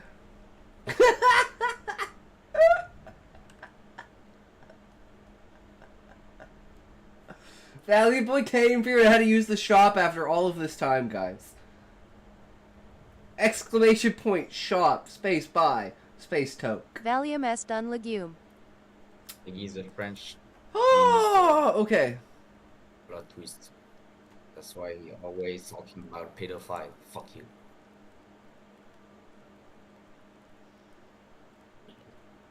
Him is a vegetable, okay.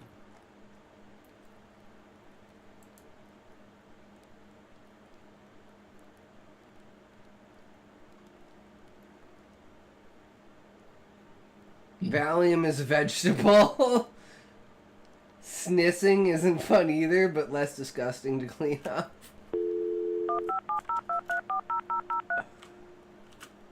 That's easier to deal with, Smokey. That's easier to deal with. Oh, I could sleep to this. My brain actually.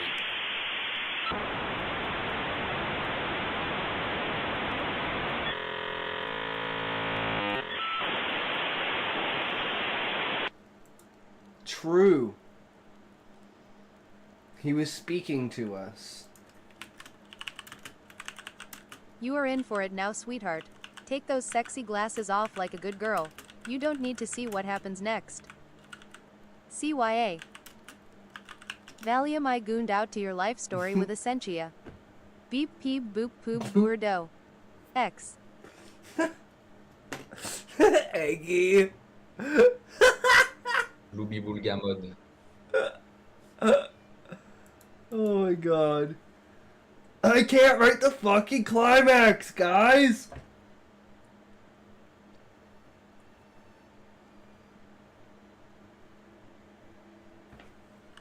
Let's go back to the story, bro.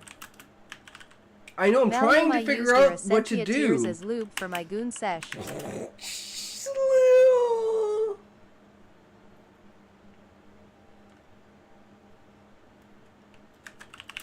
Okay, Eddie, that's so interesting.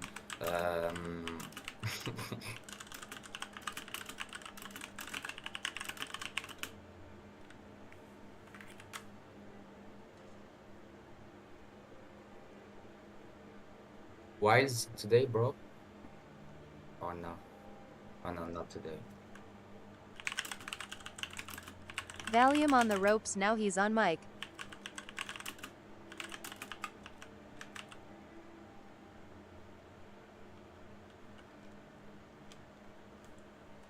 I hate you. I love you, Iggy.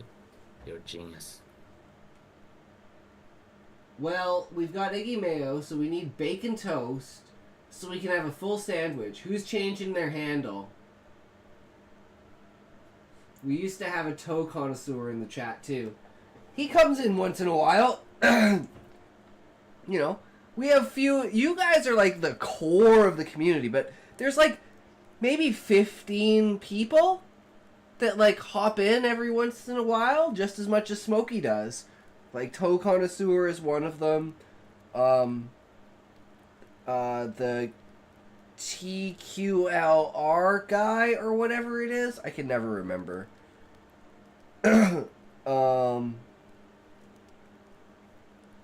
I only come for foot pick. Unnatural Listening Disaster. You need foot pick? Here, foot pick. Go foot pick.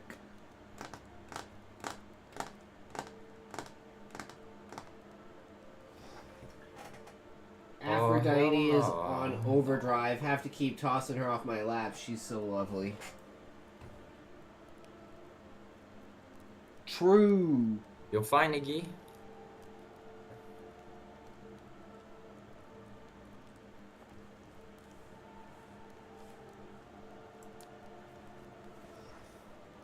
Sean is Zeus. Valium, can you describe Itok's feet pick for me?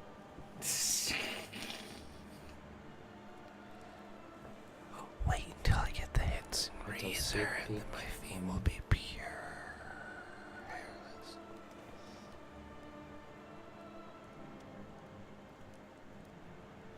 True. What the fuck is that? I don't know, bro. Can you describe Ito's feet, please? Eggy Gone made him shy. I'm 5 Valley mostly because I'm not French. Wow, my Congo character is Blue Lightning, so I guess that's not too far off. Oh man. Let's talk in French or what you want. I can say what you want.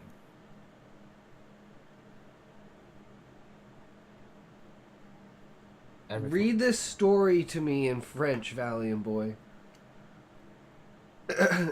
Do as I command. Made him shy. Shy is what? I'm learning French so I can refuse to speak it and not just Shy. because I don't know how. I want story time. Story time. It's lightning time. I need lightning wing power now. Ah, timide, no.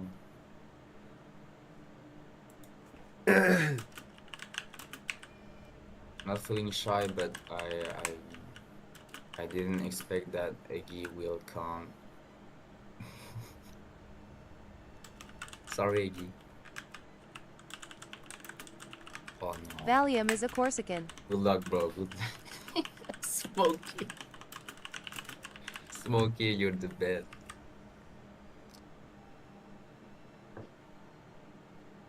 So, see ya, guys. I will smoke it. Thanks, Smokey, Heggy, Valium I as hope you're course. fine. And it's outside. I stay here. Thanks, bro. Thanks. Yeah, no worries, Valiant Boy. Goat. Nice to hear you, bro. We love you. Yeah, man, we love you. Fuck you, Valiant Boy. Clairement Lots of pas. love. Je suis très loin d'être corse. Je suis lyonnais. Smoke, fire, stank, pisser, Yeah, fart. fuck you, bitch. By your Of powers course you can. combined, It's I like, am Captain full A-hole. racist. True. True.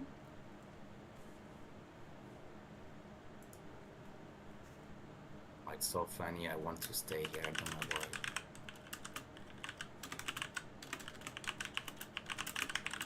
Smokey, you don't have Discord, bro. Valium id love to teabag you.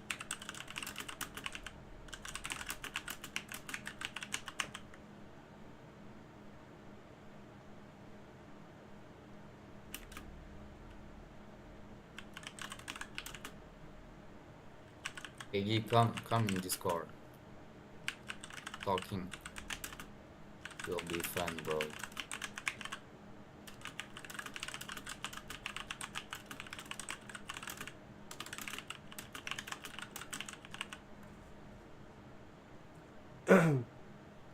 Iggy doesn't have Discord. Okay, guys. Tu l'as pas d'un coup, hein? We have it. I'm on my phone at the moment.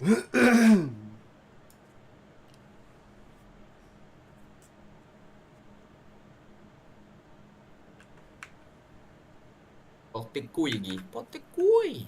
Viens, Iggy. Download, bro. Download Discord now for real. Download. Want to hear you like just Smokey.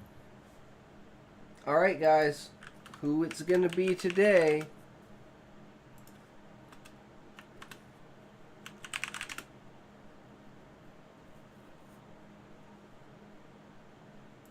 A wonderful day, everyone. Stay safe, blessed, stay high. True, Valiant Boy. Thank you. That's all.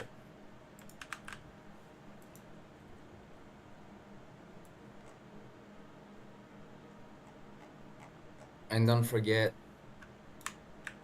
fuck you, fuck you, fuck you all, fuck you all. Fuck you, Valiant Boy. Peace. Valium Actually- sounds like the average CSGO player. Iggy,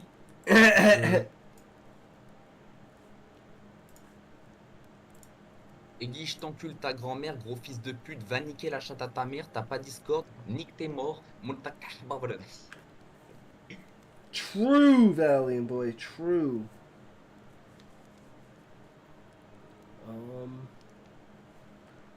What am I looking for? Guys, what am I looking DUMMM for? Valium Oh, I know what I'm MMM that was looking for. 100% true. Here we go.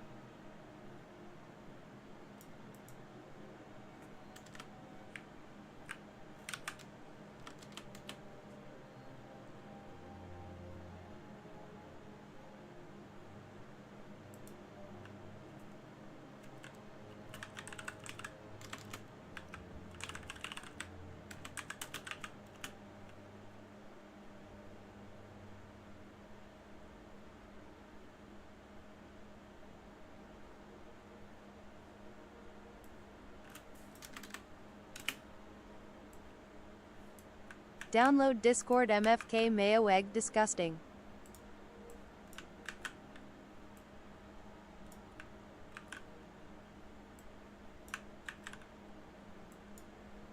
Itak. Dog, look in chat. I Eggy bought disappeared?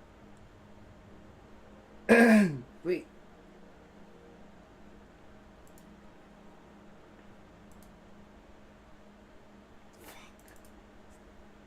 I don't know what you mean. I think you mean Japanese.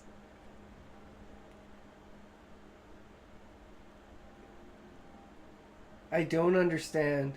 What are you talking about? They look the same, Sue.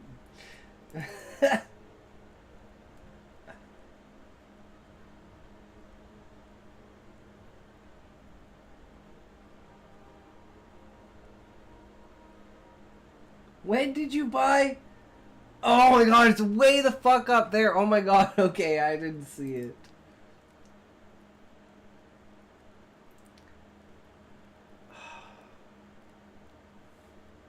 I got scammed, chat.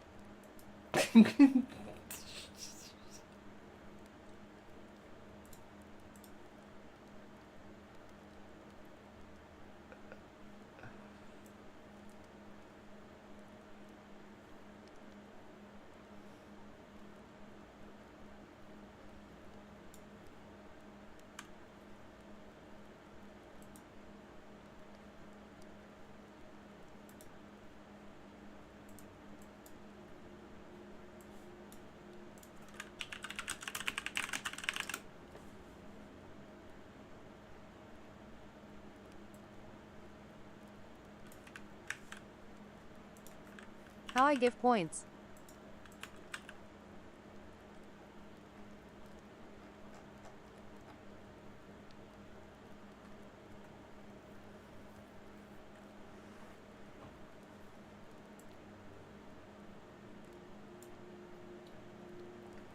Kurazunda Kotetsu no Sento no Chojo Anbato Yuna no Akuto Gabaru Komi Nitachi Sukui o Moto Memoru Machio Miyoroshite Ita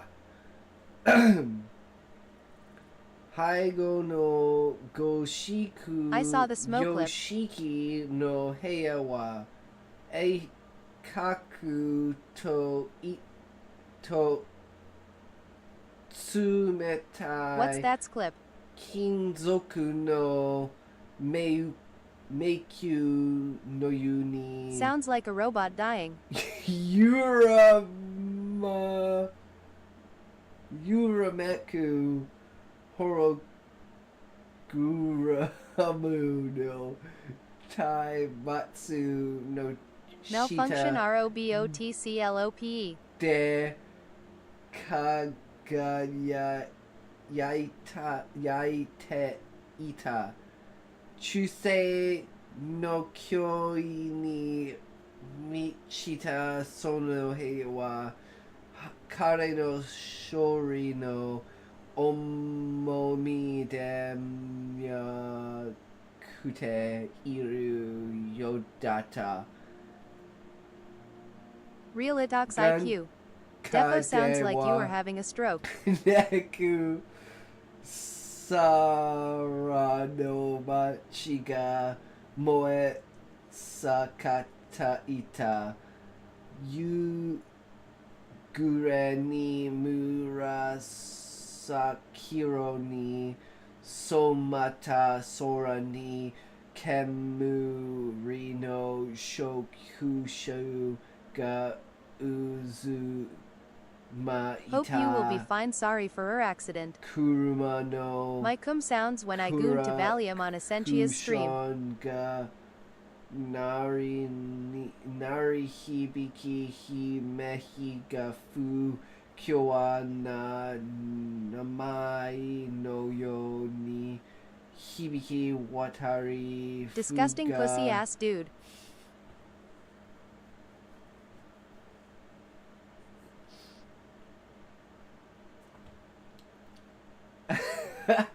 Okay, I think we've had enough of that. I think that's the best you're gonna get from me for now. But let's see. Bye again? Bet. Sean wants you to hydrate. Broer 30 yo, you don't have kids? A family to build? How long XD. since you've hydrated? Don't you lose your voice talking that much? Choking. I guess that's true.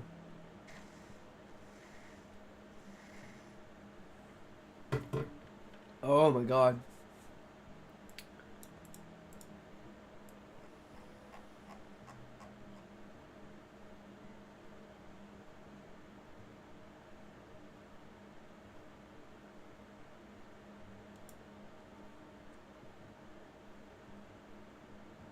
Eggy choose the villain life.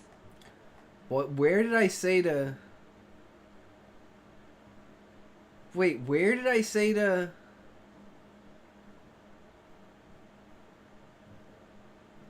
Hold on, where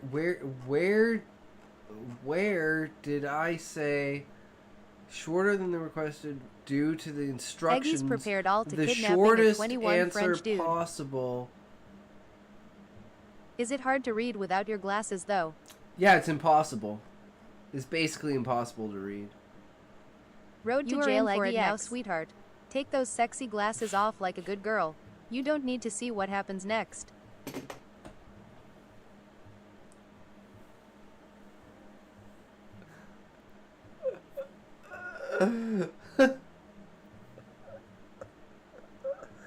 I have to fix the Smokey story. by one emote and spamming. For some reason, the I don't know why it said the shortest answer possible.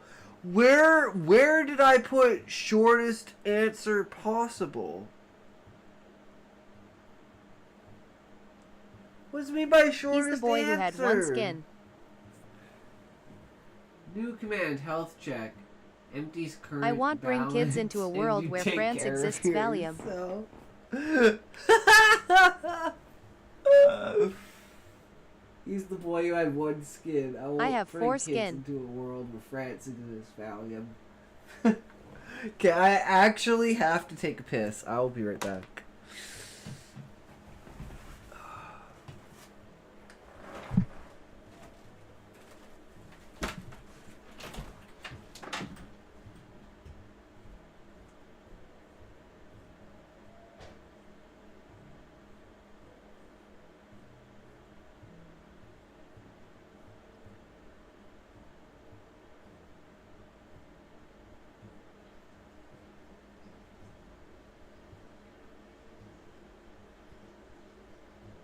Eggy's always talking about kids, pedo, etc. He's really guilty. He tried to call my lil sis call FBI.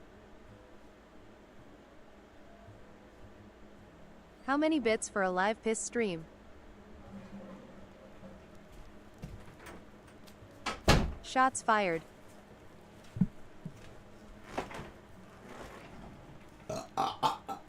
How many bits for a Yeah. live piss stream?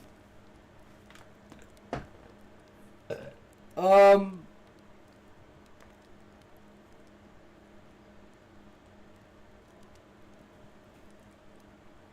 15 million. 15 million bits. Eggy is dangerous help. 15 million bits, and I will do a piss stream and get banned. For 15 million bits.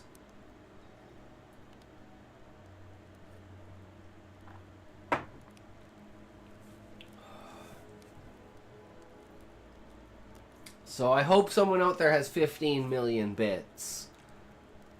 That would be a good time. Can we just remake 2 girls 1 cup? Nah RRLYCYA guys.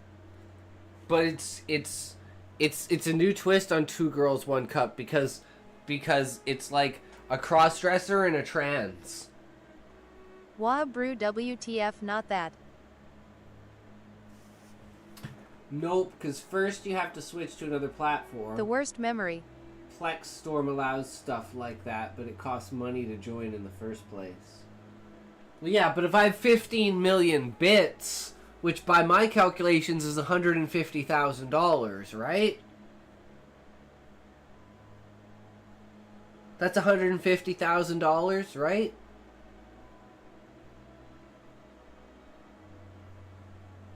Thanks goats. Pretty sure that's $150,000. But if I had $150,000, I don't think I'd be worrying about that.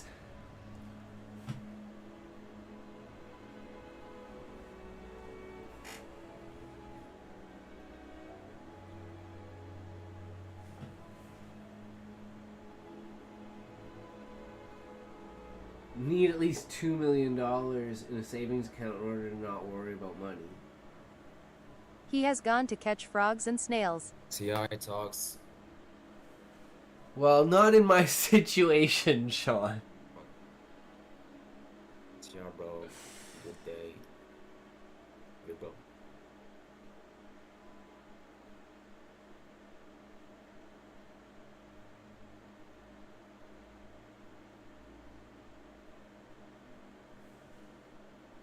He's gonna catch frogs and snails.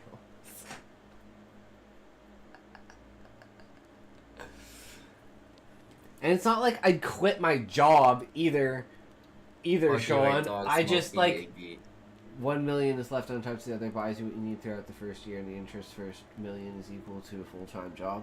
Yeah, but I'm just saying, like that's not. It's not like I'd quit my job. I'd just be banned from streaming. I'd have $150,000, but I'd be banned from streaming. I'm pretty sure that's a good trade-off.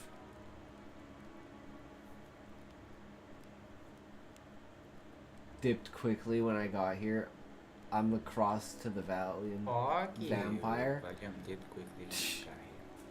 last week. All right. Let's fix the story, guys. You're a treat. You're dangerous, bro. Iggy is dangerous. Call the FBI, please.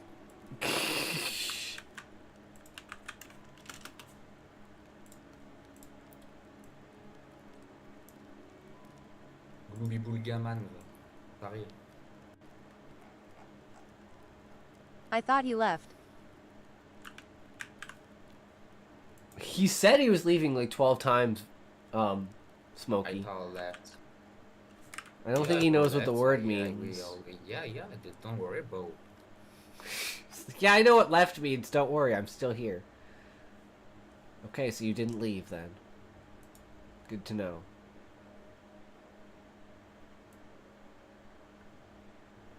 I don't know where in here it said be as concise as possible. Hey, Levi. Okay, shut the fuck up. Okay, you guys think this is good?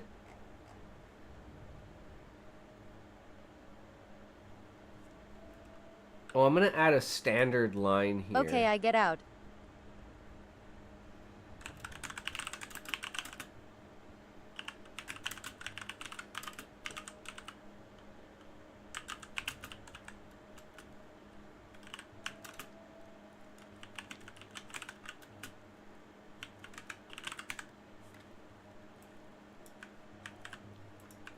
There.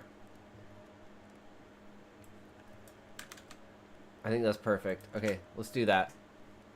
Let's see what it gave us.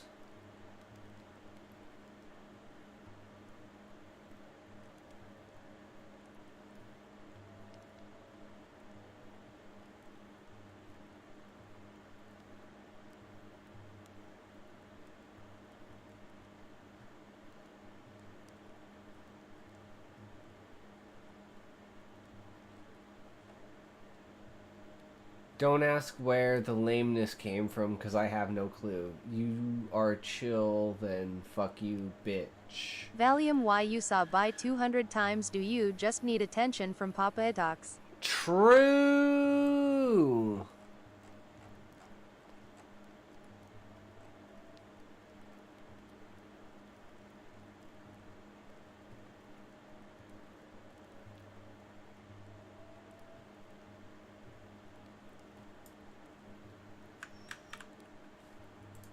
Alright, let's see what it came up Valabotomy. with.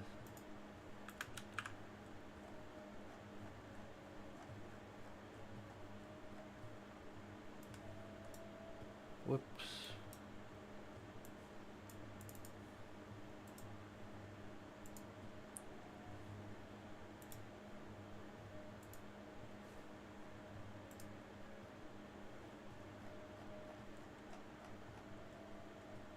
Valatot.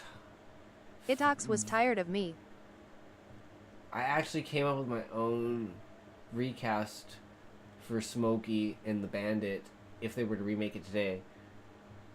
Guess who the betting guys are.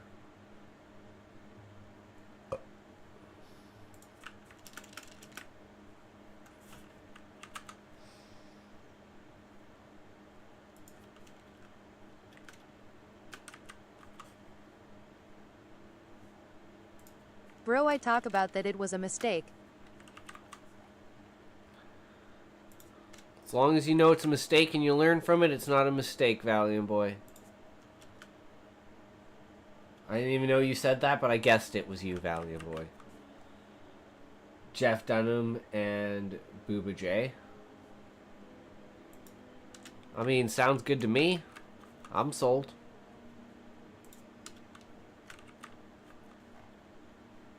Gonna go get ready, have fun all.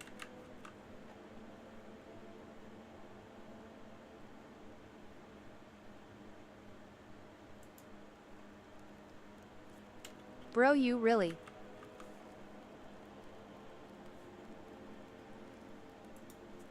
I deceived you? From my point of view, true.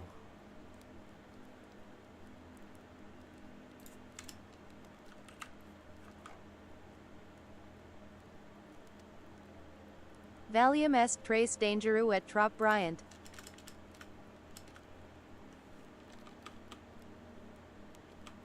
I said, next time it happens you can reject me.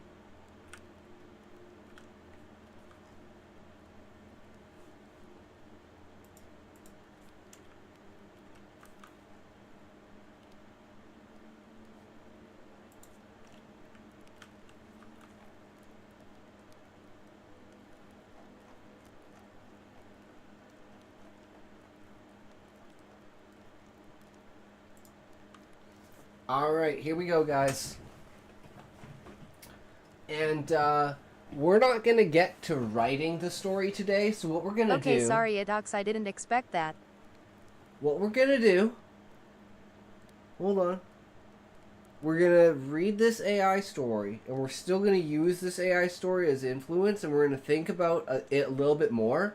And tomorrow, instead of writing a plot out, we're gonna write the story. And we may even write 2 stories tomorrow. Who knows? We'll see. For the bandit, I chose The Rock, Dwayne Johnson.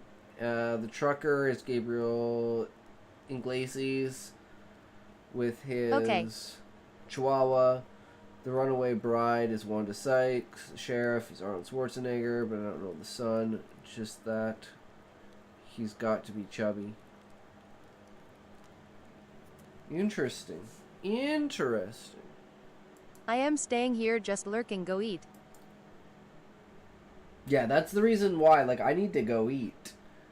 So, we gotta get playing fucking... It's 5 in the morning. So, we gotta get to playing Schedule 1. Because I want to play Schedule 1. So, we gotta get through this story, guys.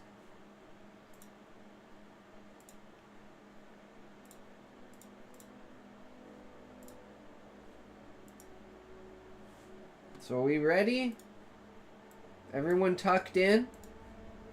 Everyone ready for a good time?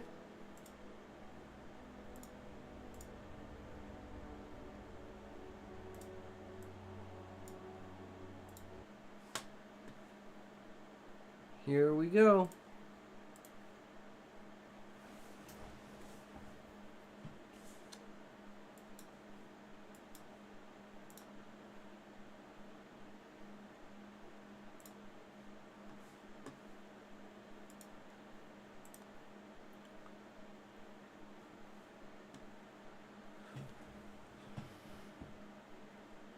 The Gothic chamber loomed, its darkened steel walls curved into geometric precision, sharp angles glinting under the flicker of artificial torches.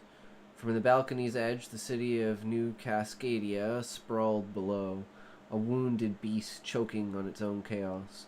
Smoke curled upwards, staining the night sky, while the screams of riots and the wails of car alarms clawed at the air. The cold railing bit into Victor Kane's palms, sturdy and unyielding, a silent promise of structure in a world unraveling. He inhaled the acrid scent of burning buildings and the tang of destruction settling on his tongue alongside the odd feast he had prepared. Smoked pork shanks slathered in eggy mayonnaise, a bowl of frozen grapes. Okay, Edox, I let you hear you seems RLLY angry about me.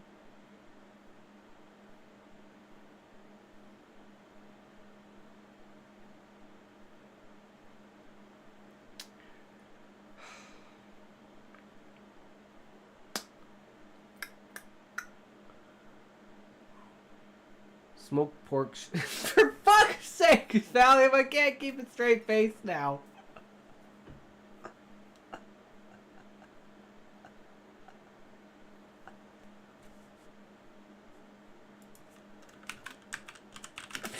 This is bullshit.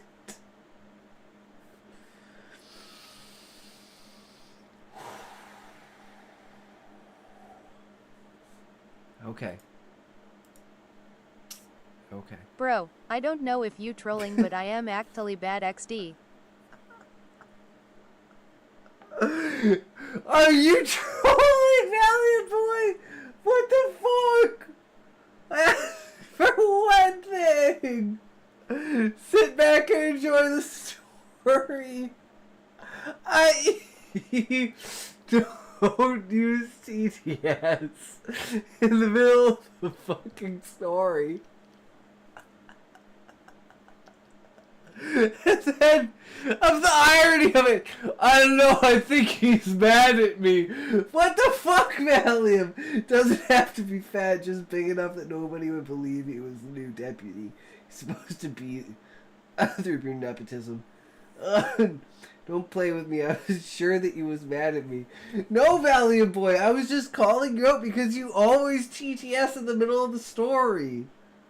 I think it's fucking hilarious, so don't stop on my behalf, but only do it, like, naturally. Don't feel forced to do it, because that kind of ruins it. That's why I don't want to say anything. I wanted to keep a straight face and just keep going and let it naturally... What's wrong with TTSING during the story?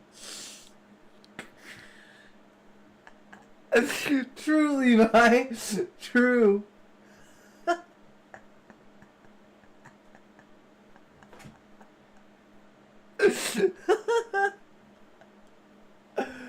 Oh my god, you guys are fucking killing me. Valiums decide to give up and turn to a fucking bird, a life that he always wanted. That's what you always wanted in the next life. You gotta have a good this life. You get reincarnated what you want if you get this life good. Ooh, okay.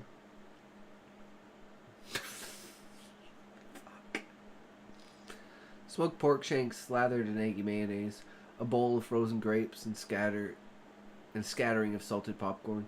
The snack sat untouched on a steel table, the presence a mocking echo of better days. Victor turned from the balcony, his black cape whispering against the floor. Across the room, bound in a chair of sleek obsidian, sat his prisoner, or so he believed. The hero, Paladin, clad in his silver and blue armor, head slumped forward, was silent. Victor's lips curled into a smile, though it carried no warmth. "You thought you'd outsmart me, didn't you?" he said, voice low, resonant with triumph. "You let yourself be caught, believing it was your plan, noble. Predictable Paladin, always one step behind." The wind howled past the balcony, carrying the city's desperation into the chamber. Victor paced, his boots clicking against the polished floor. "I knew you'd come, Daniel," he said, using Paladin's old name, the one from before the masks and the madness. "You couldn't resist the bait, my little broadcast about the AI, the cages, the augmented reality to save humanity from itself. You thought you'd infiltrate my sanctum, disable the system, and drag me back to your precious justice.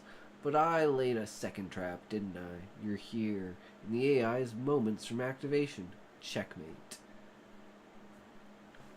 He paused, glancing at the snacks, the frozen grapes gleaming like tiny prisons, each one a petrified dream. He remembered the nights he and Daniel had shared them, laughing over their odd taste, grapes for Daniel's restraint, popcorn for Victor's restless ambition. Back then, in the early 2040s, they'd been partners, two superhumans with a shared goal, to save the world from its own recklessness. They'd fought rogue AIs, corrupt governments, and villains who cared nothing for collateral damage. But the good they did was a drop in the ocean of chaos. By 2054, the world was crumbling faster than they could patch it. Victor's gaze drifted to the city below, its skyline fractured by flames. "Look at it, Daniel," he said, gesturing to the riots. "This is what we fought for, a species that burns its own home. You believed in honor, friendship, justice. I believed in results. That's why we split." His voice softened, tinged with something like regret. "You remember the day it all changed? 2048, the Reaper." He closed his eyes, the memory sharp as a blade. They'd cornered the Reaper, a villain who'd leveled half of old Seattle to prove humanity was a plague. 5 hostages hung in the balance, suspended over a shattered freeway. Victor had urged Daniel to kill the Reaper, end it cleanly, but Paladin, ever the paragon, refused. "We don't kill," he'd said, his voice steady with conviction. "There's always another way." They'd saved the hostages, but the Reaper escaped, and days later, he detonated a fusion core in Spokane. 5,000 dead. Victor had stood among the ashes, his faith in Daniel's Ideals burned away. That was the day I fell, Victor said, opening his eyes. You called it a tragedy. I called it a lesson. We let him live, and he killed thousands. You clung to your code, and I saw the truth. Sometimes the world needs a heavier hand. He leaned closer to the silent hero, his voice dropping to a whisper. That's when I became what you swore to stop. The conflict had torn them apart. Daniel had pleaded with him to stay, to fight the good fight, but Victor saw only weakness in mercy. He'd walked away, vowing to save the world his way, by force, by control. He'd built this sanctum, this gothic fortress of steel and shadow, and crafted his AI, Salvation. It would cage humanity, hook them to machines, feed them a curated reality where they couldn't hurt themselves or each other. A brutal kindness, but a necessary one. Victor straightened, his cape snapping in the wind. I'm sorry it came to this, old friend, he said, his tone heavy. I didn't want to turn against you. You were my brother once, but you left me no choice. He crossed to the balcony, gripping the railing again, his cold surface grounding him. The city's screams grew louder, the chorus of failure. Now you're here, captured, and nothing stands in my way. Salvation launches tonight. Humanity will be safe, not free, but safe.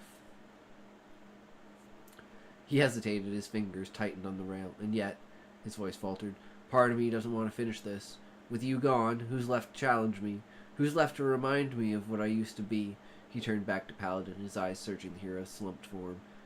You'd tell me I'm wrong, wouldn't you? You'd say there's still hope, still a chance to turn back. But it's too late for that. Victor's mind drifted again, back to their youth. They'd been so naive, so certain they could fix everything. He remembered a night in 2045, sitting on a rooftop, sharing popcorn and grapes, debating philosophy until dawn. Daniel had believed in people, in their potential to rise above their flaws. Victor had argued for control, for systems to enforce order. Even then, the cracks were forming. We could have done things differently, he murmured. Maybe if I'd listened to you, stayed the course, but no, the world doesn't bend to hope. It breaks under it. He shook his head, forcing himself back to the present. The outcome was almost going to be the same, he said, more to himself than to Paladin. You'd never compromise, and I'd never stop.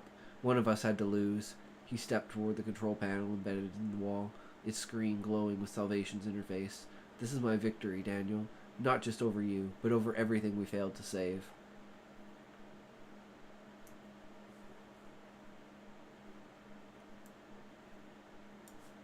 The city's chaos roared below, a testament to his point. He'd watched it decay for years, each riot, each disaster, proof that humanity couldn't be trusted with itself. He'd planned for this moment, anticipated every move Daniel would make. The hero's capture was no accident. It was the culmination of Victor's design, and yet, as he stood on the brink of triumph, a hollow ache gnawed at him. He glanced at the snacks again, the grapes glistening like accusations. You'd have loved these, he said softly. One last meal for old time's sake. He activated the panel and Salvation's countdown began.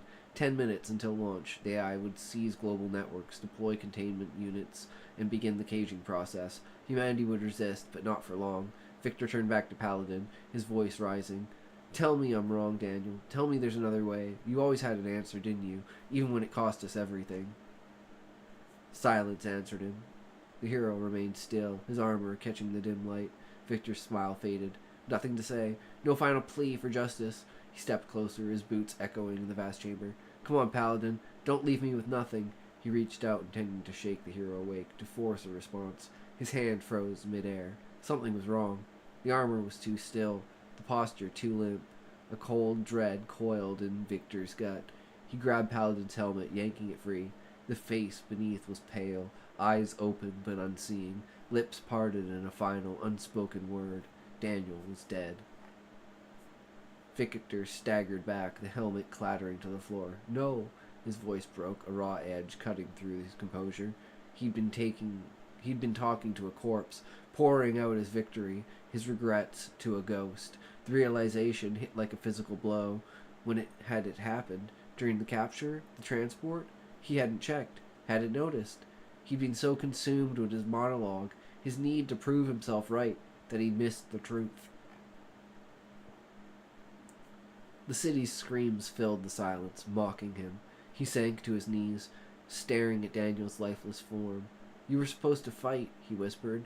You were supposed to stop me. The snacks on the table seemed to taunt him now, relics of a friendship he'd destroyed.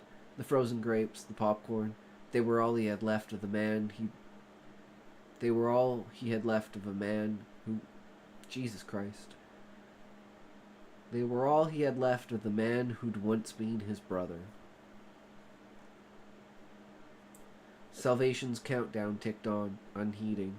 7 minutes. Victor could stop it. Could honor Daniel's memory by letting the world keep its flawed freedom. But what was the point? Daniel was gone, and the city was burning. He'd won, but the victory tasted like ash, like smoked pork and bitter mayonnaise. He rose, moving to the balcony one last time. The railing was cold, trustworthy, the only thing that hadn't betrayed him. "I did this for you," he said, his voice lost in the wind. "For us." Below, New Cascadia rioted, unaware that its hero was dead, unaware that its fate was sealed. Victor closed his eyes, letting the sounds of chaos wash over him. He'd save the world, just as he'd always planned, but he'd do it alone. The countdown reached 0. Salvation hummed to life, and Victor didn't look back.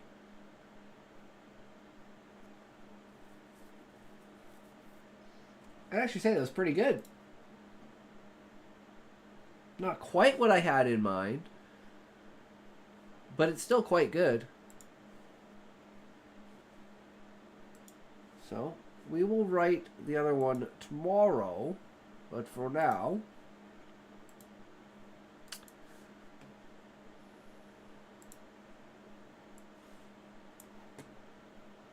we got the full game, guys.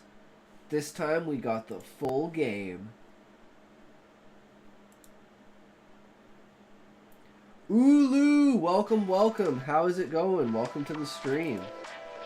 How are you doing, good sir?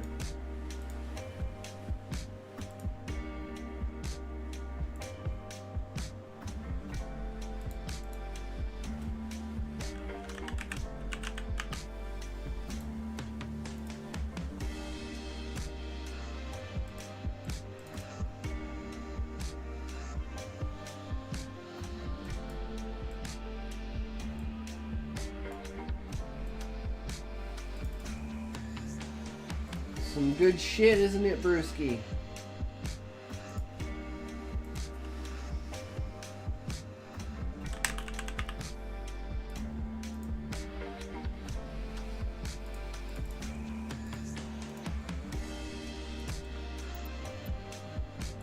Alright. No! Oh man, do I really have to start over?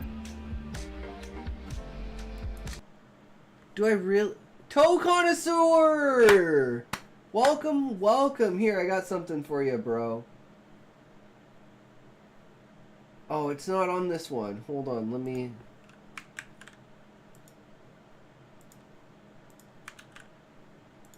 There you go, bro.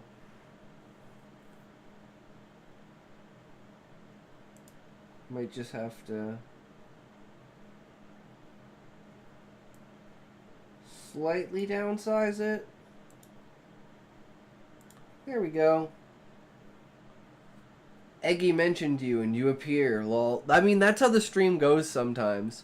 Is it not gonna let me transfer? I'm gonna Google it.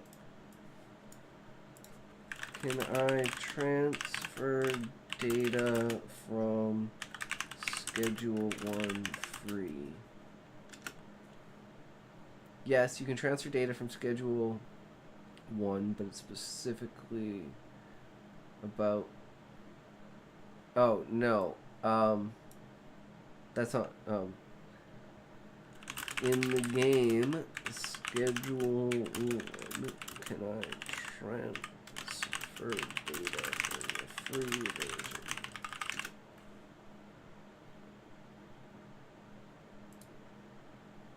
Didn't want to spend on an indie game. I might not get it cracked. I love it so much. I want to support the creator and also get access to multiplayer and next updates. But I played 6-hour gameplay and want to move the save files. Would it be possible? Don't need to do anything. Just works. I transferred it to newer version from older, but it doesn't work. So I think only way is starting over. Start new game and it makes a new folder in the save file. Quit the game. Okay. Boom. Easy. Easy. That makes sense. There's no save files, so there's no way. Again, to sleep I go. See y'all another time. Alright, Sean. Have a good night, good sir. Take care.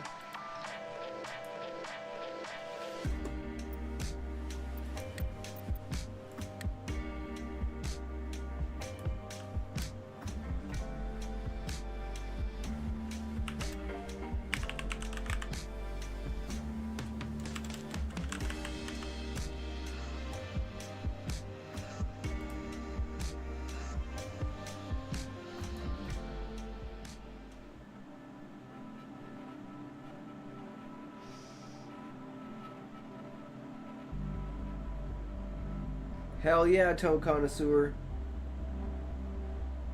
We're getting it.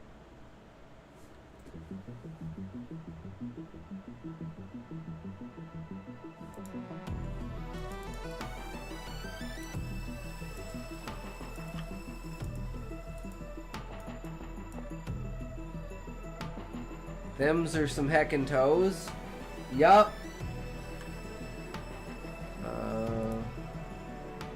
We're still gonna do the same.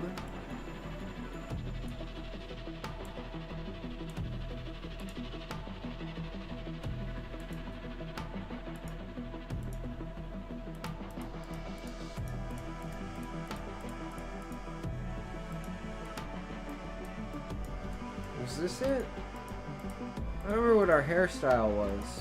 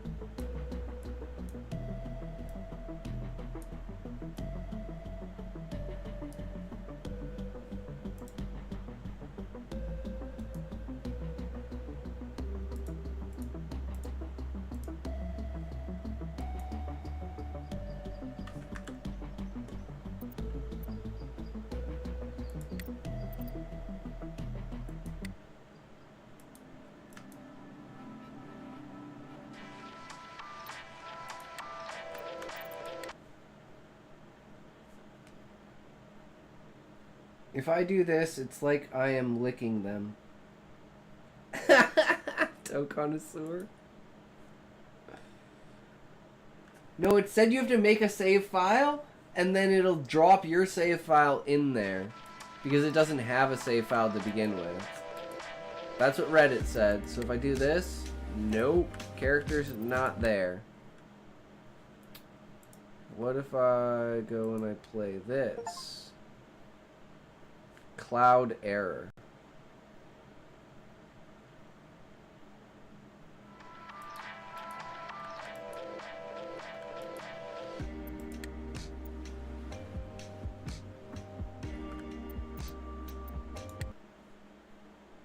Do you need to move the file and drop it in? I don't know.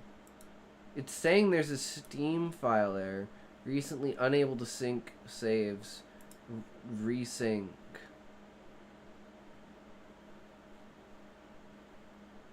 That said, created yesterday. Are you sure it's wrong? No, that was the free sample I just went to. I opened up the free sample game, and then I just opened up the new one. So it should be there now. Nope.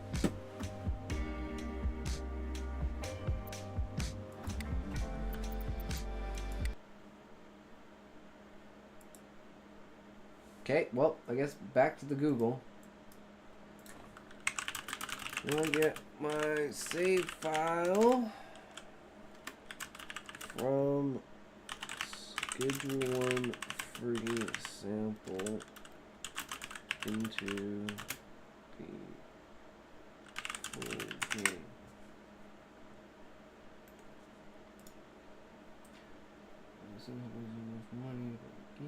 Unfortunately, no. When you start a new save, I believe the reason it's the story in the full version is a bit different. Dang it.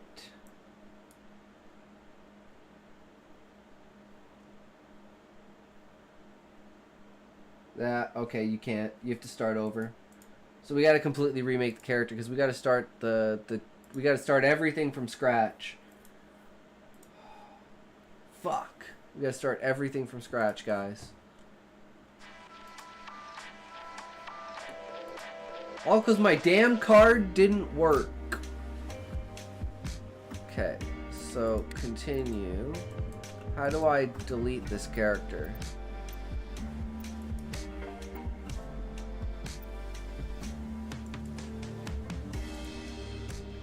No, I don't want to play the character. I want to delete the character. Because I want to play the prologue.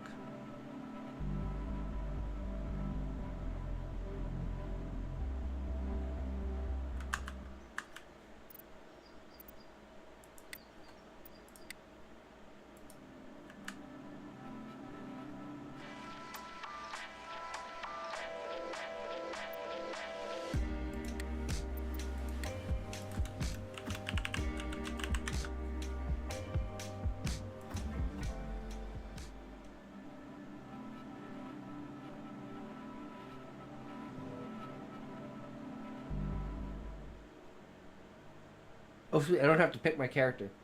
We're still the same dude. Or chick, but, you know. Wait, I'm confused. This is where I was before. Before I skipped the... What? Okay, now I'm really confused.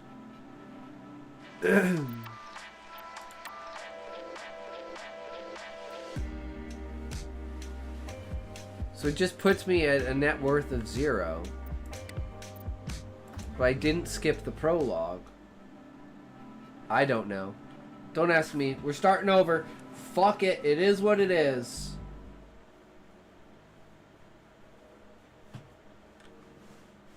Don't ask me, man. I'm new to this.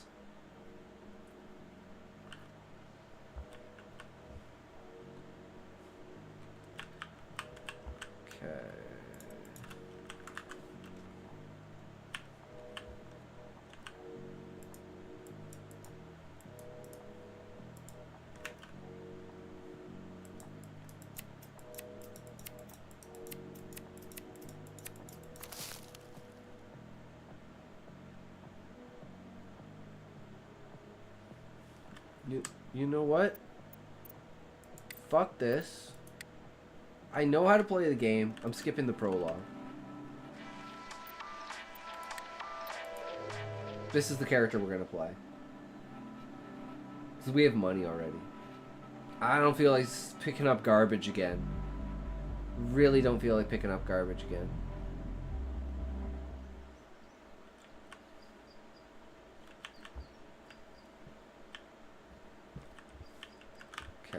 We got an RV. We got this shit. We got that shit. We got this shit. So let's grab this.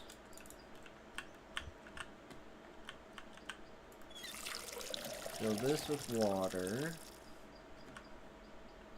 Okay, so we're gonna want to fill this.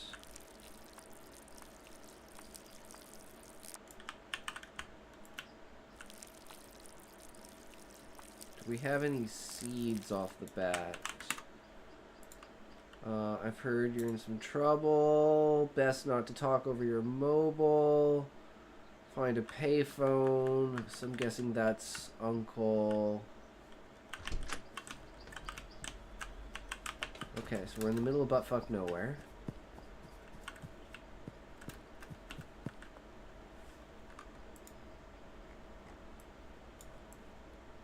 Okay, so we want to go north.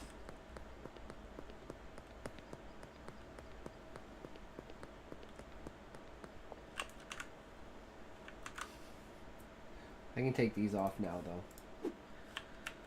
Sorry, toe connoisseur, if you're still in here. Where's the payphone? There it is. God damn, you hear... Good to hear your voice, buddy. Looks like our luck finally ran out. Feds have got me locked up while I wait for a trial. Glad to hear you managed to slip out, though. Back before I moved to Serena Flats, I used to live out there in Highland Point. Not the nicest town around, but plenty of opportunity for someone in your line of work. If memory serves, I've got cash stashed out there. It ain't much, but it'll be enough to get you back on your feet. You can find it stashed near the town hall fountain in the canal, and behind the supermarket. Go grab it. Head back to the RV, and we'll go from there.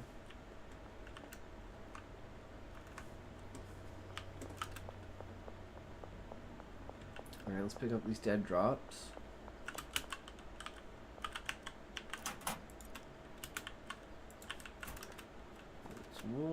There's one over here. Piss. This game is fucking awesome.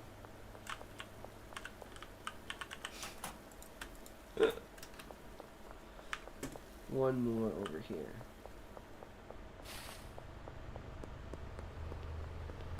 I need baggies from the supermarket.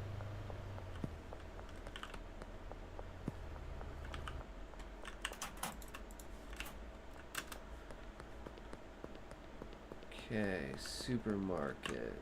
Where am I? Here? So we want to go there.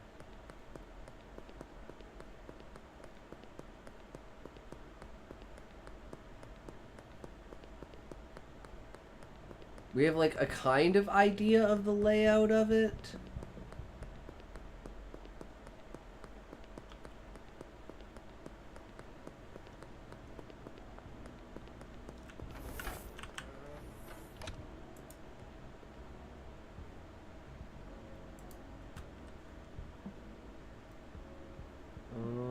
Yeah, we can do 20 baggies.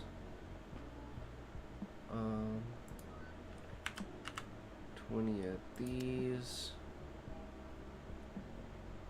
And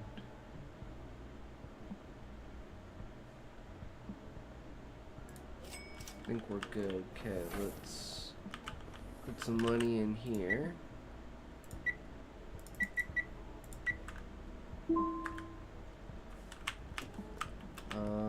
Let's go to the hardware store. This is here. Hardware store is...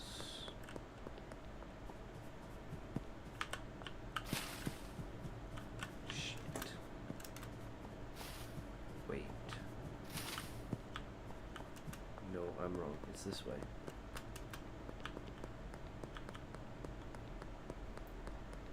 It's on the other side where the motel is.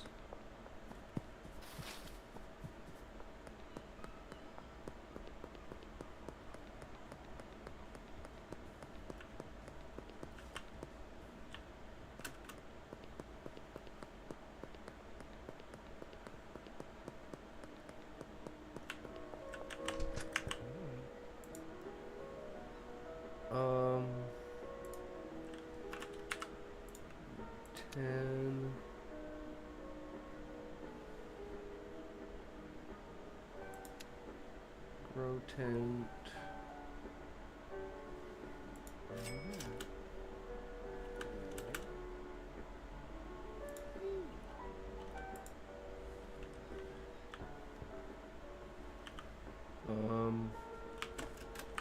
ATM. We're going all in.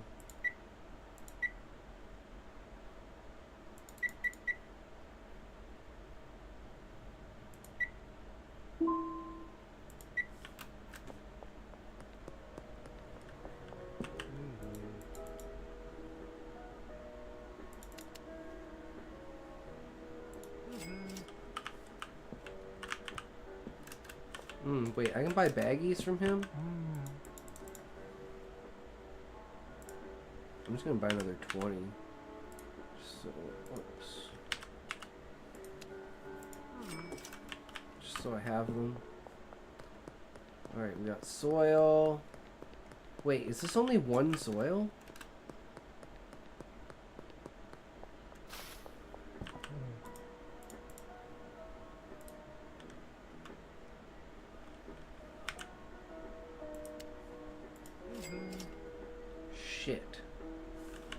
Oh well. We have 4, that's what we need. Where's my RV though? South. Okay, south.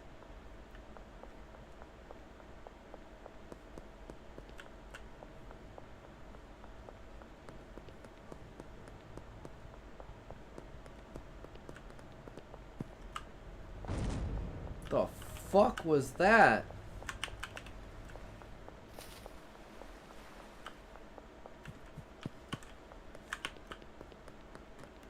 Okay.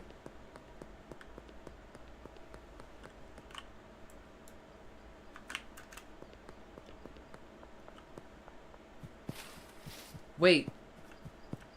That was my RV? Wait.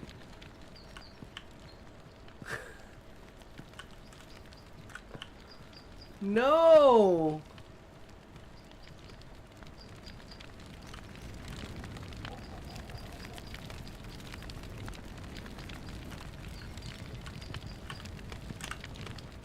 Wait, what?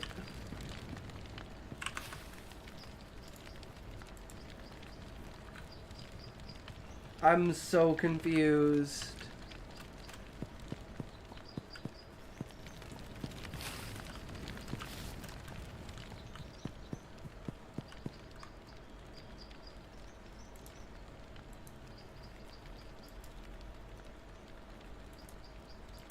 Read the note. What note? Oh, there's a note. Welcome to Highland Point. This is our territory. Don't interfere. Oh, shit.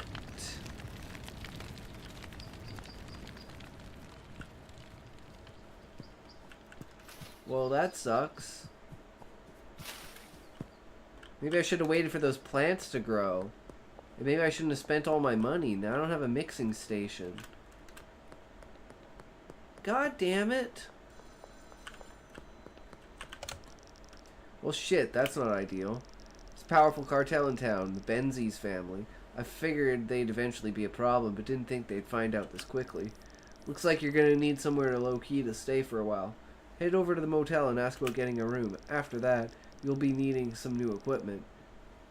There's a hardware store just northeast of the motel. Grab a grow tent, soil, and watering can. Oh, this is bullshit. This is absolute bullshit.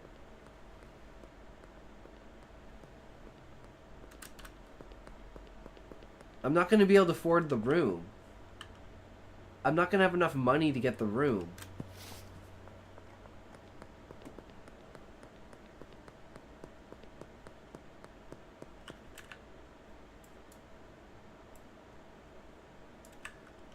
Wait, where does it want me to go? Over here?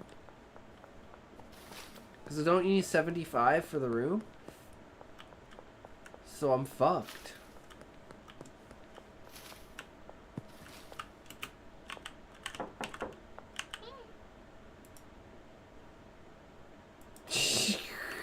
Yeah, I literally can't do anything. I'm fucked.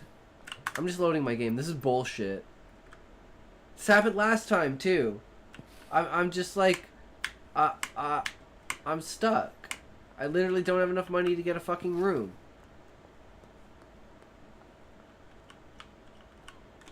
Can I just break in? No.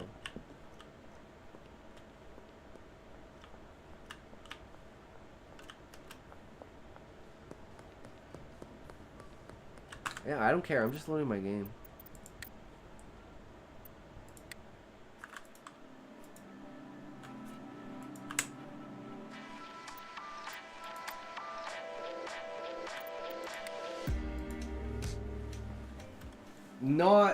I've already fucking played for like freaking 5 hours. I'm not starting over. I'm not picking up fucking trash again. Because the game, that's fucking bullshit.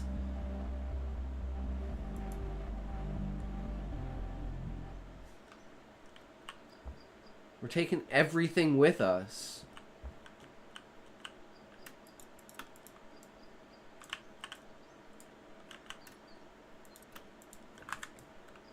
Fuck this. We'll just wait for them to grow, and then we'll take them, and then we'll have something to actually... Actually, we're going to want this, because we're going to want to package. Right? So... we're going to want to package our product, so we actually have something to sell. So right now is just a waiting game, because we can't leave here. We just got to wait for the bud. And then take the bud.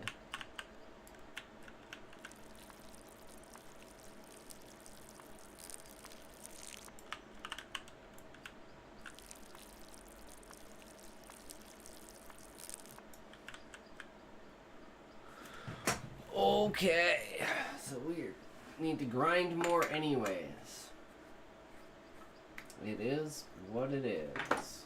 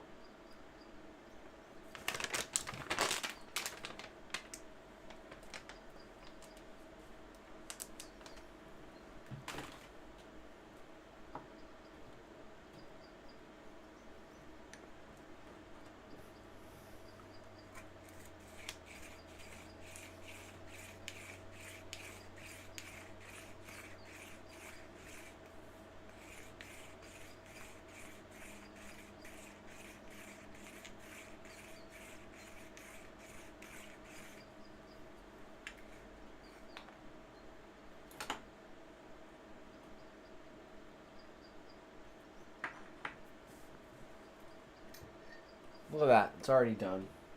We haven't even toked yet. Another one should be done shortly.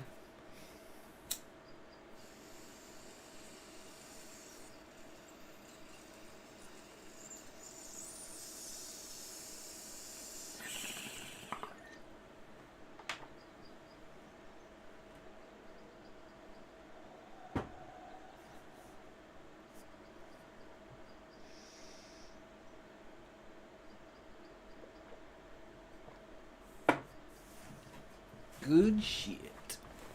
Okay. 12. Holy shit, that's a lot of bud.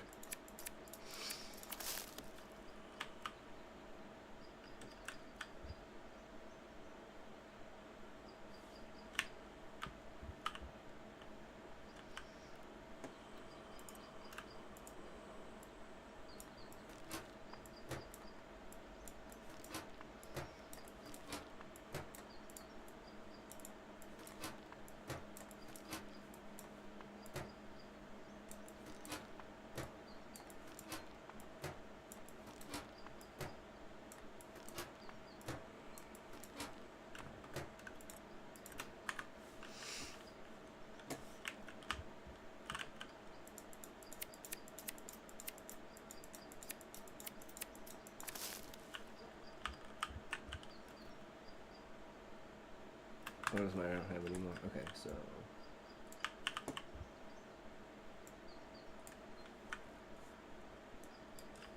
how do I pick up? Who is Finkdink? I have no idea who Finkdink is.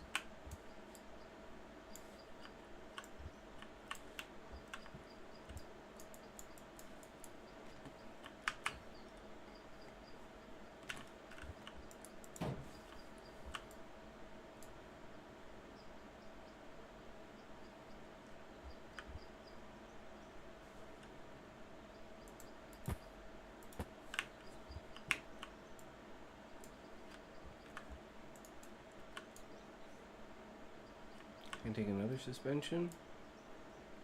I only have one. Okay, well let's...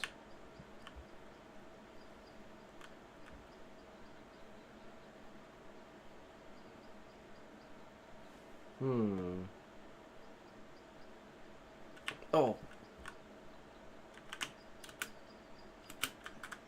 No.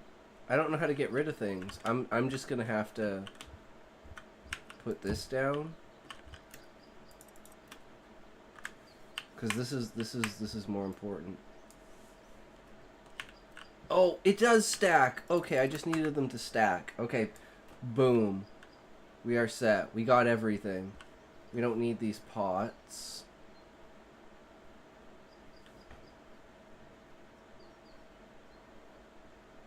I mean, can we do this? Hold on, let's do this.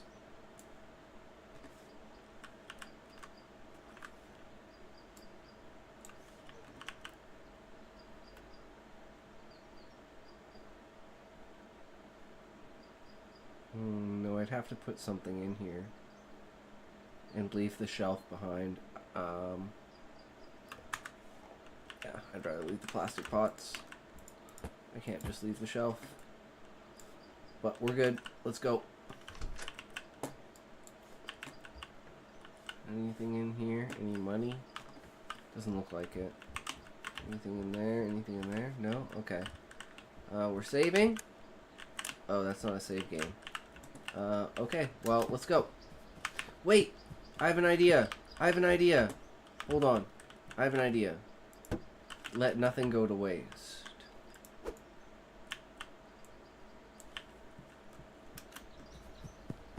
Okay, which direction is this? So it's the door? Let's just put it over here. Can we? No, we can't. Unfortunate. I was like, well, maybe we put it outside, we can save them, but nah, it doesn't matter. These don't matter. This matters. Let's go. Just get the fuck out of here. North. Right. Alright. Run in with scissors. Let's go, guys.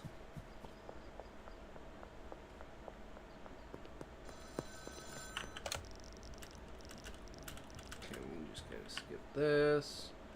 I'm gonna go to these drop boxes and grab money.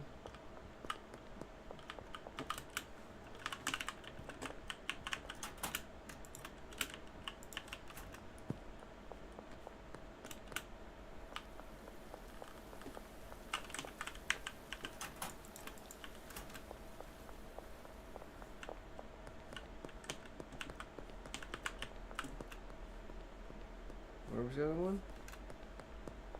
Right.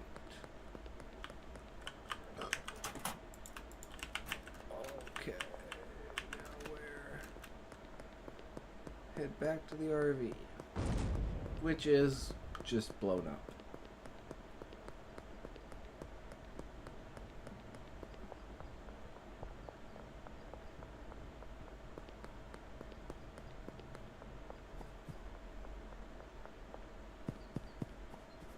God, I'm smart. I ain't starting this off from scratch. Fuck that. Can you rob people? I am not quite sure. No, yes, you can. You can pickpocket people. You can sell them the drugs, then you can pickpocket them back off of people.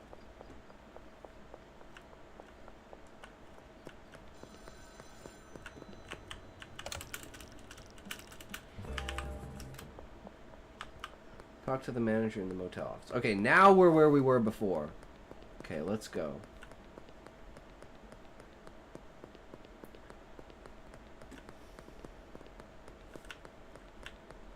The motel should be this way, right?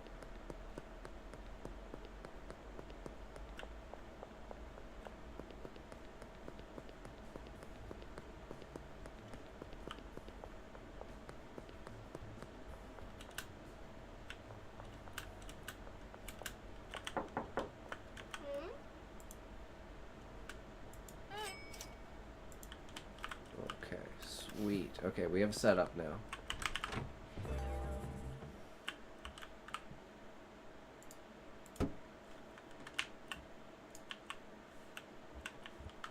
Okay.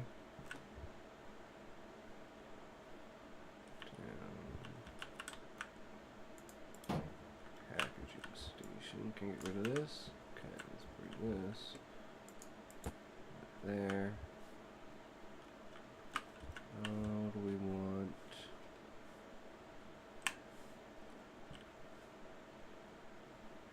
Okay, we're gonna pick this up.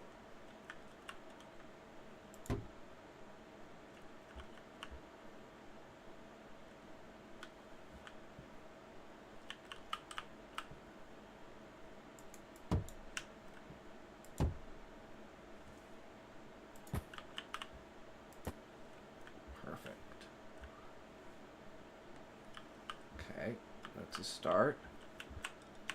Save game.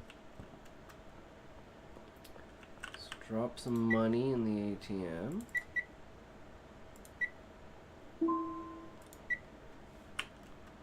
Let's go grab some things we're gonna need to grow. Go to the hardware store. True.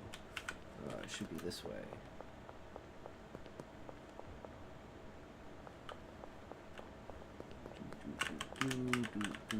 Oops. No. Oh, you? Oops.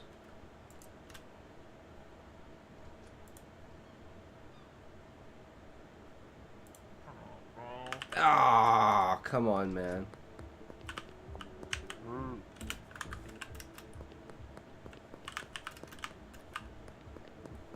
This way. Before it closes. Types of currency, cash and online balance. Okay, we want...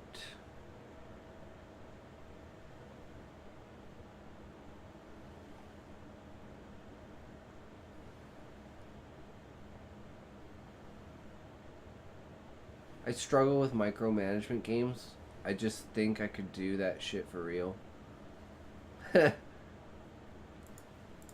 we need 20 of these. We need 8 of those. We need 2 of these. Perfect.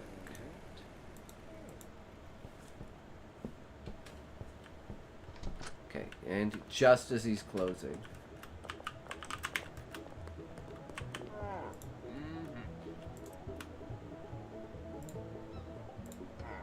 Fuck! Put this guy. Good evening. Shit.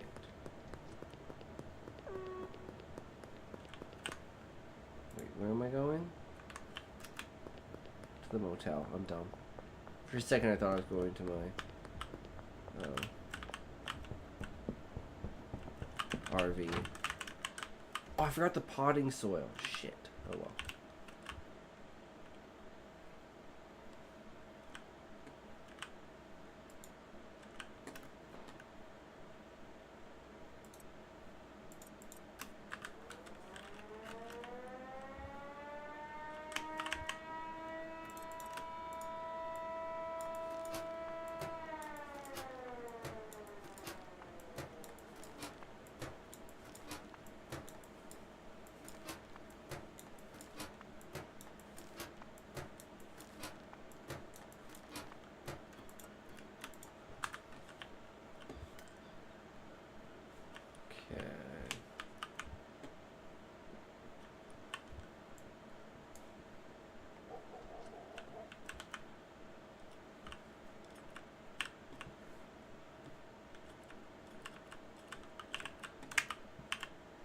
Put it there? Okay.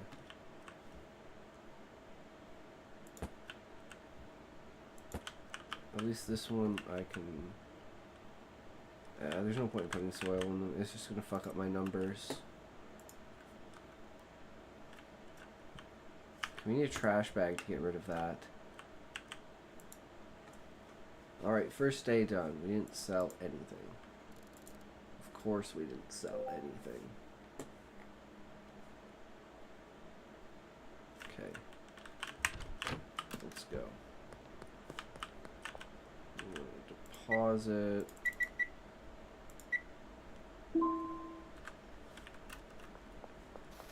And we're gonna go to the hardware store first.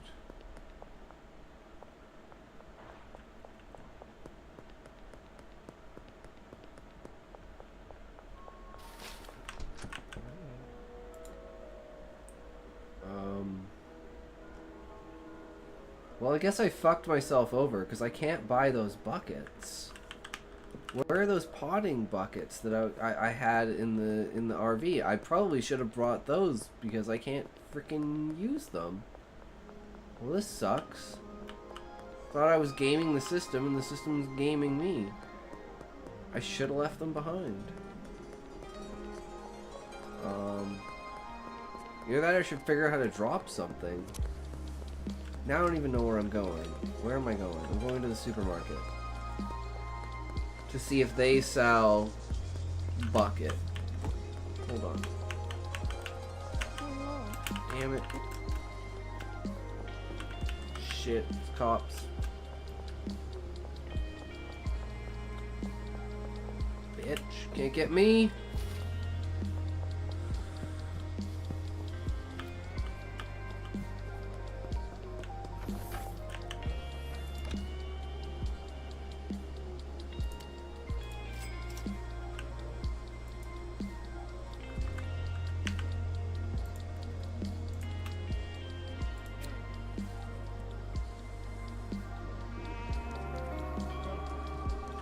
Nice.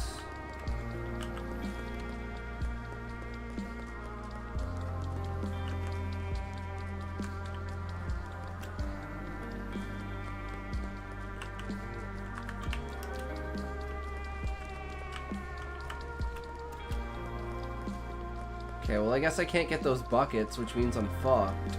I can't use those lights until I can buy those buckets again. Those are cops, those are cops, those are fucking cops. Don't try to sell drugs to cops.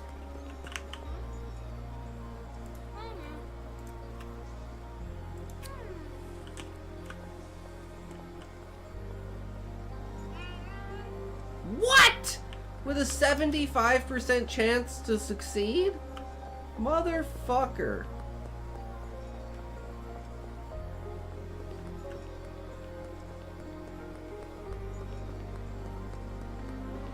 Oh wait, we're going to the motel. Okay, so we gotta put soil in, and then we gotta find seeds. So everything did not go in our favor, because we can't use these lights.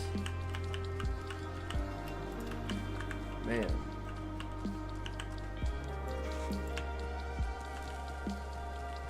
So brutal, guys, so brutal.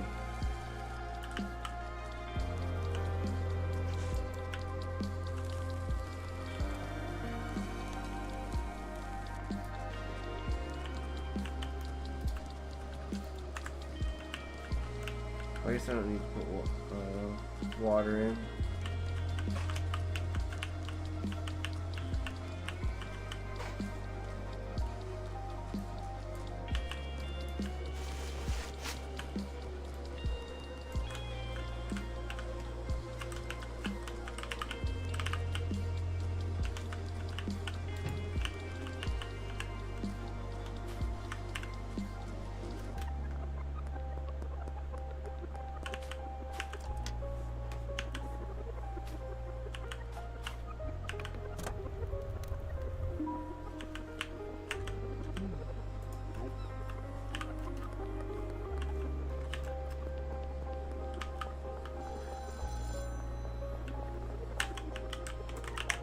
Hey.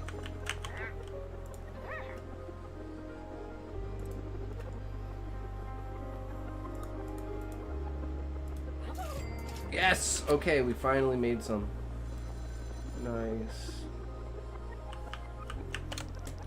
You're almost ready to go, but you're missing one key ingredient, weed seeds. You'll need to speak to a supplier to get your hands on some seeds. I passed your number on to Albert Hoover, local weed seed supplier. Send him a message and request a dead drop. I vouched for you, so you won't have to pay up front. Your order will go on your tab, which you can pay off in the future.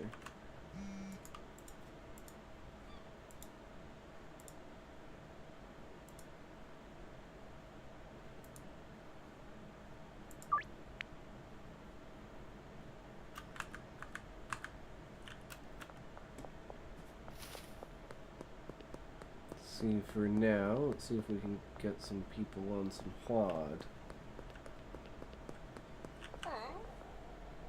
Nope.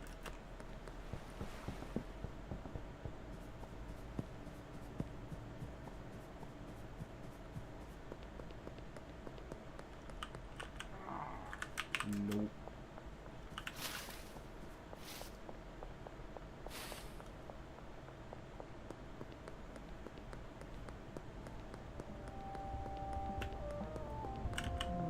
Nope.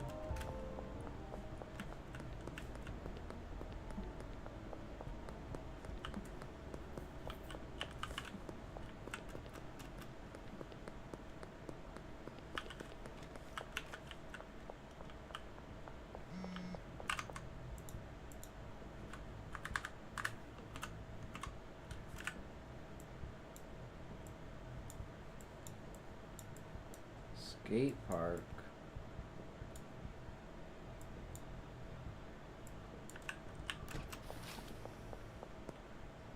Ah.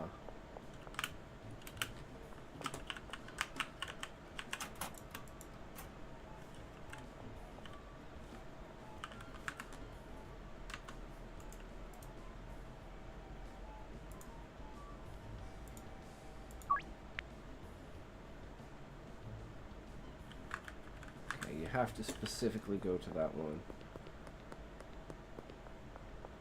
Let's go pay that. Let's plant the seeds, then go play it.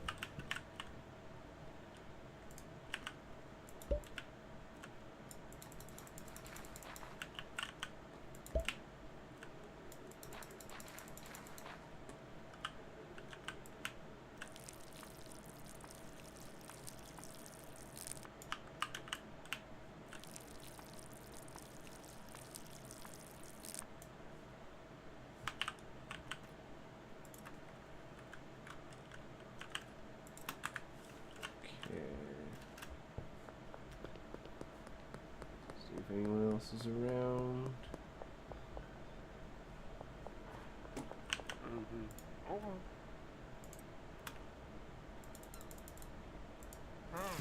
Yes.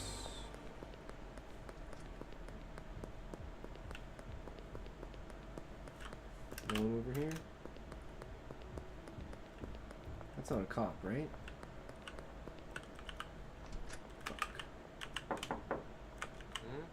No.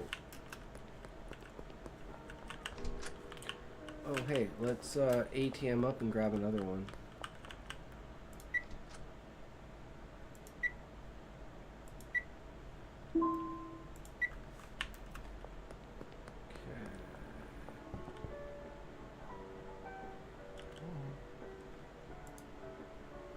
Why would I buy plant trimmers when I have plant trimmers? Do I just have to because it's part of the game?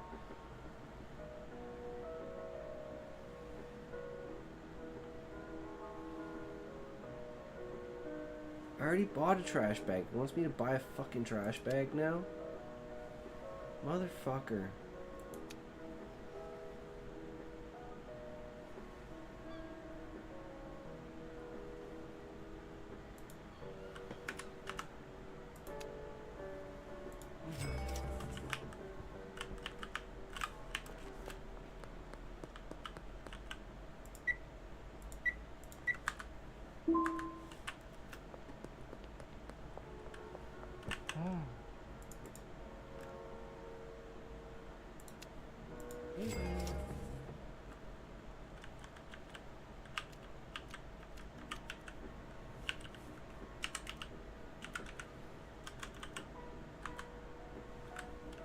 Whatever. Fuck it. Oops. Little products. So we have, right? OG Kush. Actually, really do. Jesus.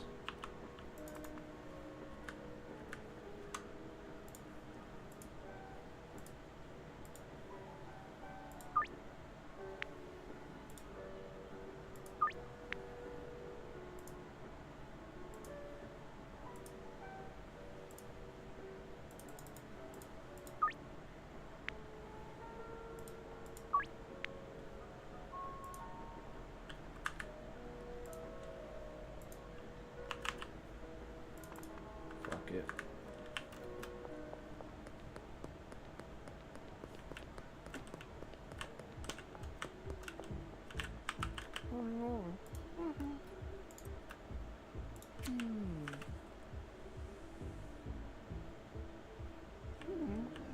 Hell yeah.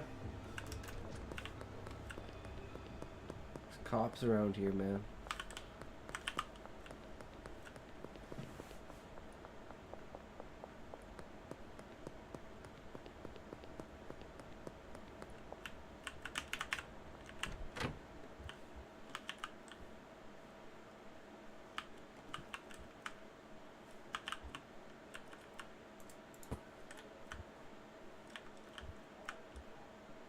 I don't know if that works, but whatever.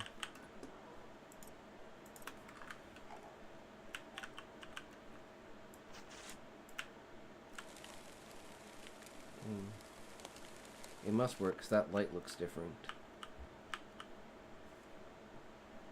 So maybe we can just use them in junction. I don't know.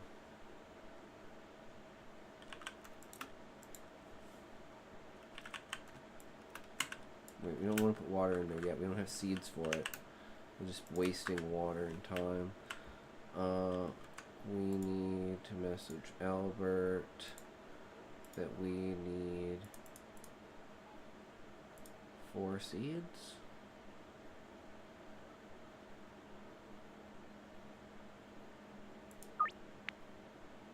Hours. Okay. These actually need to be watered again.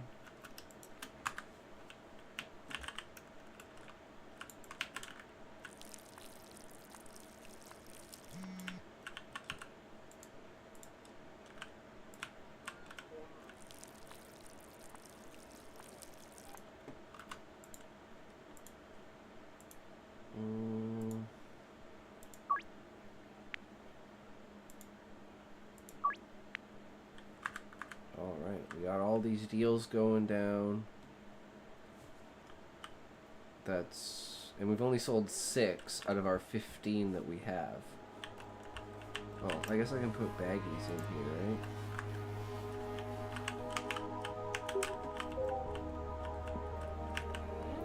Nope. Let's not get caught by the cops.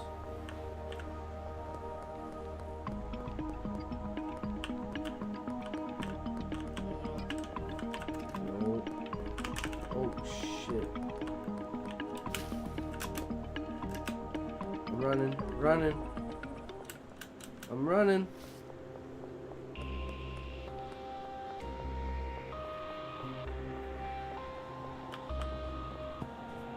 I'm running, boys.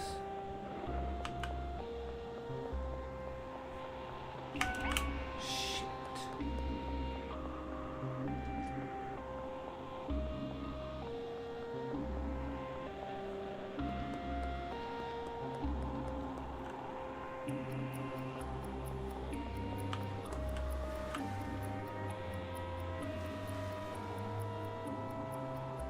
Pretty sure I outran them? Holy shit.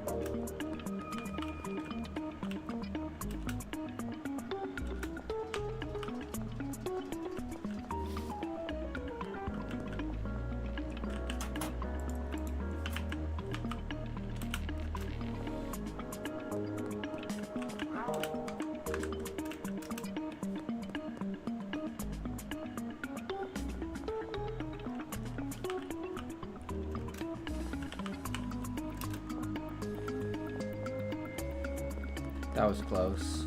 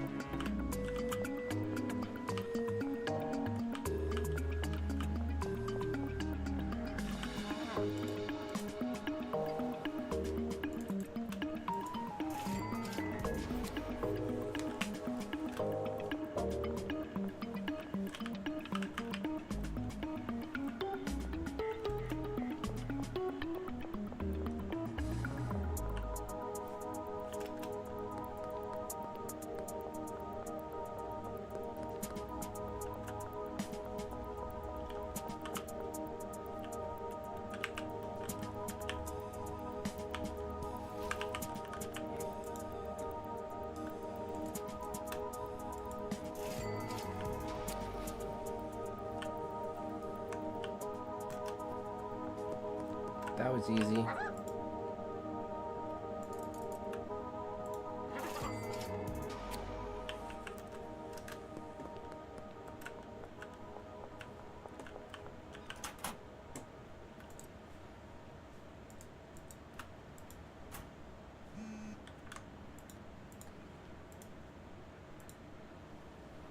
Actually, we might be able to get better seeds. So let's just, yeah, let's leave the money in there. And let's just go, drop this in the ATM.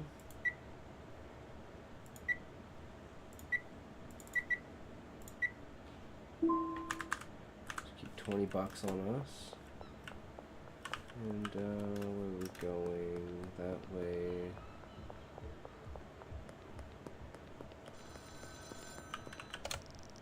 Finished a few deals and made some decent cash, but if you're looking to make real money, you'll need to expand your operation. More product, more customers. Best way to gain new customers is to get free sample for a new customer. View potential on your map. Free sample. Bit of luck, they'll agree to be a customer. Keep up with more customers, you'll need more product. The motel room isn't going to cut it for much longer. It's a cheap room sale at the Chinese restaurant just north of your motel room. It's $800.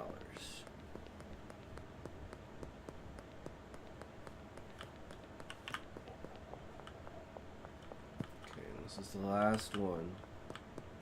Just gotta make it through this.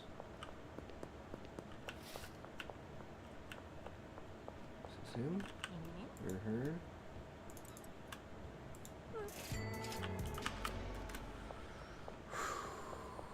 Got some monies.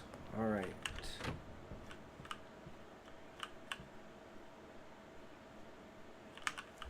Can I just...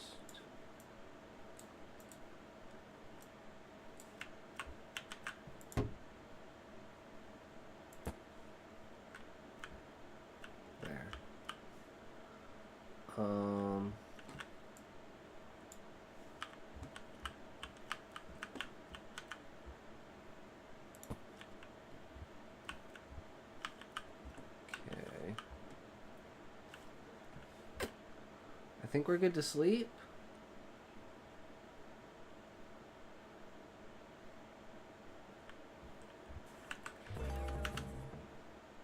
Potential customer. Where? Wait.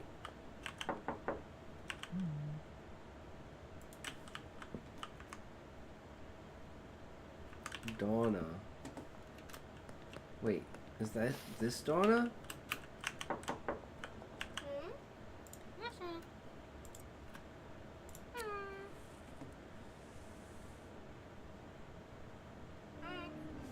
Nice. Down here is Ludwig.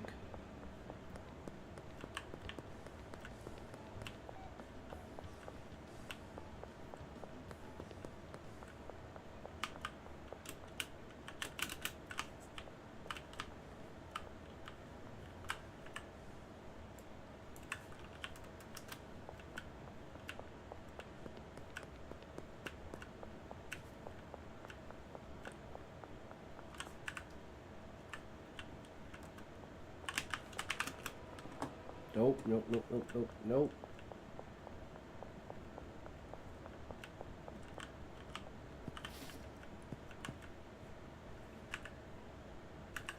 Where's this Ludwig guy?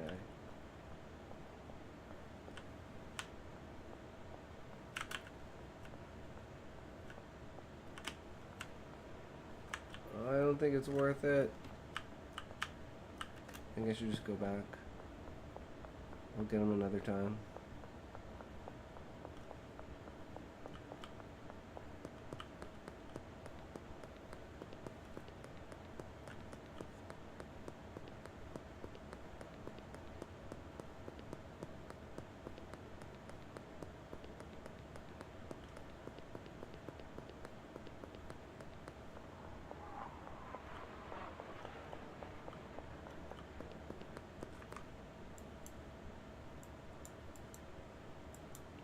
Oh, I'm way over here. I'm on the wrong side.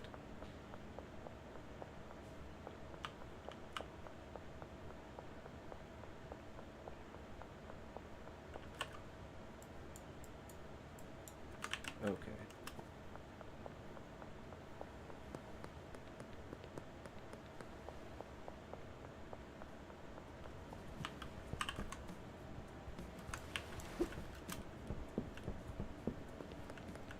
As long as we don't get caught by the cops, we should be fine.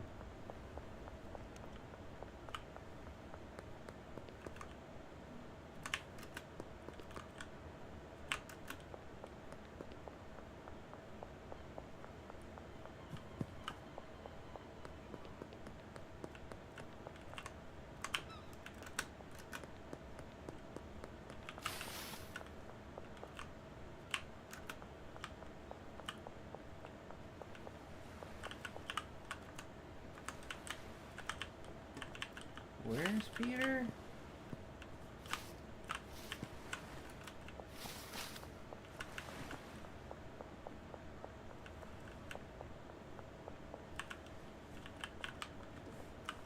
I'm confused. Or Peggy, sorry. Peggy. Oh, this is Peggy.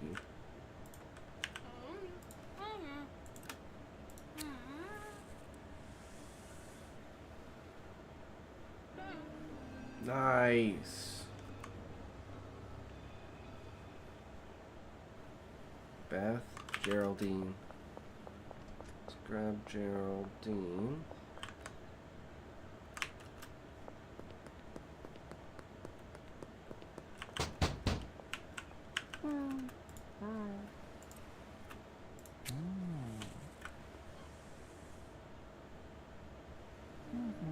Nice. Okay, let me get Beth.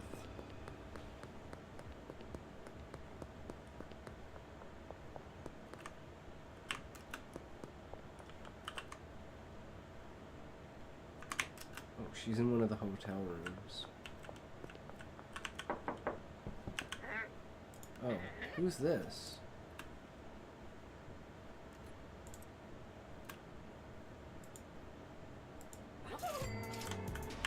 Okay. This one's Beth. Okay. Well, there we go. Let's see. Nice. Okay, we got them all. Except for Ludwig, but we're out of stuff anyways. So, we only have one seed. We need to bag this. Shit. Can I not see because of this? Damn TV. Oh, I can put it there. Sick. Okay.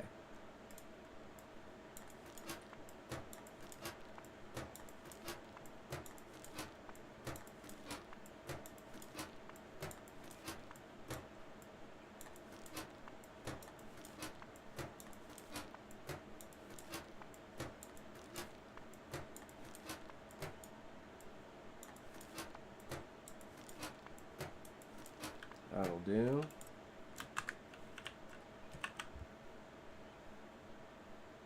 We have one seed.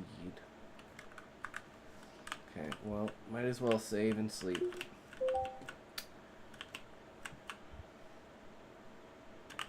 See what we got.